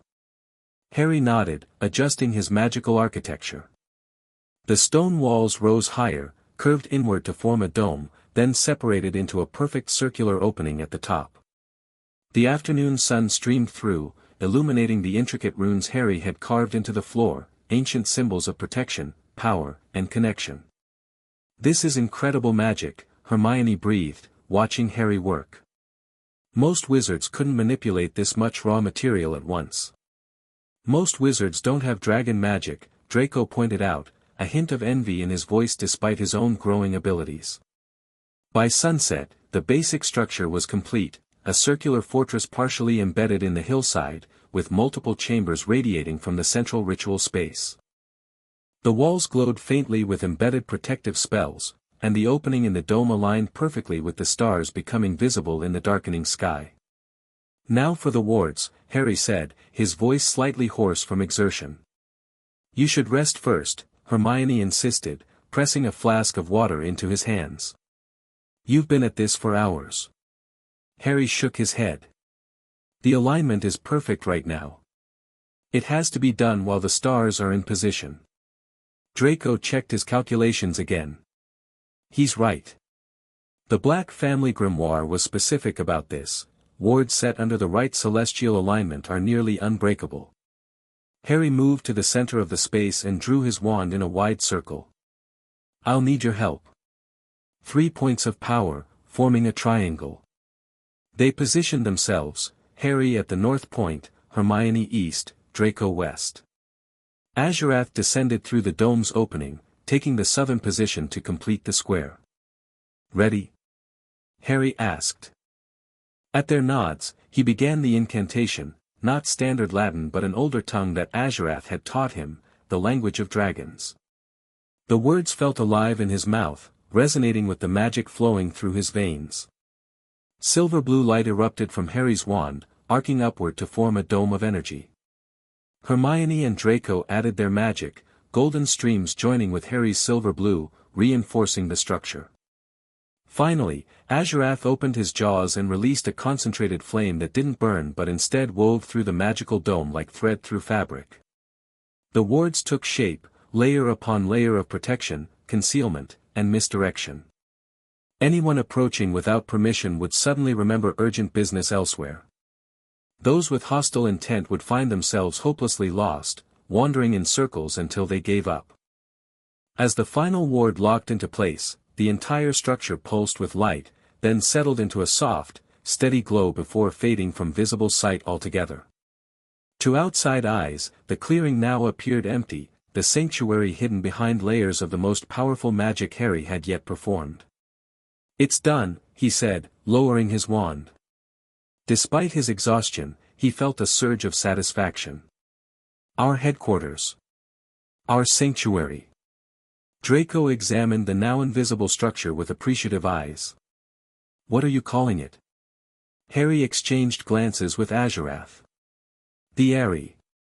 Over the next few weeks, the Eyrie became the center of Harry's operation. Sirius, initially surprised by Harry's project in the forest, quickly became an enthusiastic supporter once he understood its purpose. The revelation of Azurath's existence had been a shock, but after the initial surprise, Sirius had approached the dragon with characteristic boldness. A dragon, he'd said, shaking his head in wonder. James would have lost his mind over this. In a good way. Through carefully scheduled visits, the inner circle expanded their work. Ginny and Luna arrived under the guise of visiting Hermione. Blaise Zabini and Neville Longbottom came supposedly to study rare plants in the Black Forest. Even the Weasley twins, Fred and George, were cautiously brought into the outer circle after demonstrating both their inventive brilliance and their growing disillusionment with Dumbledore's passive approach to fighting dark forces. In the center chamber of the Eyrie, Harry unrolled a massive map of Britain marked with points of magical significance. Based on our research and Azurath's memories, we've identified possible locations for 2 more Horcruxes, he explained to the assembled inner circle. The locket of Salazar Slytherin was last seen in a cave along this coastline. And Rowena Ravenclaw's diadem disappeared centuries ago, but Luna's research suggests it might be hidden at Hogwarts itself. The locket might not be in the cave anymore, Sirius interjected. My brother Regulus was a Death Eater who turned against Voldemort. Before he died, he left clues that he had discovered one of Voldemort's secrets. If the locket was in that cave, Regulus might have taken it. Where would it be now? Ginny asked. If he retrieved it but couldn't destroy it. Sirius frowned thoughtfully. It might still be at Grimmauld Place, the Black family's London house. It's falling apart, but all sorts of dark artifacts are hidden there. That's our next target then, Harry decided. Hermione, continue researching methods to track the remaining Horcruxes. Draco, work with Blaise on identifying Death Eater movements, your family connections are crucial there. Luna, focus on the diadem legend. We need to locate it before returning to Hogwarts. What about the tournament? Neville asked. The Daily Prophet confirmed it this morning, Hogwarts is hosting the Triwizard Tournament this year. Which means students from Beauxbatons and Durmstrang, Draco noted. Foreign influences, more variables to manage. Harry nodded. And an opportunity. International attention means visibility for our message, chances to build alliances beyond Britain. It also means security will be tighter, Blaise pointed out. More difficult to move freely around the castle. Or easier to hide in the chaos, Fred and George said in unison, mischievous grins identical on their freckled faces. The discussion continued into the evening, plans taking shape for the coming year. As the meeting concluded, Harry held back Hermione while the others departed through various secure transportation methods they'd established. "Walk with me," he asked, gesturing toward a path leading deeper into the forest. They strolled in comfortable silence for several minutes, the summer evening warm around them. Hermione's hand occasionally brushed against his, sending unexpected jolts through his arm. "You've been quiet today," Harry observed finally. Hermione sighed. "I received an owl from Ron this morning. He's concerned about my spending so much time with you. Says Dumbledore has been asking questions about our study group." "Dumbledore's worried because he can't control what he doesn't understand," Harry replied, frustration edging his voice. "And Ron's just repeating what he's told." "It's not just that." Hermione stopped, turning to face him. "Harry, we're approaching a turning point. What we're building here, what you're becoming, it's revolutionary. And revolutions have consequences. You're worried about where this leads," Harry said, understanding dawning. "About what happens if we succeed." "When we succeed," she corrected with a small smile. "I believe in what we're doing. But power changes people, Harry. Even people with the best intentions." Harry took her hands in his, surprised by his own boldness. "That's why I need you, Hermione. You, Draco, all of you, to keep me grounded, to challenge me when I'm wrong. I never wanted to be a leader. I just want a better world where we can all live without fear." Hermione studied his face carefully. "Do you really mean that? Because sometimes I see something in your eyes, a fire that wasn't there before." "Dragon magic changes the wizard," Harry admitted. "Azurath warned me about this. It amplifies certain traits, determination becomes intensity, courage becomes fearlessness. But the core of who I am hasn't changed." She stepped closer. "Promise me something. No matter what happens, no matter what power you gain, promise you'll always listen to those who care about you. Even when we disagree." "I promise," Harry said solemnly, meaning it with every fiber of his being. Before he realized what was happening, Hermione had risen on her tiptoes and pressed her lips to his in a brief, soft kiss. Heat flooded his face as she pulled back, looking both determined and embarrassed. "What was that for?" he asked, voice suddenly hoarse. "Just in case," she replied enigmatically. "Things are going to get complicated, Harry. I wanted to do that while we still had a moment of peace." The discovery of Slytherin's locket at Grimmauld Place proved more challenging than anticipated. The decrepit house was filled with dark magic, cursed objects, and the hostile house elf creature, who actively sabotaged their search until Sirius ordered him to cooperate. Master Regulus ordered creature to destroy it, the ancient elf finally admitted, producing the locket from a hidden compartment in his filthy nest. But creature failed. Nothing worked. Nothing damaged it. Harry examined the heavy gold locket with Slytherin's serpentine S inlaid with emeralds. Even without opening it, he could feel the malevolence emanating from within, a cold, hungry presence. "You tried to follow Regulus's final order," Harry said gently to the trembling elf. "That shows great loyalty. But destroying this requires special magic, magic Regulus didn't know about." Creature looked up with suspicious, watery eyes. "Master Harry can destroy it? Can free Master Regulus's soul from the burden?" "Yes," Harry promised. "And you can help us." Back at the Eyrie, they prepared for the Horcrux destruction ritual. Unlike the relatively simple destruction of Hufflepuff's cup, Harry wanted to extract information from this Horcrux before eliminating it. "It's risky," Hermione cautioned as they arranged protective circles.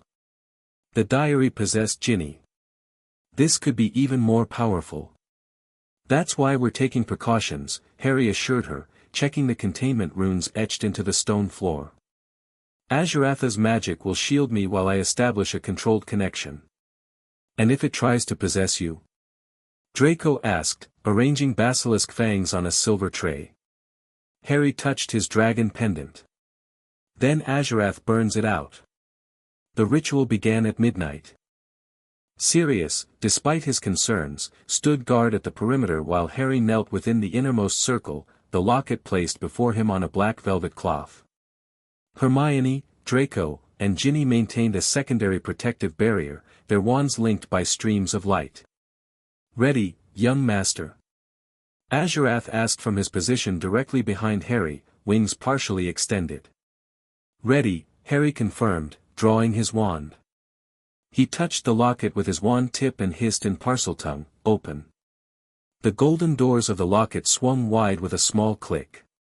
Behind both windows, a living eye blinked, dark and handsome like Tom Riddle's, but red-pupilled like Voldemort's. "Harry Potter," a voice hissed from the locket. "We meet again." "Hello, Tom," Harry replied calmly in Parseltongue. "I have questions for you." "And why should I answer?" the voice mocked. "You intend to destroy me regardless." "Because I offer you a choice," Harry lied smoothly.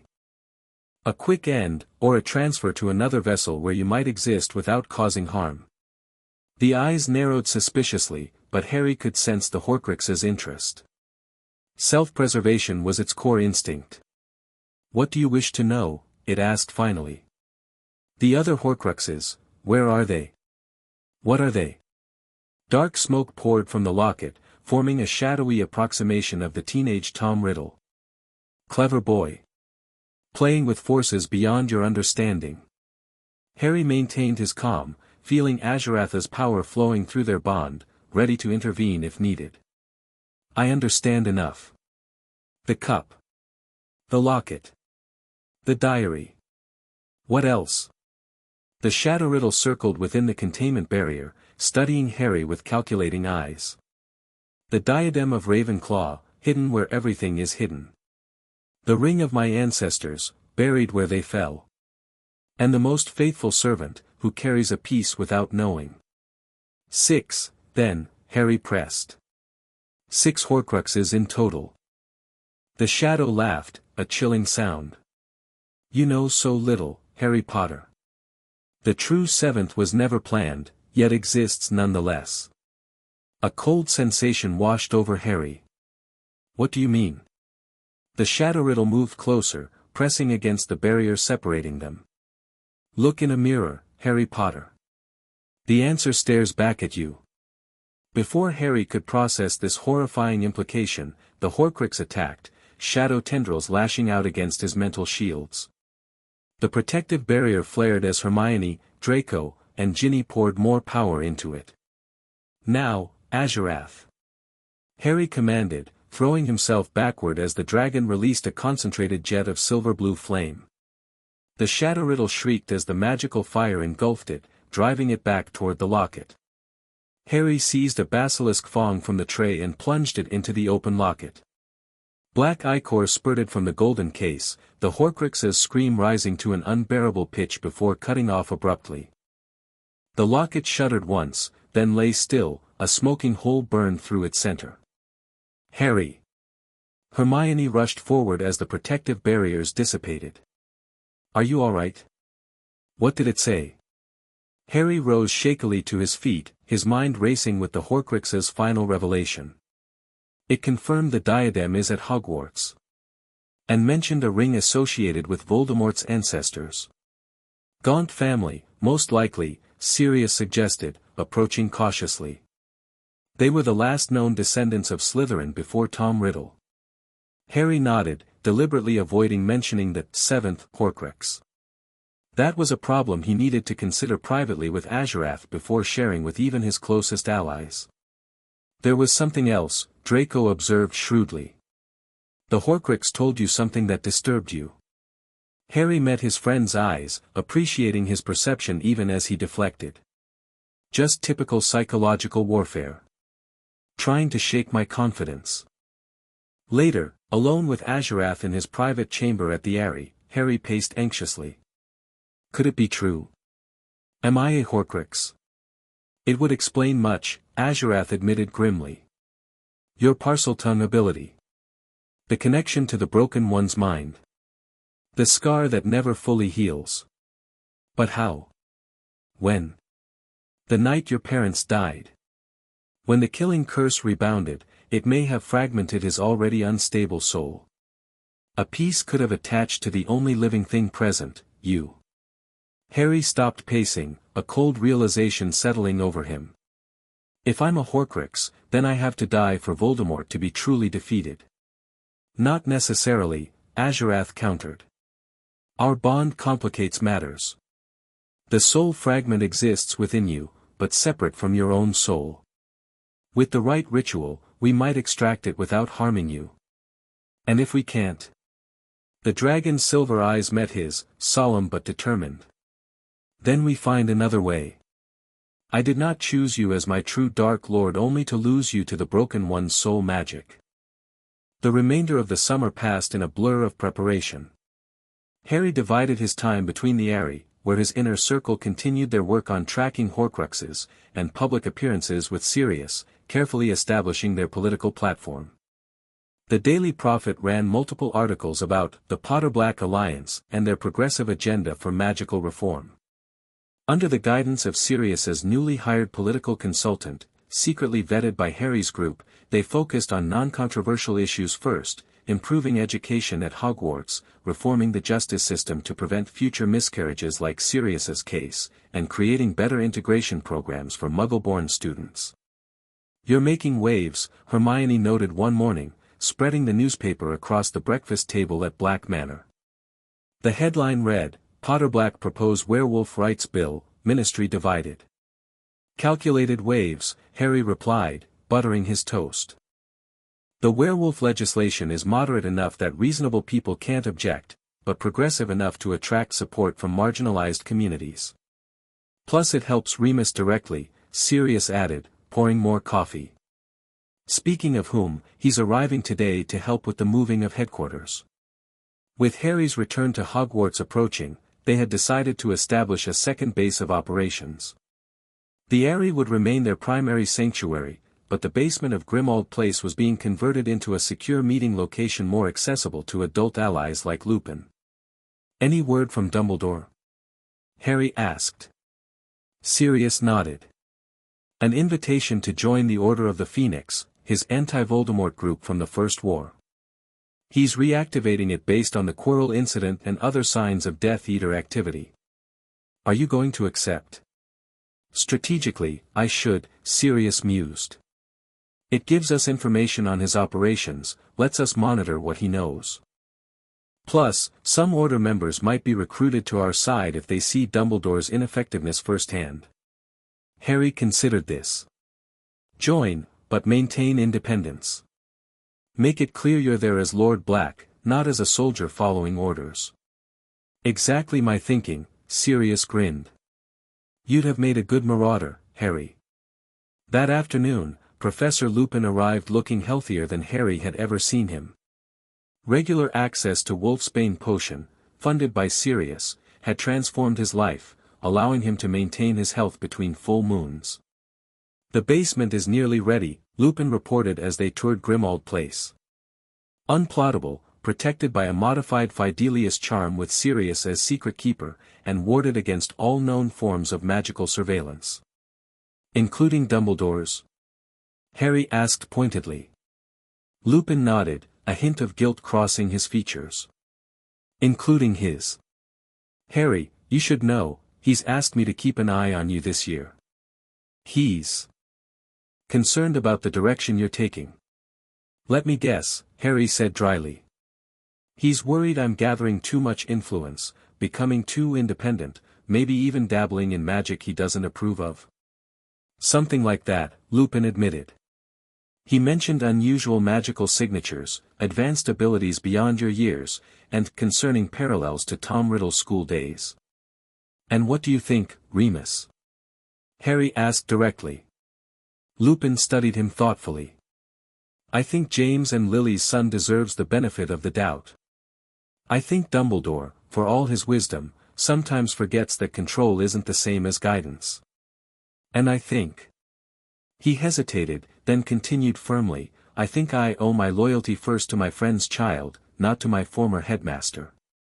Harry extended his hand. Then welcome to the inner circle, Moony.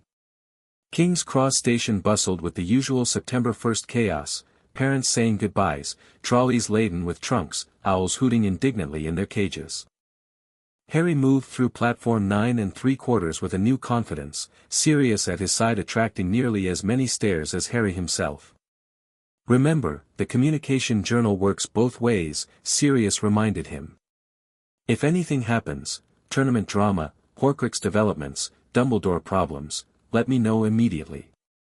I will, Harry promised. And you'll continue the ministry reform work while managing our public messaging? Lord Black at your service, Sirius gave a mock bow.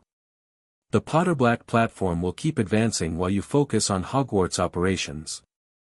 They embraced briefly before Harry boarded the train. He found Hermione, Neville, and Luna already settled in a compartment near the middle of the train, a strategic location they'd agreed upon, easily accessible but not too obvious. Draco and Blaise will stop by later, Hermione informed him as he stowed his trunk. They're maintaining appearances with the Slytherin group first. And Ginny's with some third-year friends, Neville added. She'll join us after the prefect meeting. Harry nodded, settling beside Hermione.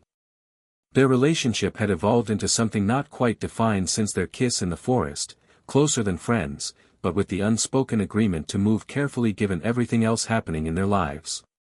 Any word on the Horcrux situation? Luna asked dreamily, though her eyes remained sharp and alert. They had developed a coded language for discussing sensitive topics in potentially monitored spaces. Research continues, Harry replied carefully. The historical artifact we discussed appears to be somewhere in the castle. We'll need to conduct a thorough search once term begins. The journey passed pleasantly, their compartment becoming a revolving door of allies and associates as the inner and outer circles checked in. Fred and George brought news of their father's position at the ministry. Dad says Fudge is paranoid about Dumbledore building an army, while Draco reported on Death Eater whispers from his father, something big planned around the tournament, but he's being frustratingly vague. As the train approached Hogsmeade, Ron Weasley made an unexpected appearance at their compartment door. He stood awkwardly in the corridor, looking both defiant and uncomfortable. Can I talk to you? He asked Harry. Alone? Harry exchanged glances with Hermione before nodding. They stepped into the corridor, moving to a relatively private alcove near the end of the carriage. What's up, Ron? Harry asked neutrally. Ron fidgeted with the sleeve of his robe. Look, I know we haven't exactly been friends lately. But Mum and Dad asked me to warn you, there's talk at the ministry. People watching you. Dad overheard something about monitoring the Potter situation. Harry raised an eyebrow, surprised by this information. The ministry is monitoring me? Why? I dunno exactly.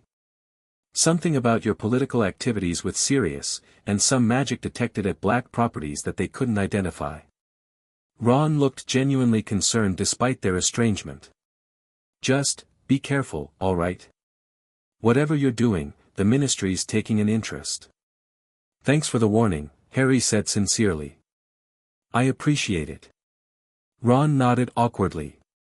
Yeah, well, family still says you're good people, so.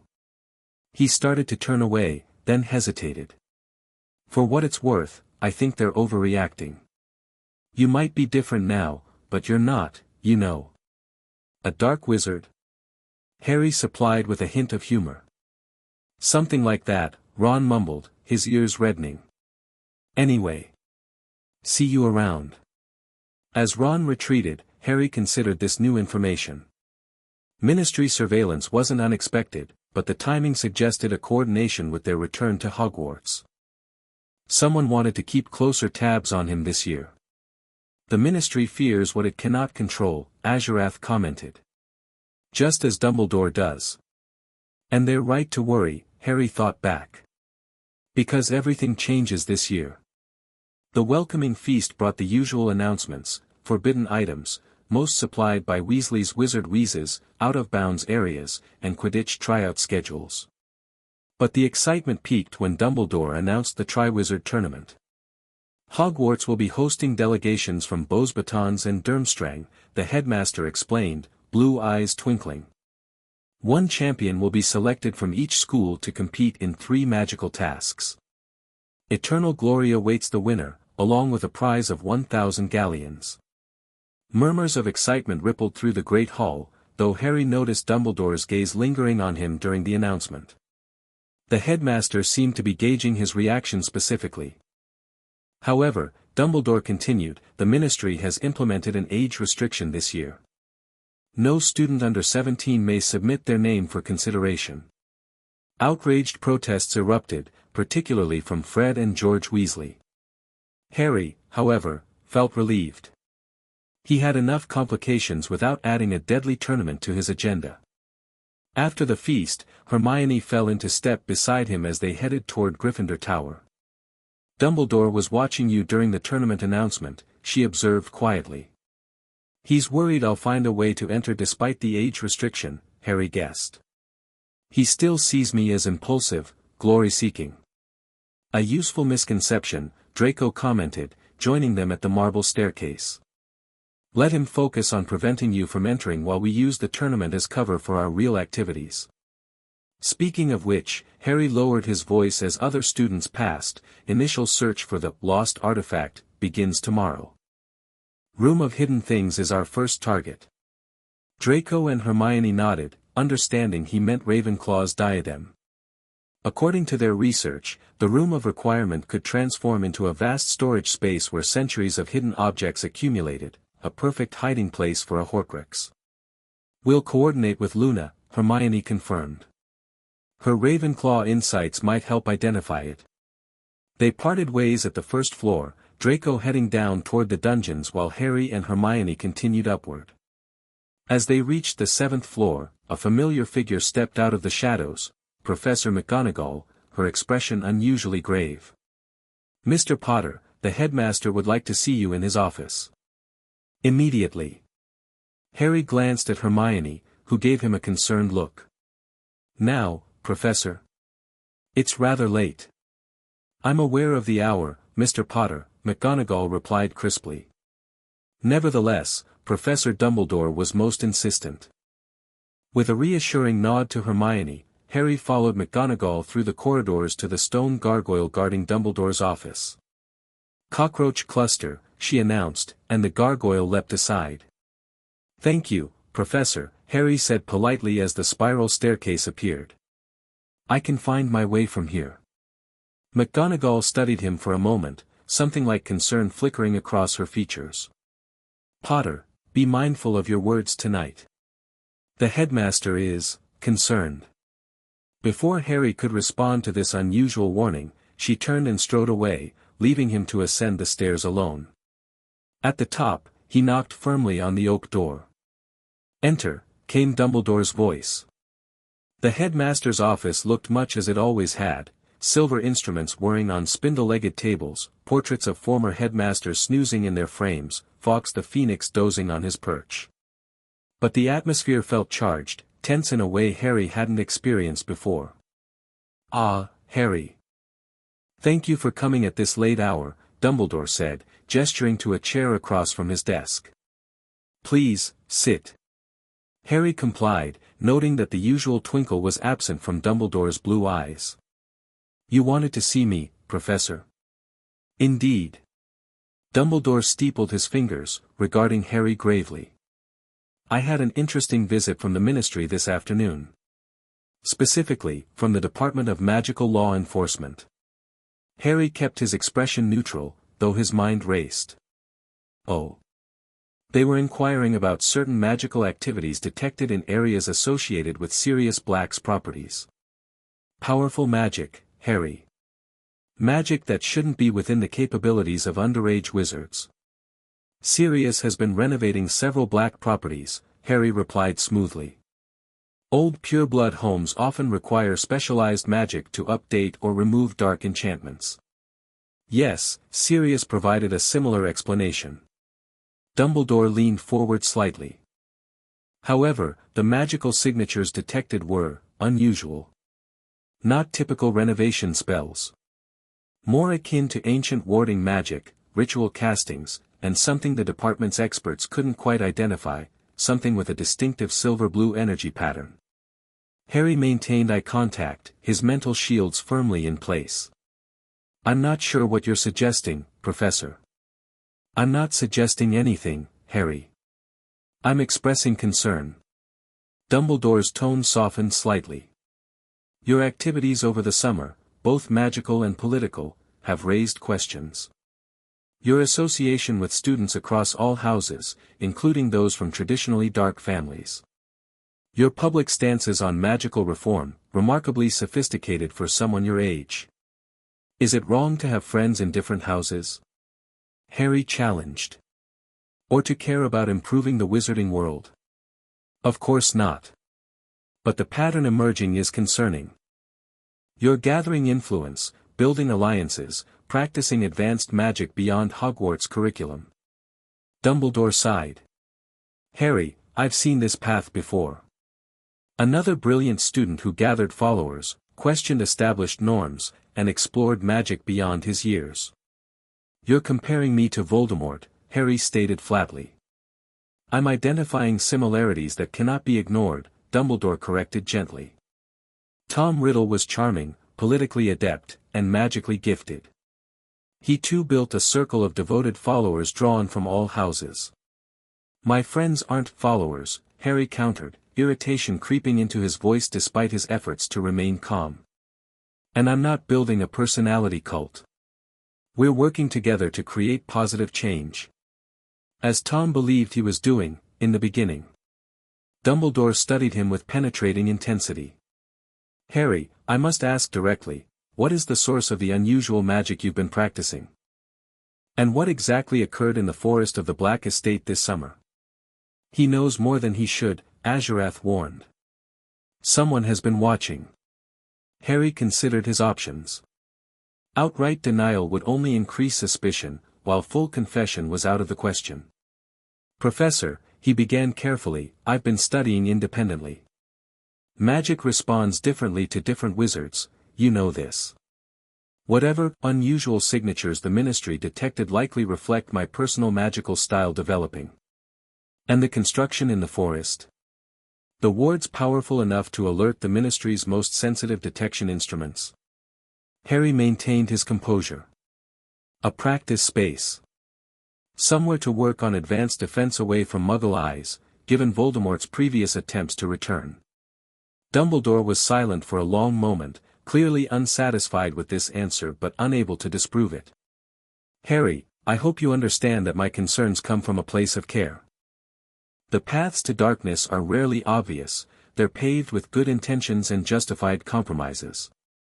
I appreciate your concern, Professor, Harry replied, standing to indicate the conversation's end. But I'm not Tom Riddle. I don't seek power for its own sake, and I don't fear death enough to fracture my soul avoiding it. Something flickered in Dumbledore's eyes, surprise, perhaps, at Harry's specific knowledge of Horcruxes. Be that as it may, I must insist on greater transparency regarding your activities this year. The tournament will bring additional scrutiny to Hogwarts. Any unusual magic would be particularly noticeable. I understand, Harry said, recognizing the implicit warning. Will that be all, Professor? Dumbledore nodded slowly. For now. But Harry, my door remains open should you wish to discuss the source of your unique magical abilities. As Harry descended the spiral staircase, he knew the lines had been drawn more clearly than ever. Dumbledore suspected something significant but lacked definitive proof. The headmaster would be watching closely, perhaps even employing others to monitor him. We must be more careful, Azurath observed. The old wizard fears what he cannot understand or control. Then we'll have to be smarter, Harry thought back. Accelerate our plans while giving him nothing concrete to act upon. The arrival of the Beauxbatons and Durmstrang delegations in late October transformed the atmosphere at Hogwarts. The French Academy's powder blue carriage pulled by enormous flying horses and Durmstrang's underwater ship emerging from the lake created a sense of spectacle and excitement that pervaded the castle. Harry and his inner circle used the distraction to their advantage, continuing their search for Ravenclaw's diadem while establishing connections with foreign students who might become valuable allies. "Victor Crumb has expressed interest in our study group," Hermione reported during a meeting in the Room of Requirement, which they'd configured as a cozy common room for these gatherings. "He's tired of being treated like a Quidditch trophy rather than a serious student." "Fleur Delacour too," Draco added. "Though for different reasons, she's frustrated by how her Vila heritage causes people to dismiss her intellectual capabilities." Harry nodded thoughtfully. "International connections would strengthen our position. Invite them to the outer circle meetings, but keep our core activities private for now." Their search for the diadem had proven challenging despite several thorough explorations of the Room of Hidden Things. The vast, cathedral-like space was cluttered with thousands of objects hidden by generations of Hogwarts inhabitants, broken furniture, banned items, forbidden books, and countless unidentifiable artifacts. "We need a more systematic approach," Luna suggested dreamily during their third fruitless search. "The diadem wouldn't be hidden randomly. Ravenclaw values pattern and order. What about using Azuratha's sensitivity to Horcruxes?" Neville suggested quietly. After joining the inner circle, he had rapidly grown in confidence, his natural intelligence flourishing under their guidance. Harry considered this. "It's risky bringing him into the castle, but you're right, he can sense the soul fragments more easily than we can." That night, under cover of his invisibility cloak, Harry smuggled a miniaturized Azurath into the castle. The dragon, temporarily shrunk to the size of a lizard through a complex charm, rode in Harry's pocket until they reached the 7th floor. Once inside the Room of Hidden Things, Harry restored Azurath to a moderate size, about the dimensions of a large dog, still manageable if they needed to hide quickly. "The broken one's essence is here," Azurath confirmed, his silver eyes scanning the towering piles of discarded objects. "Faint, but distinctive." Following the dragon's senses, they navigated through narrow aisles of junk. Azurath led them deeper into the room, past vanishing cabinets and mountains of broken furniture, until they reached a tarnished tiara perched on a discolored bust. "There," Azurath indicated, keeping his distance. "The soul fragment resides within." Harry approached cautiously. The diadem was delicate silver, inscribed with the words, "Wit beyond measure is man's greatest treasure." Despite its tarnished appearance, the craftsmanship was exquisite. "Ravenclaw's lost diadem," he murmured. "Hidden in plain sight all these years." Using dragonhide gloves, Harry carefully placed the Horcrux in a lead-lined box similar to the one they'd used for Hufflepuff's cup. The moment the box closed, he felt the oppressive aura diminish. "3 down," he said with satisfaction. 3 to go, plus the main soul piece. 4, if we count the fragment within you, Azurath reminded him privately. Harry nodded grimly, having shared this disturbing revelation with only his closest confidants. Hermione had immediately thrown herself into researching potential extraction methods, while Sirius had commissioned discreet investigations from cursebreakers with experience in soul magic. "We'll destroy this one tomorrow night," Harry decided as they made their way out of the Room of Requirement. Same protocol as the others, controlled destruction with basilisk venom after attempting to extract any useful information. The Halloween feast that evening doubled as the champion selection ceremony. The Great Hall buzzed with anticipation as students from all 3 schools waited for the Goblet of Fire to reveal its choices. "Nervous about who'll represent Hogwarts?" Ginny asked, sliding onto the bench beside Harry at the Gryffindor table. "As long as it's not a Slytherin who'll use it as a pureblood supremacy platform, I'm not particularly concerned," Harry replied, helping himself to pumpkin juice. The goblet's flames turned red, spitting out the first name. "The champion for Durmstrang," Dumbledore announced, "is Victor Crumb." Cheers erupted, particularly from the Durmstrang contingent. Crumb rose from the Slytherin table where he'd been sitting, acknowledging the applause with a curt nod before disappearing through a door behind the staff table. The flames turned red again. The champion for Beaux Batons is Fleur Delacour. A graceful blonde girl rose from the Ravenclaw table, smiling radiantly as she followed Crumb's path.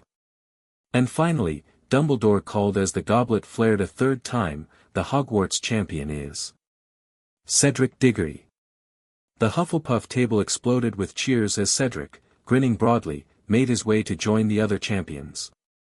Harry applauded politely, relieved by the selection.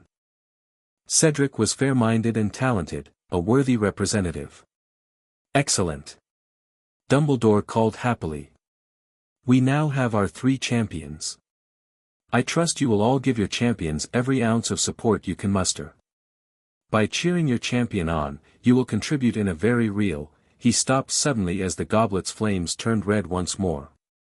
A 4th piece of parchment shot into the air, which Dumbledore caught automatically. There was a long silence as he stared at the name written upon it. Finally, he cleared his throat and read, Harry Potter. A cold weight dropped into Harry's stomach. Every head in the great hall turned toward him, expressions ranging from shocked to suspicious. I didn't put my name in, he said clearly, loudly enough for those nearby to hear. I did not enter. Harry Potter. Dumbledore called again. Harry. Up here, if you please. A trap, Azurath hissed in his mind. But refusing publicly would create greater problems. With a grim nod, Harry stood and walked toward the staff table, intensely aware of the hundreds of eyes following his progress. Whispers followed him, he cheated. How'd he do it? Always has to be the center of attention. Through the door, Harry, Dumbledore directed, his expression unreadable. The small chamber beyond held the 3 legitimate champions, who looked up in confusion as Harry entered. What is it? Fleur asked. Do they want us back in the hall? Before Harry could respond, the door burst open behind him. Ludo Bagman, the tournament organizer, entered with an expression of astonishment. Extraordinary, he muttered, taking Harry's arm. Absolutely extraordinary. Gentlemen, lady, he added, approaching the other champions. May I introduce, incredible though it may seem, the 4th Triwizard champion. Victor Crumb straightened, his dark eyes surveying Harry suspiciously. Cedric looked bewildered. Fleur Delacour tossed her hair, smiling. Oh, very funny joke, Mr. Bagman. Joke? Bagman repeated, confused. No, not at all. Harry's name just came out of the goblet of fire. The door opened again, admitting a large group, Dumbledore, Mr. Crouch from the Ministry, Professors Karkaroff and Maxime, the heads of Durmstrang and Beaux Batons, Professor McGonagall, and Snape. Madame Maxime. Fleur called immediately. They are saying that this little boy is to compete also. Harry bristled at being called little boy, but kept his composure as chaos erupted around him. Accusations flew, Karkaroff and Maxime protesting Hogwarts having 2 champions, McGonagall defending Harry's claim that he didn't enter, Snape making snide comments about Harry's penchant for rule-breaking. Did you put your name into the goblet of fire, Harry? Dumbledore asked calmly when the initial uproar subsided. No, sir, Harry replied firmly, meeting the headmaster's eyes. Did you ask an older student to put it in for you? No. You're absolutely sure? Yes, Professor. But of course E is lying. Madame Maxime exclaimed. Harry turned to face her. I have no interest in eternal glory, Madame Maxime.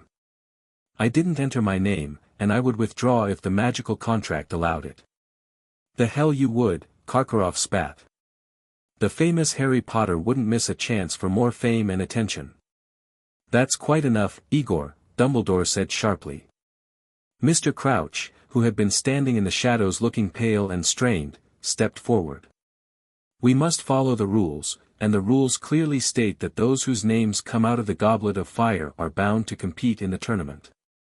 I insist upon resubmitting the names of the rest of my students, Karkaroff demanded. You will set up the Goblet of Fire once more, and we will continue adding names until each school has 2 champions. It doesn't work like that, Igor, Bagman said. The goblet's gone out and won't reignite until the next tournament. Convenient, Karkaroff sneered, his gaze lingering on Harry.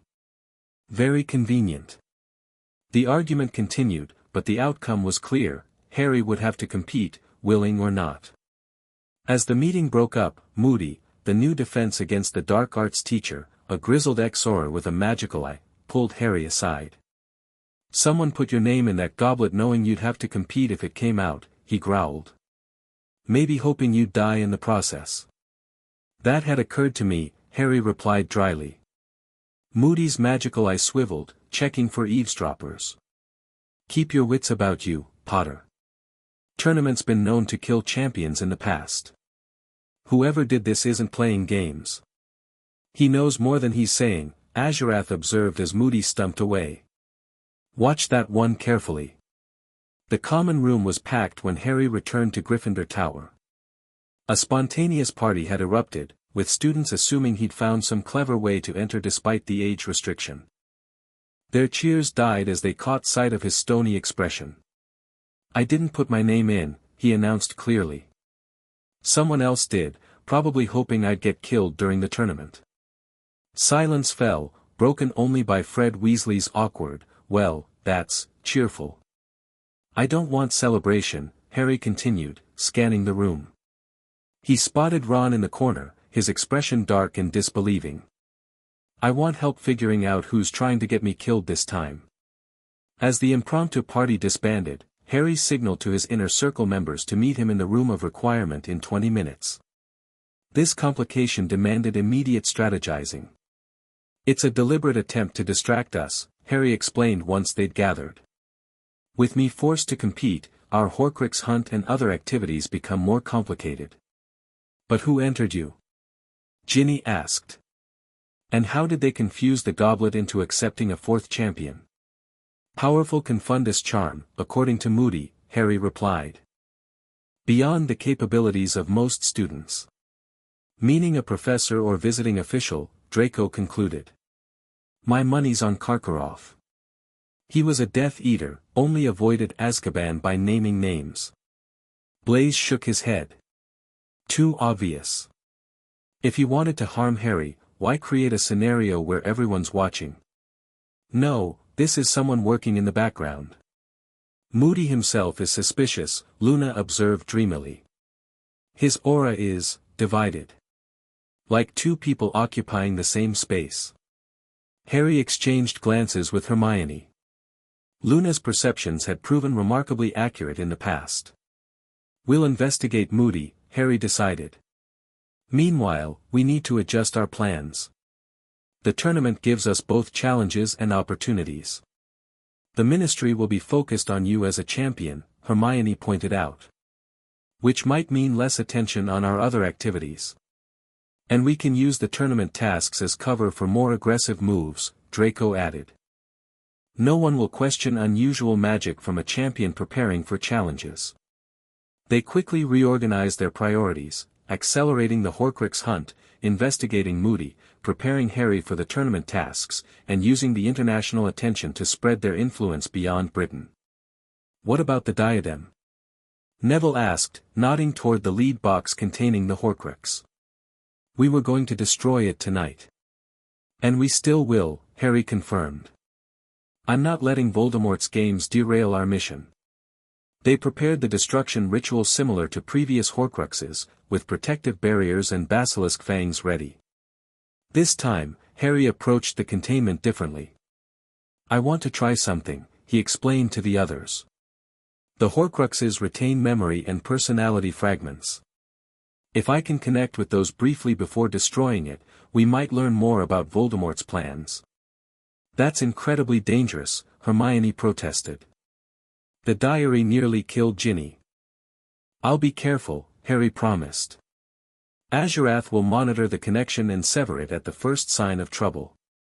After establishing multiple protective layers, Harry opened the lead box. The diadem seemed to pulse with malevolent awareness as he lifted it carefully with dragonhide gloves. "Ready?" he asked Azurath, who had positioned himself directly behind Harry, wings partially extended. "Ready," the dragon confirmed. "Remember, establish contact, extract information, then withdraw immediately." Harry placed the diadem on a stone plinth and pointed his wand at it. Using a modified legilimency spell Azurath had taught him, he carefully reached toward the consciousness within the Horcrux. "Show me your secrets," he commanded in Parseltongue. The diadem glowed with an inner light as a smoky apparition formed above it, not fully corporeal like the locket's manifestation, but a translucent impression of a young Tom Riddle, perhaps in his 20s. "Harry Potter," the apparition observed. "The boy with the borrowed power." "I have questions for you, Tom," Harry replied, maintaining the delicate connection without allowing the Horcrux to push into his mind. "And why should I answer?" "You seek to destroy me. Because I'll make it quick if you cooperate. Painful if you don't." The apparition laughed coldly. "You've learned to threaten. Perhaps there's hope for you yet." "The remaining Horcruxes," Harry pressed. "Where are they?" The smoky riddle circled above the diadem. "Why seek what you already know? The faithful servant guards one. The ancestral home holds another. And the final piece."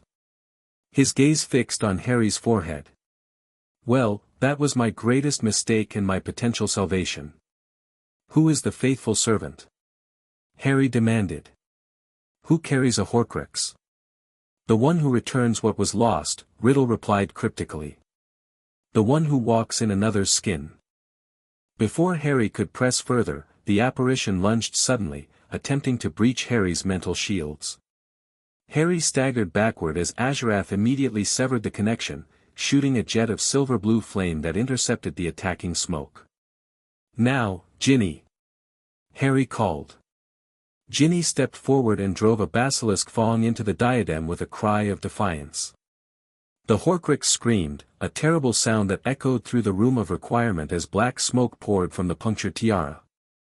Then silence fell as the destroyed Horcrux lay smoking on the stone. "For down," Harry said grimly, catching his breath. "But we have a new problem. The one who walks in another's skin sounds like someone using polyjuice potion." "Or possession," Hermione suggested. "Like Quirrell." "Either way, someone at Hogwarts is working for Voldemort," Draco concluded. "Someone with enough power and access to enter your name in the tournament." Harry's mind turned to Moody, recalling Luna's comment about his divided aura. "I think we need to watch our new defense professor very closely." The weeks leading up to the first task transformed Hogwarts into a hotbed of tension and gossip. Most students, including many Gryffindors, believed Harry had somehow cheated to enter the tournament, leading to an epidemic of "Potter stinks" badges created by less supportive Slytherins. Harry largely ignored the antagonism, focusing instead on preparation and investigation. Their surveillance of Moody revealed strange behavior, frequent drinks from a hip flask, regular visits to a locked trunk in his office, and occasional lapses where his personality seemed to shift subtly. 2 weeks before the first task, Charlie Weasley's cryptic letter to Ginny confirmed their suspicions about what Harry would face: dragons. "One for each champion," Ginny explained during an emergency meeting. "Charlie says they're bringing 4, a Hungarian horntail, a Chinese fireball, a Swedish shortsnout, and a Welsh green." "Well, that's convenient," Draco remarked sarcastically.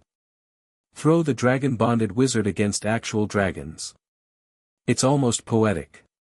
"It also presents an opportunity," Harry pointed out. "Dragons are resistant to most magic, but I can communicate with them through Azurath. That gives me an advantage none of the other champions will have." Hermione frowned thoughtfully. "But you can't be too successful. If you control a dragon too easily, it would raise questions," Harry agreed. "I'll need to make it look difficult, even while using our connection to avoid actual danger. Meanwhile, we should continue investigating Moody while everyone's distracted by the tournament," Blaise suggested. "The Marauders map might help, doesn't it show people's true identities?" Harry nodded. Good idea. We'll use the map to monitor Moody's movements, see if he's really who he claims to be. The night before the first task, Harry and Hermione monitored the Marauder's map from a secluded corner of the Gryffindor common room. What they discovered confirmed their suspicions. Look, Hermione whispered, pointing to a dot labeled Bartemius Crouch in Moody's office. But Mr. Crouch is supposed to be at the Ministry. There are two Crouches, Harry realized. Bartemius Crouch Sr., the Ministry official, and his son, supposedly dead in Azkaban years ago. Barty Crouch Jr. was a Death Eater, Hermione recalled from their research. Convicted of torturing Neville's parents. Harry's eyes narrowed. And now he's impersonating Moody, which explains the polyjuice in the flask and the irregular behavior. He must have entered my name in the goblet. We need to tell someone, Hermione insisted. Dumbledore, not yet, Harry cut in. If we expose him immediately, we lose the opportunity to learn Voldemort's larger plan. Let's wait until after the first task, then decide how to proceed. The following morning dawned clear and cold. Harry felt surprisingly calm as he made his way to the champion's tent, his strategy prepared after extensive discussion with Azurath and his inner circle. Inside the tent, Cedric paced nervously while Crumb stood stoically in a corner. Fleur sat on a stool, looking pale but composed. None spoke as Harry entered, though Cedric gave him a brief nod of acknowledgement. Bagman explained the task: each champion would face a dragon guarding a golden egg, which contained a clue for the second task.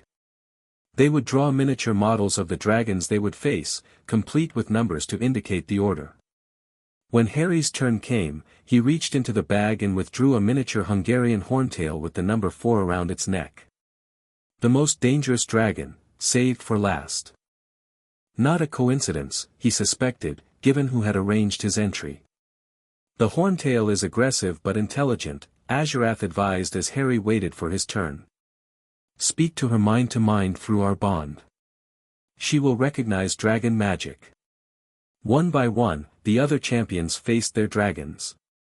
From the sounds outside, none had an easy time.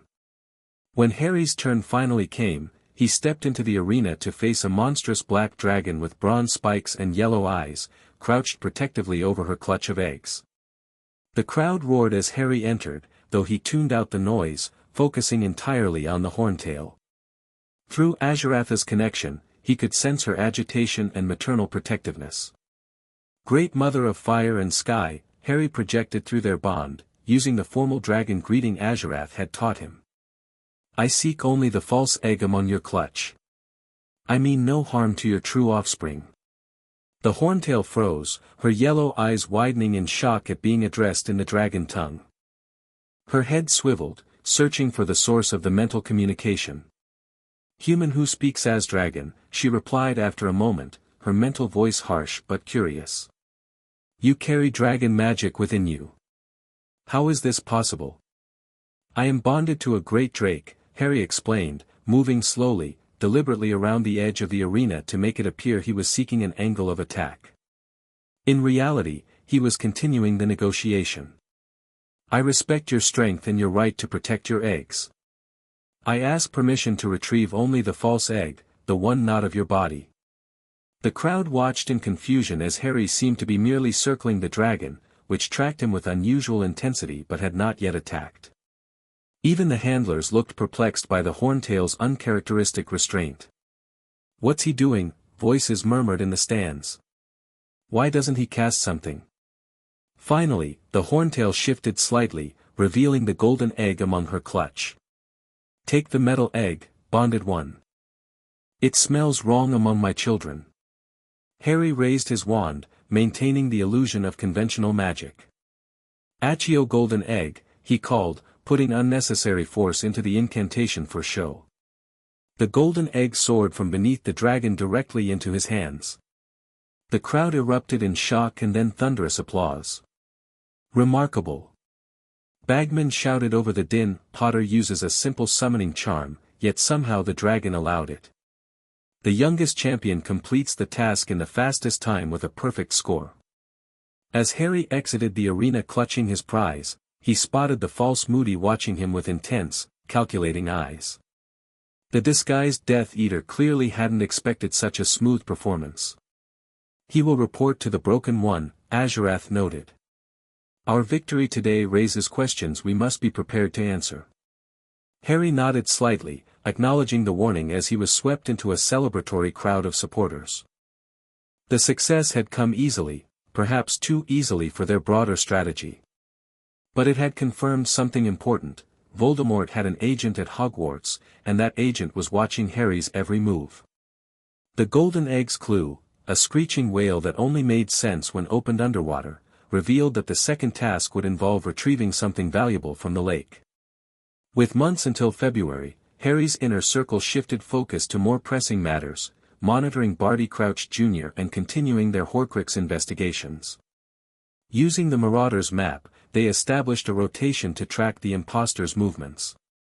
Meanwhile, research into the remaining Horcruxes led them to a breakthrough when Sirius discovered old records of the Gaunt family, Voldemort's maternal ancestors. They lived in Little Hangleton, Sirius reported through the Communication Journal.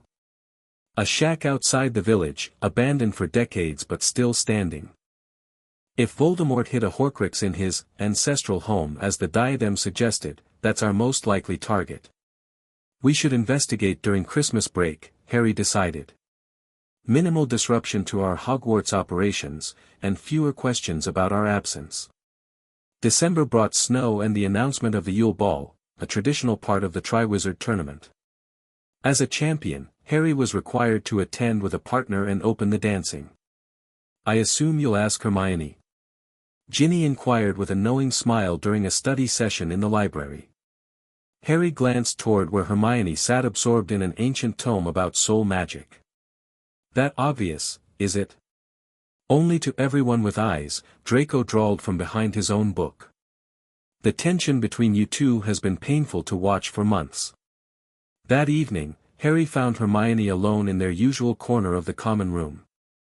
Their relationship had evolved cautiously since their kiss over the summer, growing closer through shared dangers and quiet moments, but never fully defined amid the chaos of Horcruxes and tournaments. "Hermione," Harry began, suddenly nervous despite facing dragons and dark wizards without flinching. "Would you go to the Yule Ball with me?" She looked up from her notes, a blush coloring her cheeks. "As friends, or?" "No," Harry said firmly. "Not as friends. As, more. Whatever this is between us, I'm tired of dancing around it." A smile spread across Hermione's face. "I thought you'd never ask." "Yes, I'll go with you, Harry." The Yule Ball itself proved a welcome respite from their intensifying campaign. Harry and Hermione opened the dancing alongside the other champions, her periwinkle blue robes and elegantly styled hair drawing admiring glances. For a few precious hours, they allowed themselves to be teenagers enjoying a formal dance rather than soldiers in a shadow war. "You look beautiful," Harry told her as they swayed to a slow melody, other couples moving around them. "You clean up pretty well yourself," she replied with a smile. "Though I half expected you to wear combat robes just in case." Harry laughed. "I considered it. Azurath talked me out of it." Smart dragon. As the evening progressed, Harry noticed the disguised Crouch watching him from the edge of the Great Hall, magical eye swiveling constantly. Dumbledore, too, observed Harry and Hermione's interactions with thoughtful intensity. "We're being monitored," Harry murmured into Hermione's ear as they danced. "Let them watch," she replied. "Tonight is ours."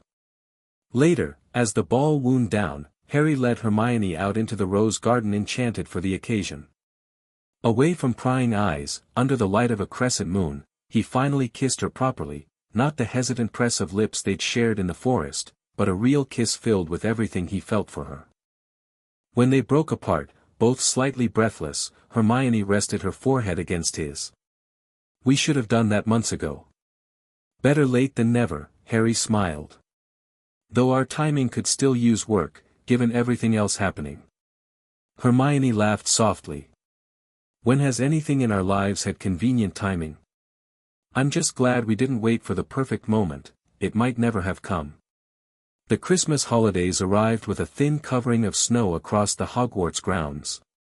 Most students departed for home, but Harry and his inner circle remained, using the emptier castle to their advantage.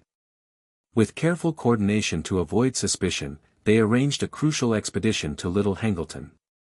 Harry, Hermione, and Sirius would investigate the Gaunt Shack, while the others maintained appearances at Hogwarts to prevent anyone noticing their absence.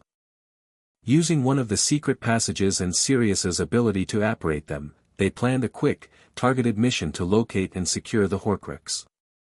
The Gaunt Shack proved even more decrepit than expected, a rotting wooden structure overtaken by vegetation, barely standing amid the winterbear trees outside Little Hangleton village. Charming ancestral home, Sirius muttered as they approached cautiously. Hard to believe Salazar Slytherin's lineage ended up here. Pride and inbreeding rarely lead to prosperity, Hermione observed. Harry raised his wand, scanning for magical defenses. Heavy protection charms. Curses on the entrance. And something, deeper inside. I can feel it. The soul fragment calls to the one within you, Azurath noted from his mental connection. Though physically remaining at the Eyrie, the dragon maintained constant communication during this dangerous mission.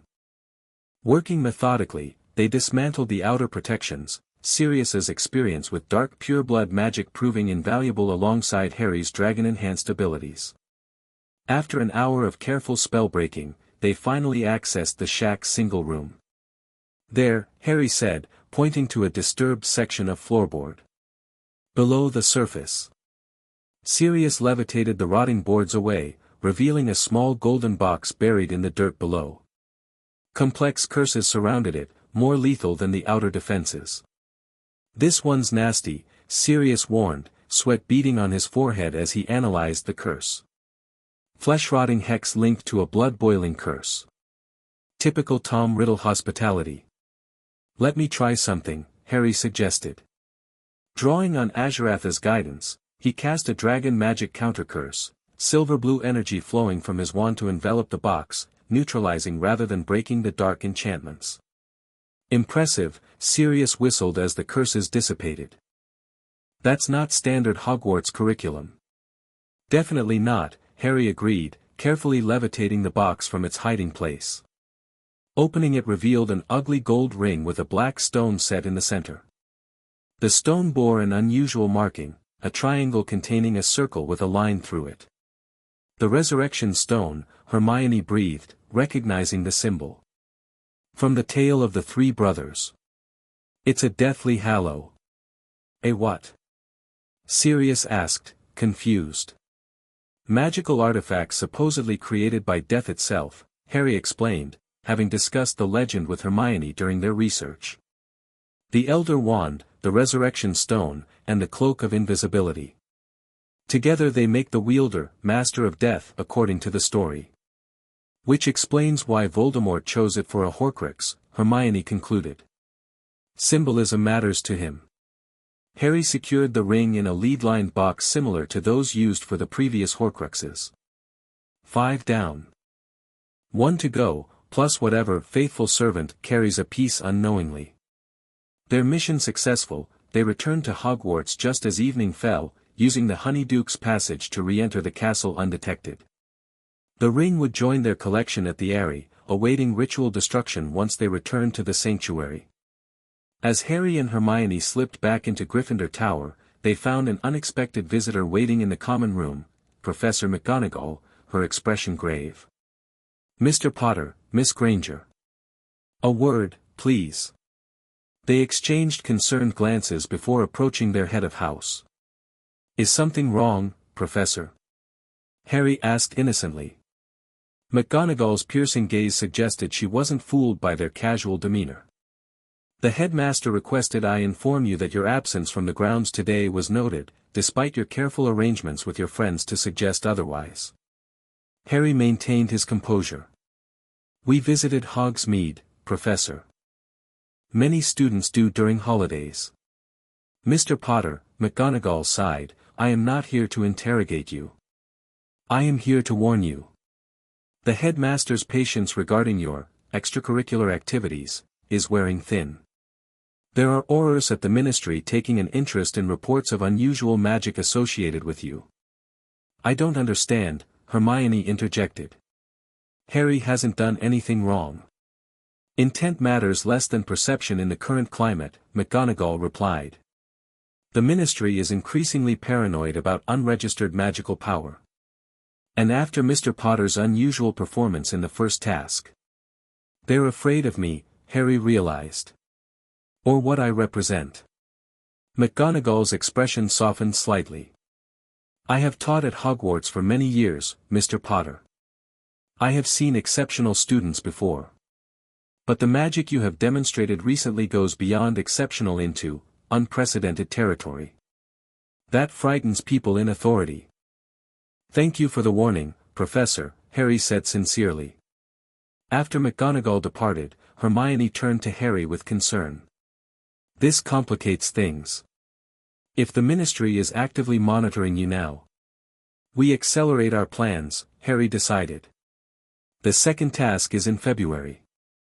We use that as cover to expose Crouch Jr. and confront Dumbledore about the Horcruxes.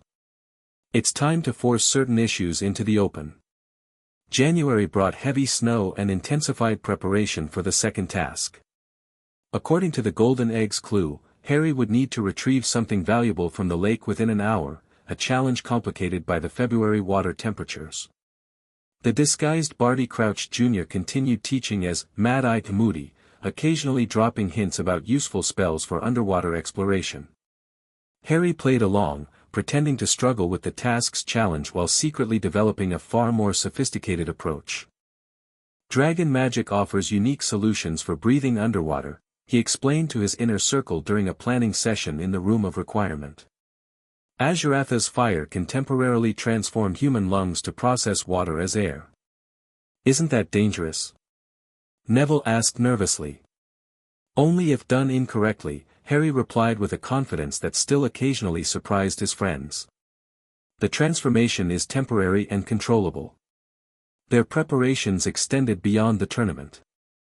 Using information gathered from their Horcrux discoveries and surveillance of Crouch Jr., they pieced together Voldemort's resurrection plan, a ritual requiring Harry's blood, scheduled around the tournament's final task. He's going to use the tournament as cover to kidnap you, Draco summarized during a secure meeting. Probably turn the Triwizard Cup into a port key to wherever he's preparing the ritual. Which gives us an opportunity, Harry noted. If we know it's coming, we can prepare a counter-strategy. Maybe even set our own trap. February arrived with the revelation of what would be taken for the second task, people important to each champion. Hermione disappeared the night before the event, along with Cho Chang, Cedric's date to the Yule Ball, a Durmstrang student close to Krum, and Fleur's little sister. The morning of the task dawned cold and grey, with Harry standing alongside the other champions at the lake's edge. The stands erected around the water were packed with spectators, though how they expected to watch an underwater challenge remained unclear. At the whistle, the four champions entered the water. Cedric and Fleur used bubblehead charms, while Krum partially transfigured himself into a shark. Harry, once submerged and out of clear view, performed the dragon magic transformation. Drawing on Azuratha's power through their bond, he traced runes across his throat with his wand. Silver blue light suffused his neck and chest, creating a burning sensation that quickly faded as his lungs adapted to process water as air. The transformation is complete, Azurath confirmed through their mental link, which functioned perfectly even underwater. You have approximately 2 hours before reverting to normal. Harry swam powerfully through the murky water, navigating by an innate sense of direction enhanced by the dragon magic. Within 20 minutes, he located the Merepeople village at the lake center. 4 hostages floated unconscious, tethered to a statue in the village square, Hermione, Cho, the Durmstrang boy, and a silver-haired girl who could only be Fleur's sister. Merepeople guards watched Harry warily as he approached. Harry drew his wand and severed Hermione's bindings. As he prepared to leave, he noticed no other champions had yet arrived. Fleur's sister looked particularly vulnerable, tiny and pale in the green water. Leave her, Azurath advised. This is a test, not a real emergency. The Merpeople will return her safely when the task ends. But Harry couldn't bring himself to leave a child alone in the lake's depths. After a brief argument with the Merpeople guards, who insisted he take only his own hostage, Harry cast a powerful revulsion jinx that scattered them temporarily. He quickly cut Fleur's sister free as well. With both Hermione and the little girl in tow, Harry ascended toward the surface. The added burden slowed his progress, but he still reached the surface well within the time limit. Hermione and the girl awakened as they broke through into air, the enchanted sleep lifting immediately. The crowd roared as Harry helped them toward the shore, where Fleur waited anxiously, having been forced to withdraw after an encounter with Grindylows. "You saved her!" Fleur cried, rushing to embrace her sister. "My Gabrielle!" She turned to Harry with tears in her eyes. "You saved her even though she was not your hostage." "I couldn't leave her down there," Harry replied simply. The judges conferred before announcing the scores. Despite finishing first, Harry received lower marks from Karkaroff 4, exceeding the parameters of the task. Still, his overall score put him in first place heading into the final challenge. As the crowd dispersed and the champions headed back to the castle to change out of their wet clothes, Harry noticed Barty Crouch Jr., still disguised as Moody, watching him with that calculating gaze. The false professor approached as Harry separated briefly from his friends. "Impressive magic underwater, Potter," he growled in Moody's voice. "Not your standard bubblehead charm, was it?" Harry met his gaze steadily. "Just a variation I researched, Professor. I've been an Auror for decades, boy. I know unusual magic when I see it." The magical eye swiveled eerily. "That silver-blue energy signature, very distinctive. The Ministry's been tracking similar magic for months now." "Really?" Harry replied coolly. "How interesting." "Just be careful, Potter," the disguised Death Eater warned. "Some forms of magic draw unwanted attention. Especially ancient magic from unusual sources." The implied threat hung in the air between them. Harry simply nodded and turned away, but inwardly, his suspicions were confirmed. Voldemort knew or suspected something about his connection with Azurath. The final confrontation was approaching faster than they had planned. March brought improving weather and new complications. Rita Skeeter, a notorious gossip columnist, published a sensationalized article about Harry and Hermione's relationship, complete with manufactured quotes and implications about Harry's dangerous and unprecedented magical abilities. The Ministry of Magic's Department of Mysteries has reportedly opened a file on Potter, the article claimed. Sources close to the minister himself express concern about the young champion's accelerating powers and his growing circle of devoted followers. "Well, she got that part right at least," Fred Weasley joked during breakfast, reading over Hermione's shoulder. "We are pretty devoted." "It's not funny," Hermione snapped. "This is a coordinated effort to paint Harry as dangerous. First the Ministry surveillance, now public opinion manipulation." Harry nodded grimly. "They're setting the stage for potential intervention. If something happens, like me publicly using dragon magic, they want public support for whatever action they take."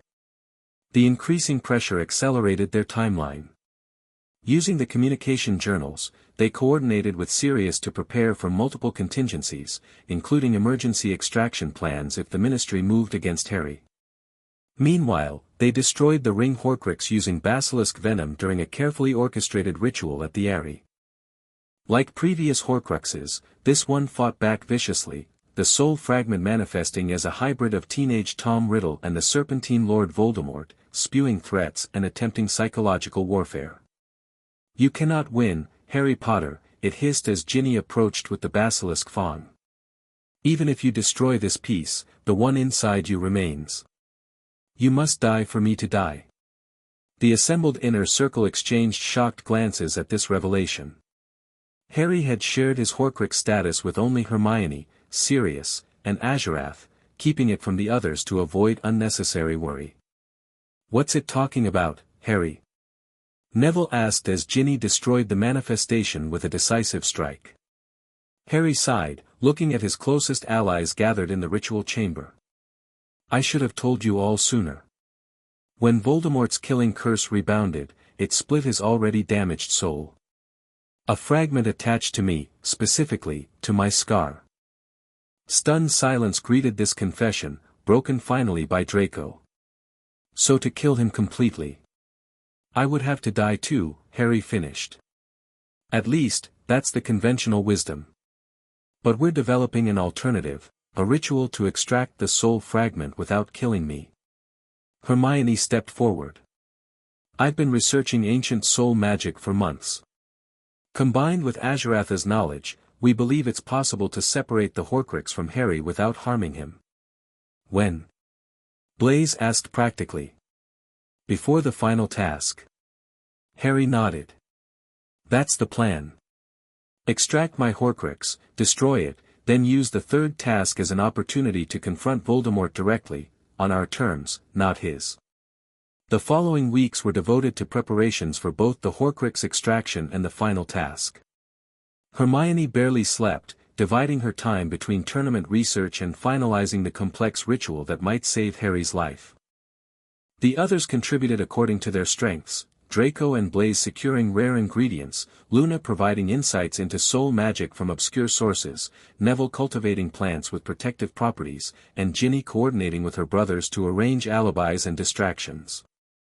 April brought the first direct threat from the Ministry. Harry received an official letter requesting his presence for an evaluation of magical capabilities by the Department of Mysteries. This is a setup, Sirius warned through the communication journal. Sources inside the Ministry tell me they've prepared a specialized containment room. Once you're inside, they won't let you leave until they understand the source of your power. Then I'll decline their invitation, Harry replied. We're too close to completion to risk interference now. His polite but firm refusal triggered an immediate response. The next day, 2 Aurors arrived at Hogwarts with a formal order compelling Harry's appearance. Mr. Potter, the senior Auror stated as they confronted him outside the Great Hall, by order of the Minister for Magic, you are required to accompany us to London for evaluation. On what grounds? Harry asked calmly, aware of the growing crowd of students watching the confrontation. Unregistered magical activity of unknown origin and potential danger to the public, the Auror replied stiffly. This is not a request, Mr. Potter. Before Harry could respond, Professor McGonagall arrived, her expression thunderous. What is the meaning of this? Mr. Potter is a Hogwarts student and Triwizard champion. You have no authority to remove him from school grounds. With respect, Professor, the Auror countered, we have a direct ministerial order. And I have 400 years of magical law protecting students within these walls, McGonagall retorted. Unless Mr. Potter is formally charged with a crime, which your evaluation order clearly indicates he is not, he remains under Hogwarts protection. I suggest you take this matter up with the headmaster. The Aurors retreated temporarily, but the message was clear, the Ministry was done waiting. They would return, likely with greater authority and more manpower. We need to accelerate everything, Harry told his inner circle that evening. The Horcrux extraction ritual must happen within the week. After that, we'll force the confrontation with Voldemort before the Ministry can interfere further. The Horcrux extraction ritual took place during the new moon in mid-April, when magical energies were most conducive to separation and banishment. The inner circle gathered at the Eyrie, transported secretly via a portkey Sirius had created that bypassed Hogwarts' anti-portkey wards through a complex loophole in the ancient magic. The central chamber had been prepared meticulously, a 7-pointed star inscribed on the floor with a mixture of basilisk venom, rendered non-lethal through a complex process, phoenix tears, provided at great expense through Sirius's connections, and dragon's blood freely given by Azurath. At each point of the star stood a member of the inner circle, with Hermione directing the ritual and Azurath positioned directly behind Harry at the center. The process has 3 phases, Hermione explained, her voice steady despite the tension visible in her face. First, isolation, we identify and contain the soul fragment within Harry. Second, extraction, we separate it from Harry's soul and magic. Third, banishment, we force it into a prepared vessel for immediate destruction. What are the risks? Ginny asked quietly. If the isolation fails, the fragment could expand its influence, potentially possessing Harry, Hermione admitted. If extraction goes wrong, it could damage Harry's own soul or magic. And if banishment fails, the fragment could seek another host among us. Cheerful options, Draco muttered. Which is why we've prepared contingencies for each scenario, Harry reassured them. I trust all of you with my life, literally, in this case. The ritual began at midnight. Hermione led the chanting, ancient words in a language older than Latin, drawn from texts found in Slytherin's chamber. The others joined in precise harmony, creating a resonance that made the very air vibrate with power. Harry knelt at the center as silver blue light from Azurath flowed through him, illuminating his scar with an eerie glow. Pain lanced through his forehead as the Horcrux, sensing the threat, fought against the containment. It's resisting, Harry gasped through gritted teeth. Fighting back. Hold firm, Azurath commanded, intensifying the flow of dragon magic. We isolate it now. The chanting grew louder as the first phase reached its climax. Harry's scar split open, but instead of blood, a black, tar-like substance oozed forth, hovering above his forehead in a roiling mass. Extraction begins, Hermione called, her voice resonating with magical authority. 7th verse, now. The chanting shifted, the harmonics changing to a higher, more piercing tone. Harry felt as though his very being was being pulled apart, not physically but on a deeper, essential level. The pain was beyond anything he had experienced, worse even than the Cruciatus curse Voldemort had used in their previous encounters. Your soul is entangled with the fragment, Azurath warned. This separation will hurt, but you must endure. For what seemed like hours but was likely only minutes, Harry existed in a state of pure agony as the Horcrux was slowly, carefully separated from his being. The black mass above his head grew more distinct, occasionally forming half-recognizable shapes, a face, a hand, a writhing serpent, before dissolving back into chaotic motion. Final phase, Hermione announced, her face shining with sweat and magical exertion. Banishment and destruction. Prepare the vessel. Draco stepped forward with a simple clay pot, placing it before Harry. The vessel had been prepared with specific runes to contain a soul fragment temporarily but not sustainably, a prison, not a new Horcrux. The chanting reached its peak as Azurath released a concentrated jet of silver-blue flame, not at Harry but at the hovering black mass. The dragon fire formed a channel, a pathway forcing the struggling soul fragment toward the clay vessel. Now! Hermione commanded. 7 wands pointed at the black mass, 7 voices spoke the final incantation, and with a sound like 1,000 screams compressed into one hideous note, the Horcrux was forced into the clay pot. The instant it entered completely, Harry plunged a basilisk fang into the vessel. Black smoke erupted, formed briefly into Voldemort's face contorted in rage and pain, then dissipated into nothingness. Silence fell over the chamber. Harry remained kneeling, blood from his scar mixing with tears of relief as he felt the absence of something he hadn't fully recognized until it was gone, a darkness, a presence that had been with him so long he'd thought it part of himself. It's done, he whispered. It's really gone. Hermione rushed to him, dropping to her knees and pulling him into a fierce embrace. You did it, Harry. You survived. We all did it, he corrected, looking around at his friends with profound gratitude. Together. As the others gathered around, offering support and celebration, Harry felt something he hadn't experienced in years, true, unburdened hope. With the Horcrux removed, his connection to Azurath felt cleaner, stronger, no longer competing with the foreign soul fragment. You are fully yourself now, Azurath observed, a rare note of emotion coloring his mental voice. The true Dark Lord, uncompromised. And ready to end this, Harry replied, rising to his feet with new determination. It's time to prepare our counter-trap for the final task. The weeks leading up to the third task passed in a blur of activity. Harry's refusal to comply with the Ministry's evaluation led to increasing pressure, including daily owls from official departments and not-so-subtle surveillance by Ministry representatives visiting Hogwarts under various pretexts.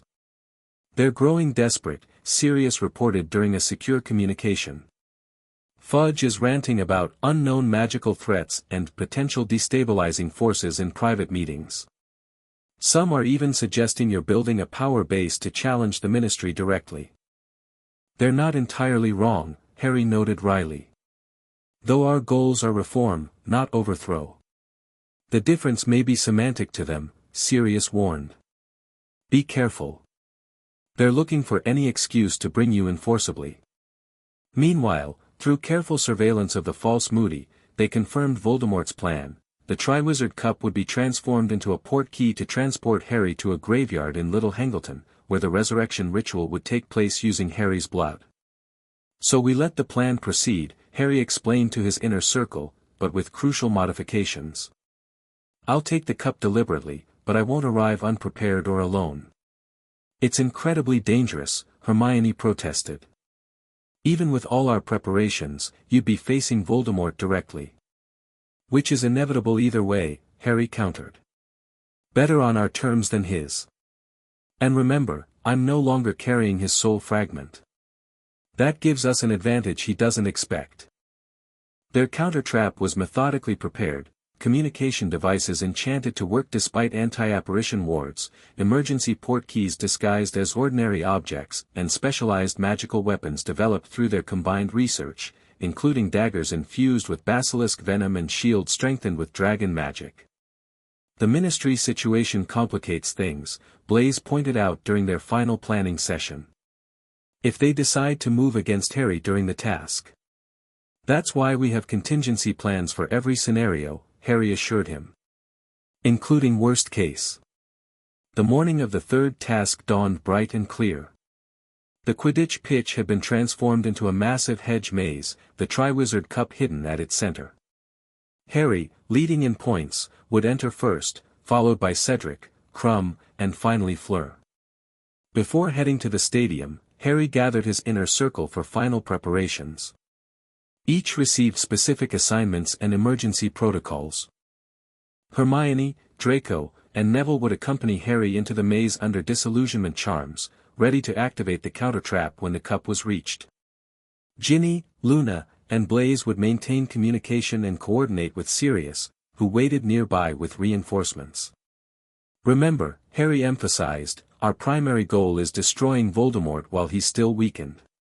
Secondary goal is exposing the truth to the wizarding world, about Horcruxes, about the Ministry's corruption, about everything." "And if something goes wrong?" Ginny asked quietly. "Then you implement the contingency plans exactly as we've practiced," Harry replied firmly. "No heroics, no deviations." As they prepared to separate, Hermione pulled Harry into a fierce embrace, followed by a brief, intense kiss.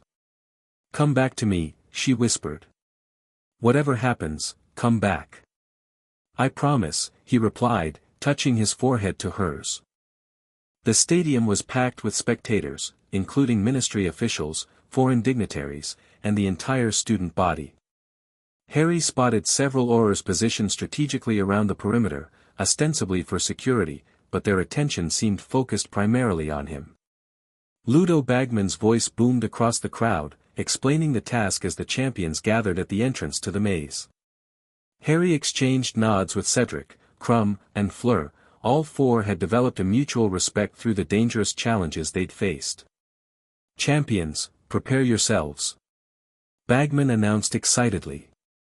"On my whistle, Harry Potter will enter the maze, followed by Cedric Diggory, Victor Krum, and Fleur Delacour according to their current points. The first to reach the Triwizard Cup at the center will be declared the winner." 3, 2, 1, the whistle blew, and Harry entered the maze, immediately turning left at the first fork.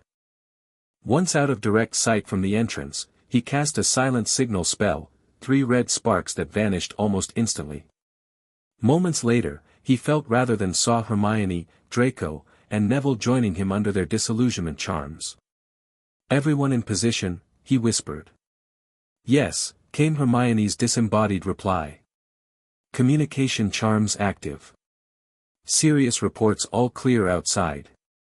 They proceeded through the maze, efficiently navigating obstacles, a boggart, a golden mist that turned the world upside down, and a blast-ended script that required combined efforts to subdue. Harry deliberately maintained a visible performance consistent with his established abilities, while his invisible allies provided subtle assistance. Halfway through, they encountered Krum attacking Fleur with unusual viciousness. Harry stunned Krum from behind, discovering glazed eyes that indicated the Imperious curse. "Crouch is interfering directly," Draco's voice observed. "Trying to clear your path to the cup." As expected, Harry replied, sending up red sparks to summon staff for the incapacitated champions. "Let's keep moving." 20 minutes later, they reached the center of the maze. The Triwizard Cup stood on a plinth, glowing with an ethereal blue light. Just as they approached, Cedric emerged from an adjacent path. Together, Harry called to him. "We'll take it together, a Hogwarts victory either way." Cedric hesitated, then nodded. "Fair's fair. On three?" "Wait," Harry said, moving closer. "Cedric, I need to tell you something important. The cup is a portkey. It's been tampered with." Confusion crossed Cedric's face. "What? How do you know?" "There's no time to explain everything," Harry replied urgently. "But I'm expecting it. I'm prepared. You need to stay here, send up red sparks after I'm gone." "If it's dangerous, all the more reason I should." "Please, Cedric," Harry cut him off. "Trust me on this. There are larger forces at play. I need to do this alone." Something in Harry's expression must have convinced him. Cedric stepped back reluctantly. "Be careful, Potter." Harry turned to where he knew his invisible allies waited. "Ready?" "Ready," came three determined voices. He reached for the cup, felt the familiar invisible presences touch it simultaneously, and the world dissolved in a swirl of color and sound as the portkey activated. They landed hard on damp ground, immediately dropping into defensive positions as practiced. A graveyard surrounded them, ancient headstones and statues looming in the gathering dusk, a small church visible in the distance, and a hillside crowned with a manor house overlooking the scene. "Little Hangleton," Hermione whispered, becoming visible as she cancelled her disillusionment charm. Draco and Neville followed suit, all three positioning themselves strategically around Harry. "They're coming," Harry warned, sensing movement between the graves. "Wormtail first, carrying what remains of Voldemort." As predicted, Peter Pettigrew emerged from the shadows, cradling a bundle of robes. He froze momentarily, shocked to see not just Harry but three additional wizards with wands raised. "Impossible," came a high, cold voice from the bundle. "Kill them. Kill the spares." Pettigrew fumbled for his wand, but Draco was faster. "Expelliarmus," he shouted, disarming the man with practiced precision. Neville simultaneously cast a binding spell that wrapped magical ropes around Pettigrew, causing him to stumble and drop the bundle he carried. A small, deformed creature rolled from the robes, humanoid but barely, with scaly red skin and a flat, snake-like face. It hissed in fury, unable to defend itself without a wand or proper body. "Tom Riddle," Harry addressed the creature calmly, approaching with wand extended. "You look diminished." "Potter, the homunculus that was Voldemort spat." "How? How did you know?" "You're not the only one with faithful servants," Harry replied. "Though mine follow by choice, not fear." Hermione and the others maintained a defensive perimeter, watching for additional threats. Their communication devices glowed briefly, indicating Sirius and the external team had been notified of their successful arrival.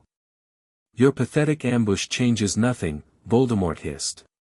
"My other servant will soon realize something is wrong. Death Eaters will come. You have merely hastened your own demise." "Your other servant, Barty Crouch Jr., is about to have problems of his own, Harry informed him. And as for Death Eaters. He nodded to Draco, who activated a specialized ward stone they had prepared. Ancient runes glowed blue around the perimeter of the graveyard, establishing anti-apparition barriers that would prevent Death Eaters from joining the confrontation but allow their own emergency port keys to function. You see, Tom, Harry continued, circling the helpless form, we've spent months preparing for this moment. We've destroyed your Horcruxes, all of them. The diary, the cup, the diadem, the locket, the ring. Even the one you accidentally created in me is gone. For the first time, fear flickered across Voldemort's inhuman features. Impossible. You lie. I'm afraid not, Hermione interjected. We've been quite thorough. A sudden shift in the air signaled the arrival of reinforcements, not Death Eaters, but Sirius, Lupin, and several trusted members of their outer circle who had been briefed for this contingency. Perimeter secure, Sirius reported, taking position. Anti-port key wards detected and neutralized. Our exit strategy remains viable. Harry knelt beside the diminished form of his parents' murderer, feeling neither hatred nor pity, only a calm determination to end the threat once and for all. You fragmented your soul so severely that there's barely anything left, he observed. No Horcruxes to anchor you, no proper body to sustain you. Just this, remnant. You know nothing of my power, Voldemort snarled, though his voice lacked its usual force. I cannot die. I will return, again and again. Not this time, Harry replied, drawing a basilisk fong from his robes. This ends now. As he raised the fawn, a commotion at the edge of the graveyard drew their attention. Ministry Aurors were arriving, led by none other than Cornelius Fudge himself and Albus Dumbledore. Potter. Fudge called, his face red with exertion and anger. What in Merlin's name is happening here? Cease whatever you're doing immediately. Dumbledore's expression, by contrast, showed dawning comprehension as he took in the scene, the bound Pettigrew, the gathered allies, and the diminished form of Voldemort. Harry, he said quietly, approaching cautiously. You've been busy. No time to explain, Harry replied tersely. We need to finish this before he attempts another escape. But the momentary distraction had given Voldemort an opportunity. Despite his weakened state, he managed to wandlessly summon some residual magic, creating a concussive blast that knocked several people backward and created confusion. Restrain him! Harry shouted, regaining his footing. The Aurors, confused by the chaotic scene and conflicting orders from Fudge and Dumbledore, hesitated. In that crucial moment, Voldemort began a desperate ritual incantation, ancient words that caused the very air to vibrate with dark power. He's attempting a possession. Hermione realized. He's trying to take over someone's body. Not just anyone's, Dumbledore corrected grimly, raising his wand. He's targeting Harry, the connection between them still exists even without the Horcrux. He cannot succeed, Azurath assured Harry through their bond. Our connection is stronger than his attempt. But we must counter with our own magic. Harry nodded, centering himself as he had practiced countless times. Drawing on the dragon magic flowing through their bond, he began a counter-ritual, not in Latin or any human language, but in the ancient tongue of dragons. Silver-blue light erupted from Harry's body, surrounding him in a protective aura that visibly shocked the onlookers. The ministry officials stared in disbelief, while Dumbledore watched with a mixture of alarm and fascination. What is this magic? Fudge demanded. Aurors, detain Potter immediately. Stand down. Sirius countermanded, placing himself between the Aurors and Harry. This is Harry's fight. As Harry's incantation reached its climax, Voldemort's homunculus body began to disintegrate, the dark magic holding it together unraveling against the pure force of dragon magic. The creature screamed, a sound of primal rage and fear that echoed through the graveyard. This is not defeat. Voldemort shrieked. I cannot be vanquished by a boy and his parlor tricks. Not a boy, Harry corrected, his voice resonating with power as Azaratha's consciousness partially merged with his own. The true Dark Lord. Not your mirror, but your replacement. Not to continue your path, but to forge a new one. With a final surge of magic, Harry completed the counter-ritual. Voldemort's form collapsed in on itself, compressed to a single point of darkness that hovered momentarily before extinguishing like a snuffed candle. Silence fell over the graveyard. The Ministry officials and Auror stared in shock at what they had just witnessed. Dumbledore moved forward slowly, examining the spot where Voldemort had been, confirming with complex detection spells that nothing remained. "He's truly gone," the headmaster announced, looking at Harry with new eyes.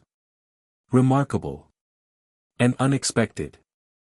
"Not to us," Hermione replied, moving to Harry's side and taking his hand. "We've been working toward this moment for over a year." Minister Fudge recovered his voice, sputtering indignantly. "What just happened? What was that creature? And what kind of magic was that, Potter?" "Nothing authorized by the Ministry, certainly." "That creature was Lord Voldemort," Harry stated clearly, ensuring everyone present could hear. "Weakened after we systematically destroyed his Horcruxes, the dark artifacts that anchored his soul to this world. What you witnessed was his final destruction." "Preposterous." Fudge blustered. "You know who died 13 years ago. This is some trick, some plot to destabilize the Ministry." "Would you prefer to question Peter Pettigrew?" Sirius suggested coldly, gesturing to the bound form of Wormtail. "The man who betrayed the Potters, framed me, and has been serving Voldemort ever since." The gathered crowd's attention turned to Pettigrew, who cowered under the sudden scrutiny. One of the Aurors cautiously approached, confirming his identity with obvious shock.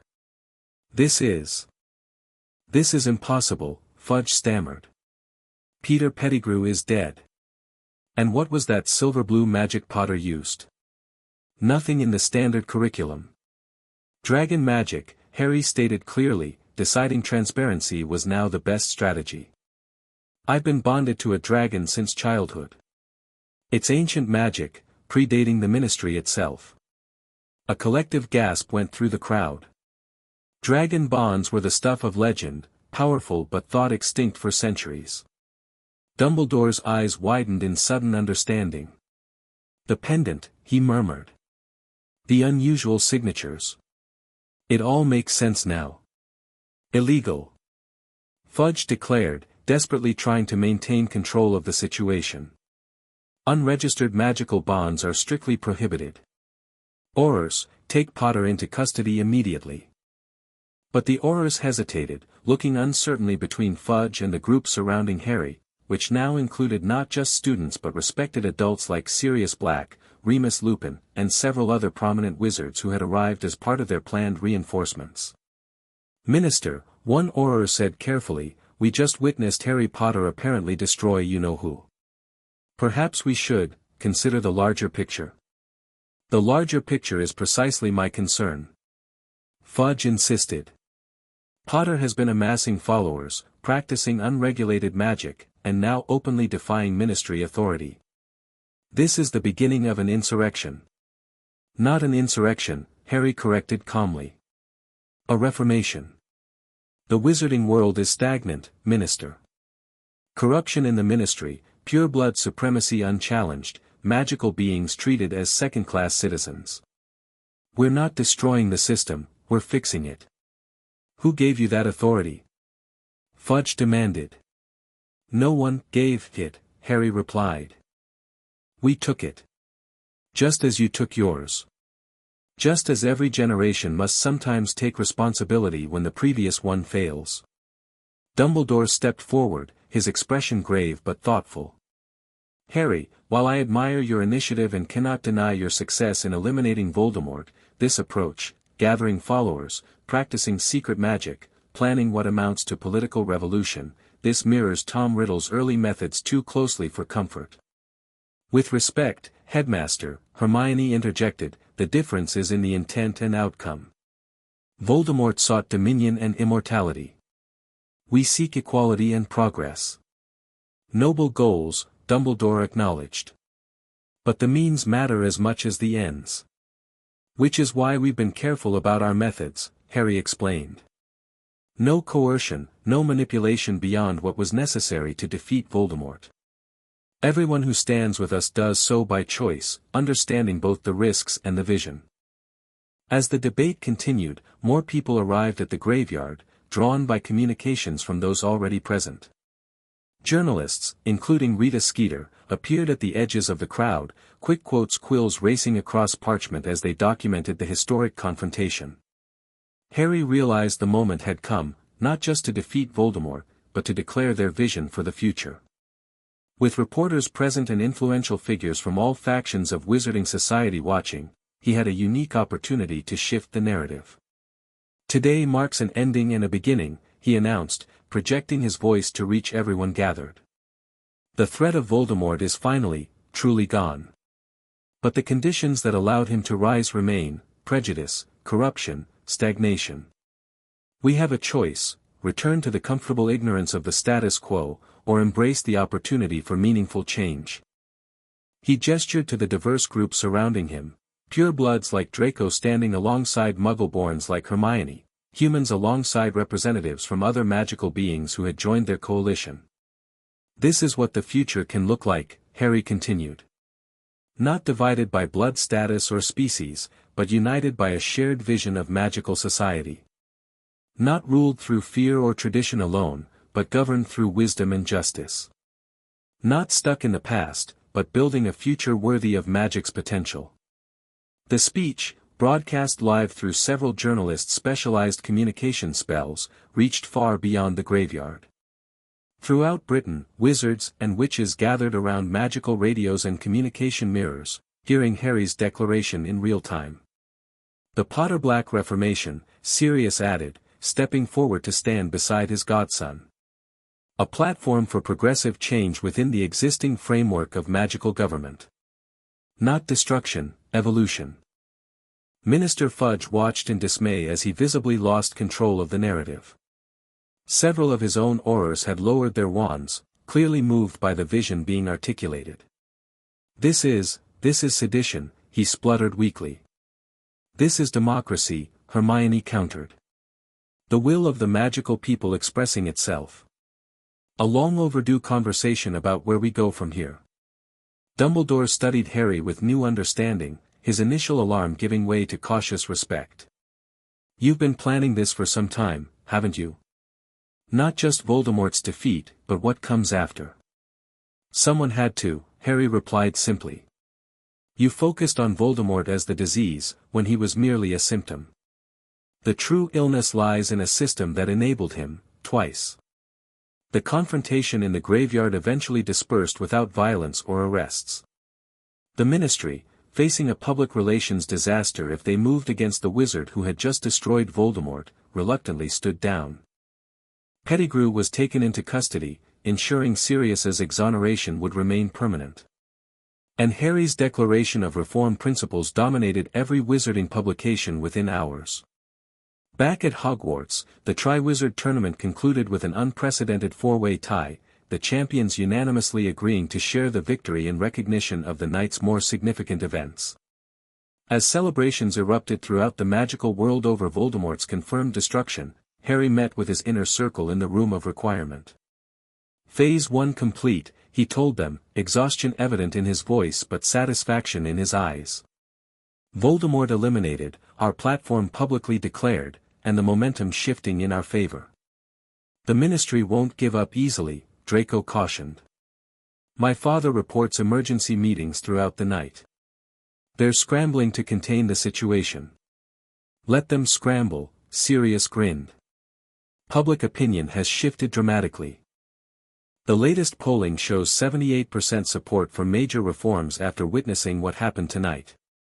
Hermione squeezed Harry's hand. Are you ready for what comes next? The politics may prove more challenging than the magic. With all of you beside me? Absolutely. Harry looked around at the faces of his closest allies, friends who had become family through shared purpose and trial. Besides, we're not seeking to rule. Just to reform. To create a system that works for everyone, not just the privileged few. A wise distinction, Azurath commented, materialized in his full glory now that secrecy was no longer necessary. The dragon's massive form filled a significant portion of the room, silver eyes gleaming with satisfaction. The true Dark Lord is not a ruler but a transformer. Not a master but a catalyst. Harry nodded, understanding flowing between them through their bond. Exactly. We don't want to control the wizarding world, we want to free it from outdated constraints, to help it evolve into something better. As the meeting concluded and plans for the next phase took shape, Harry stood on the balcony overlooking the moonlit grounds of Hogwarts.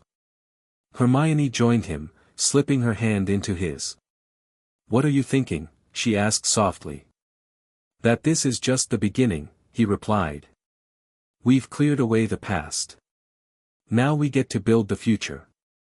Hermione smiled, leaning her head against his shoulder. "Together. Always together," Harry agreed, drawing her closer. Below them, the lights of Hogwarts Castle shimmered against the dark landscape, a fitting metaphor for what they had accomplished and what still lay ahead. The shadows had been banished, not by light alone, but by something more complex and powerful, the determination to forge a new path between dark and light, tradition and progress, power and wisdom. The true Dark Lord had risen not to rule through fear, but to transform through vision. And as Harry stood with Hermione beside him, Azurath's presence warm in his mind, and his allies working throughout the wizarding world, he knew with absolute certainty that they would succeed. Not because of prophecy or destiny, but because they had chosen to act when others would not. Because they had dared to imagine something better. And because, in the end, even the deepest shadows could not stand against those who carried their own light into the darkness. The end. Thank you for watching this video. Please be sure to subscribe to our channel and like this video.